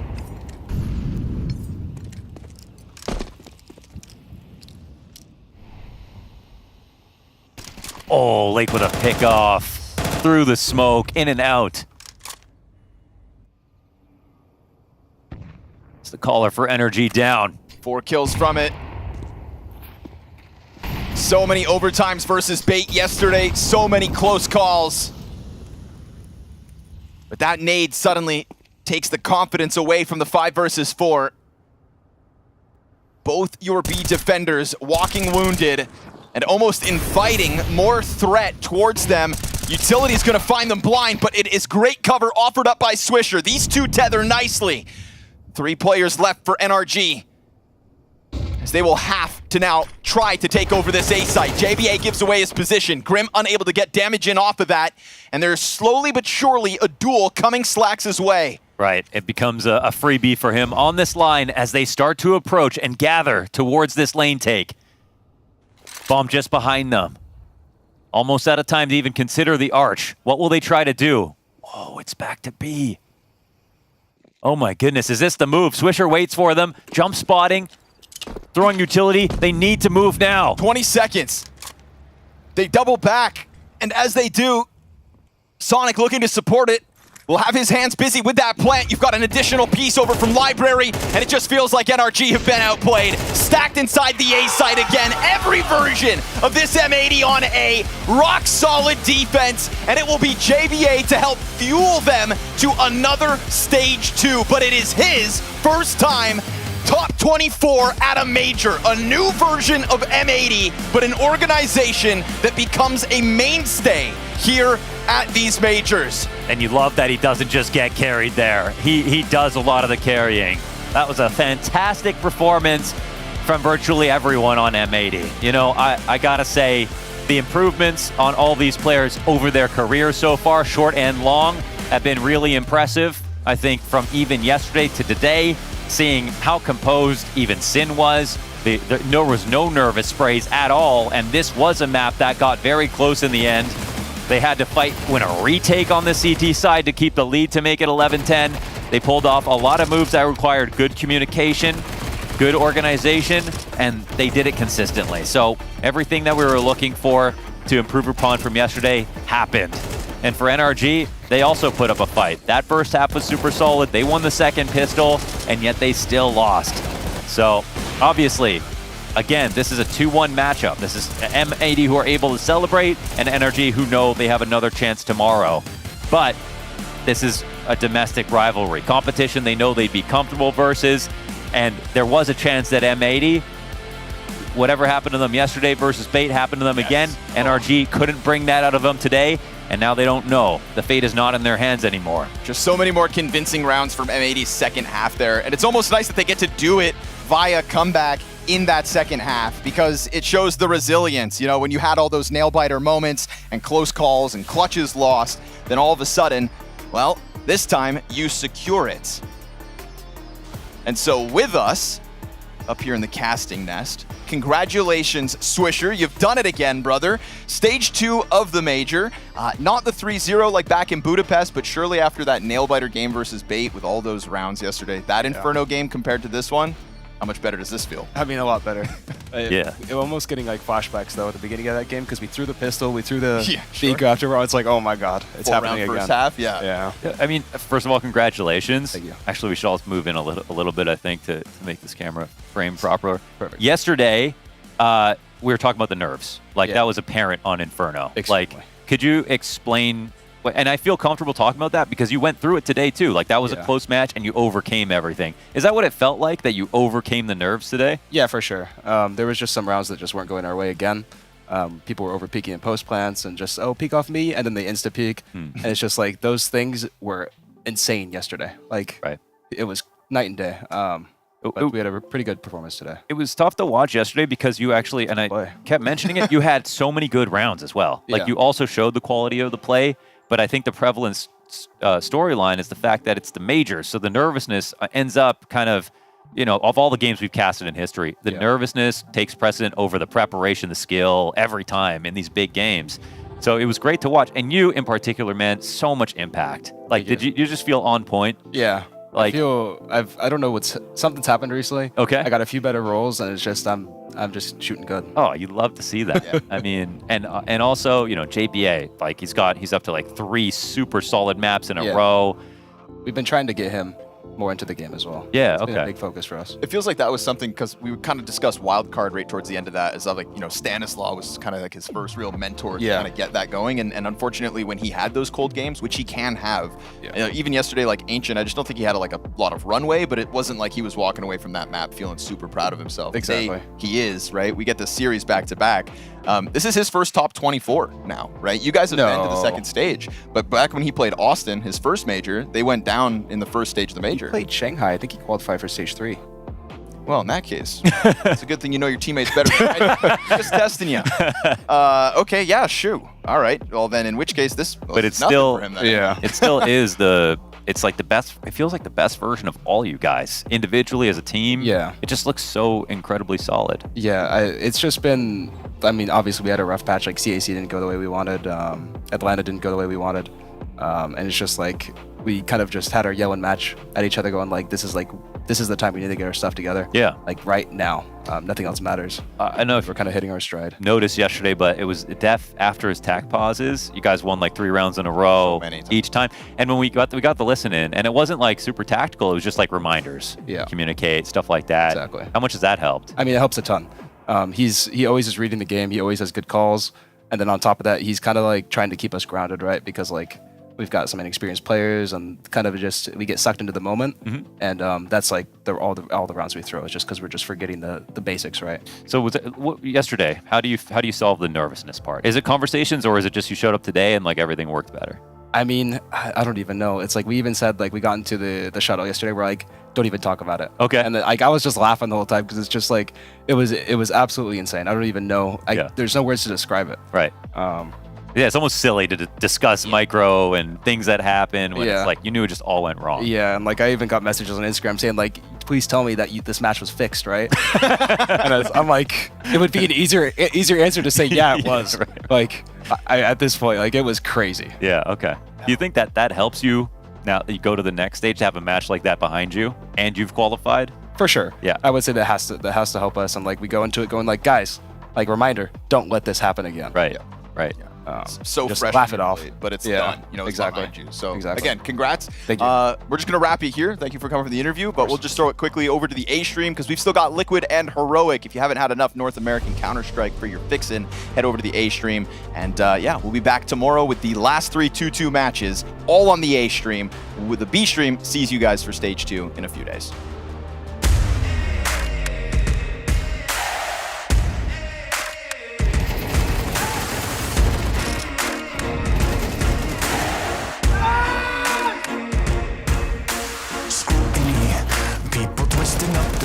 This ain't new to me. Since the age of 22, I've been using it like it's fuel to level up, like it's champagne in my cup, like there's nothing interrupting my pursuit of dreams. There's a vision in my mind, it's consuming me. Take my confidence combined with opportunity, mix it up with unity. Soon to be the greatest of my generation. Operation Victory. Fight or fly, we will stay. Through the perils we dare not to stray. Spark the match, light the flame. Out of luck, out of sight, dangerous, dynamite. Dynamite! Setting fire to the clouds at the speed of light. Going up, not coming down, screaming. Superman's kryptonite. Blowing up, dynamite. Dynamite! Setting fire to the clouds at the speed of light. Going up, not coming down, screaming. Superman's kryptonite. Blowing up, dynamite.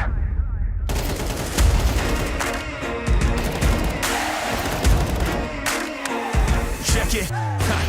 Troubled days, lonely nights, lot of tears, lot of fights. Big dreams met with bigger lies. It ain't what it seems from the outside. On my downfall they pray. Will I surrender or will I betray? Given the trauma that lives in my brain, or use it to fuel up the fire in my veins. I never complain, I boss up and do it. If there's a battle, I fight my way through it. If the wind blows, I thank God that he blew it. Cause what is a blessing depends how you view it. The fruits of my labor are in abundance. Indispensable, I'm not redundant. Incomprehensible the way I've done it. When the struggle pushes me, I don't shove it. I rise above it.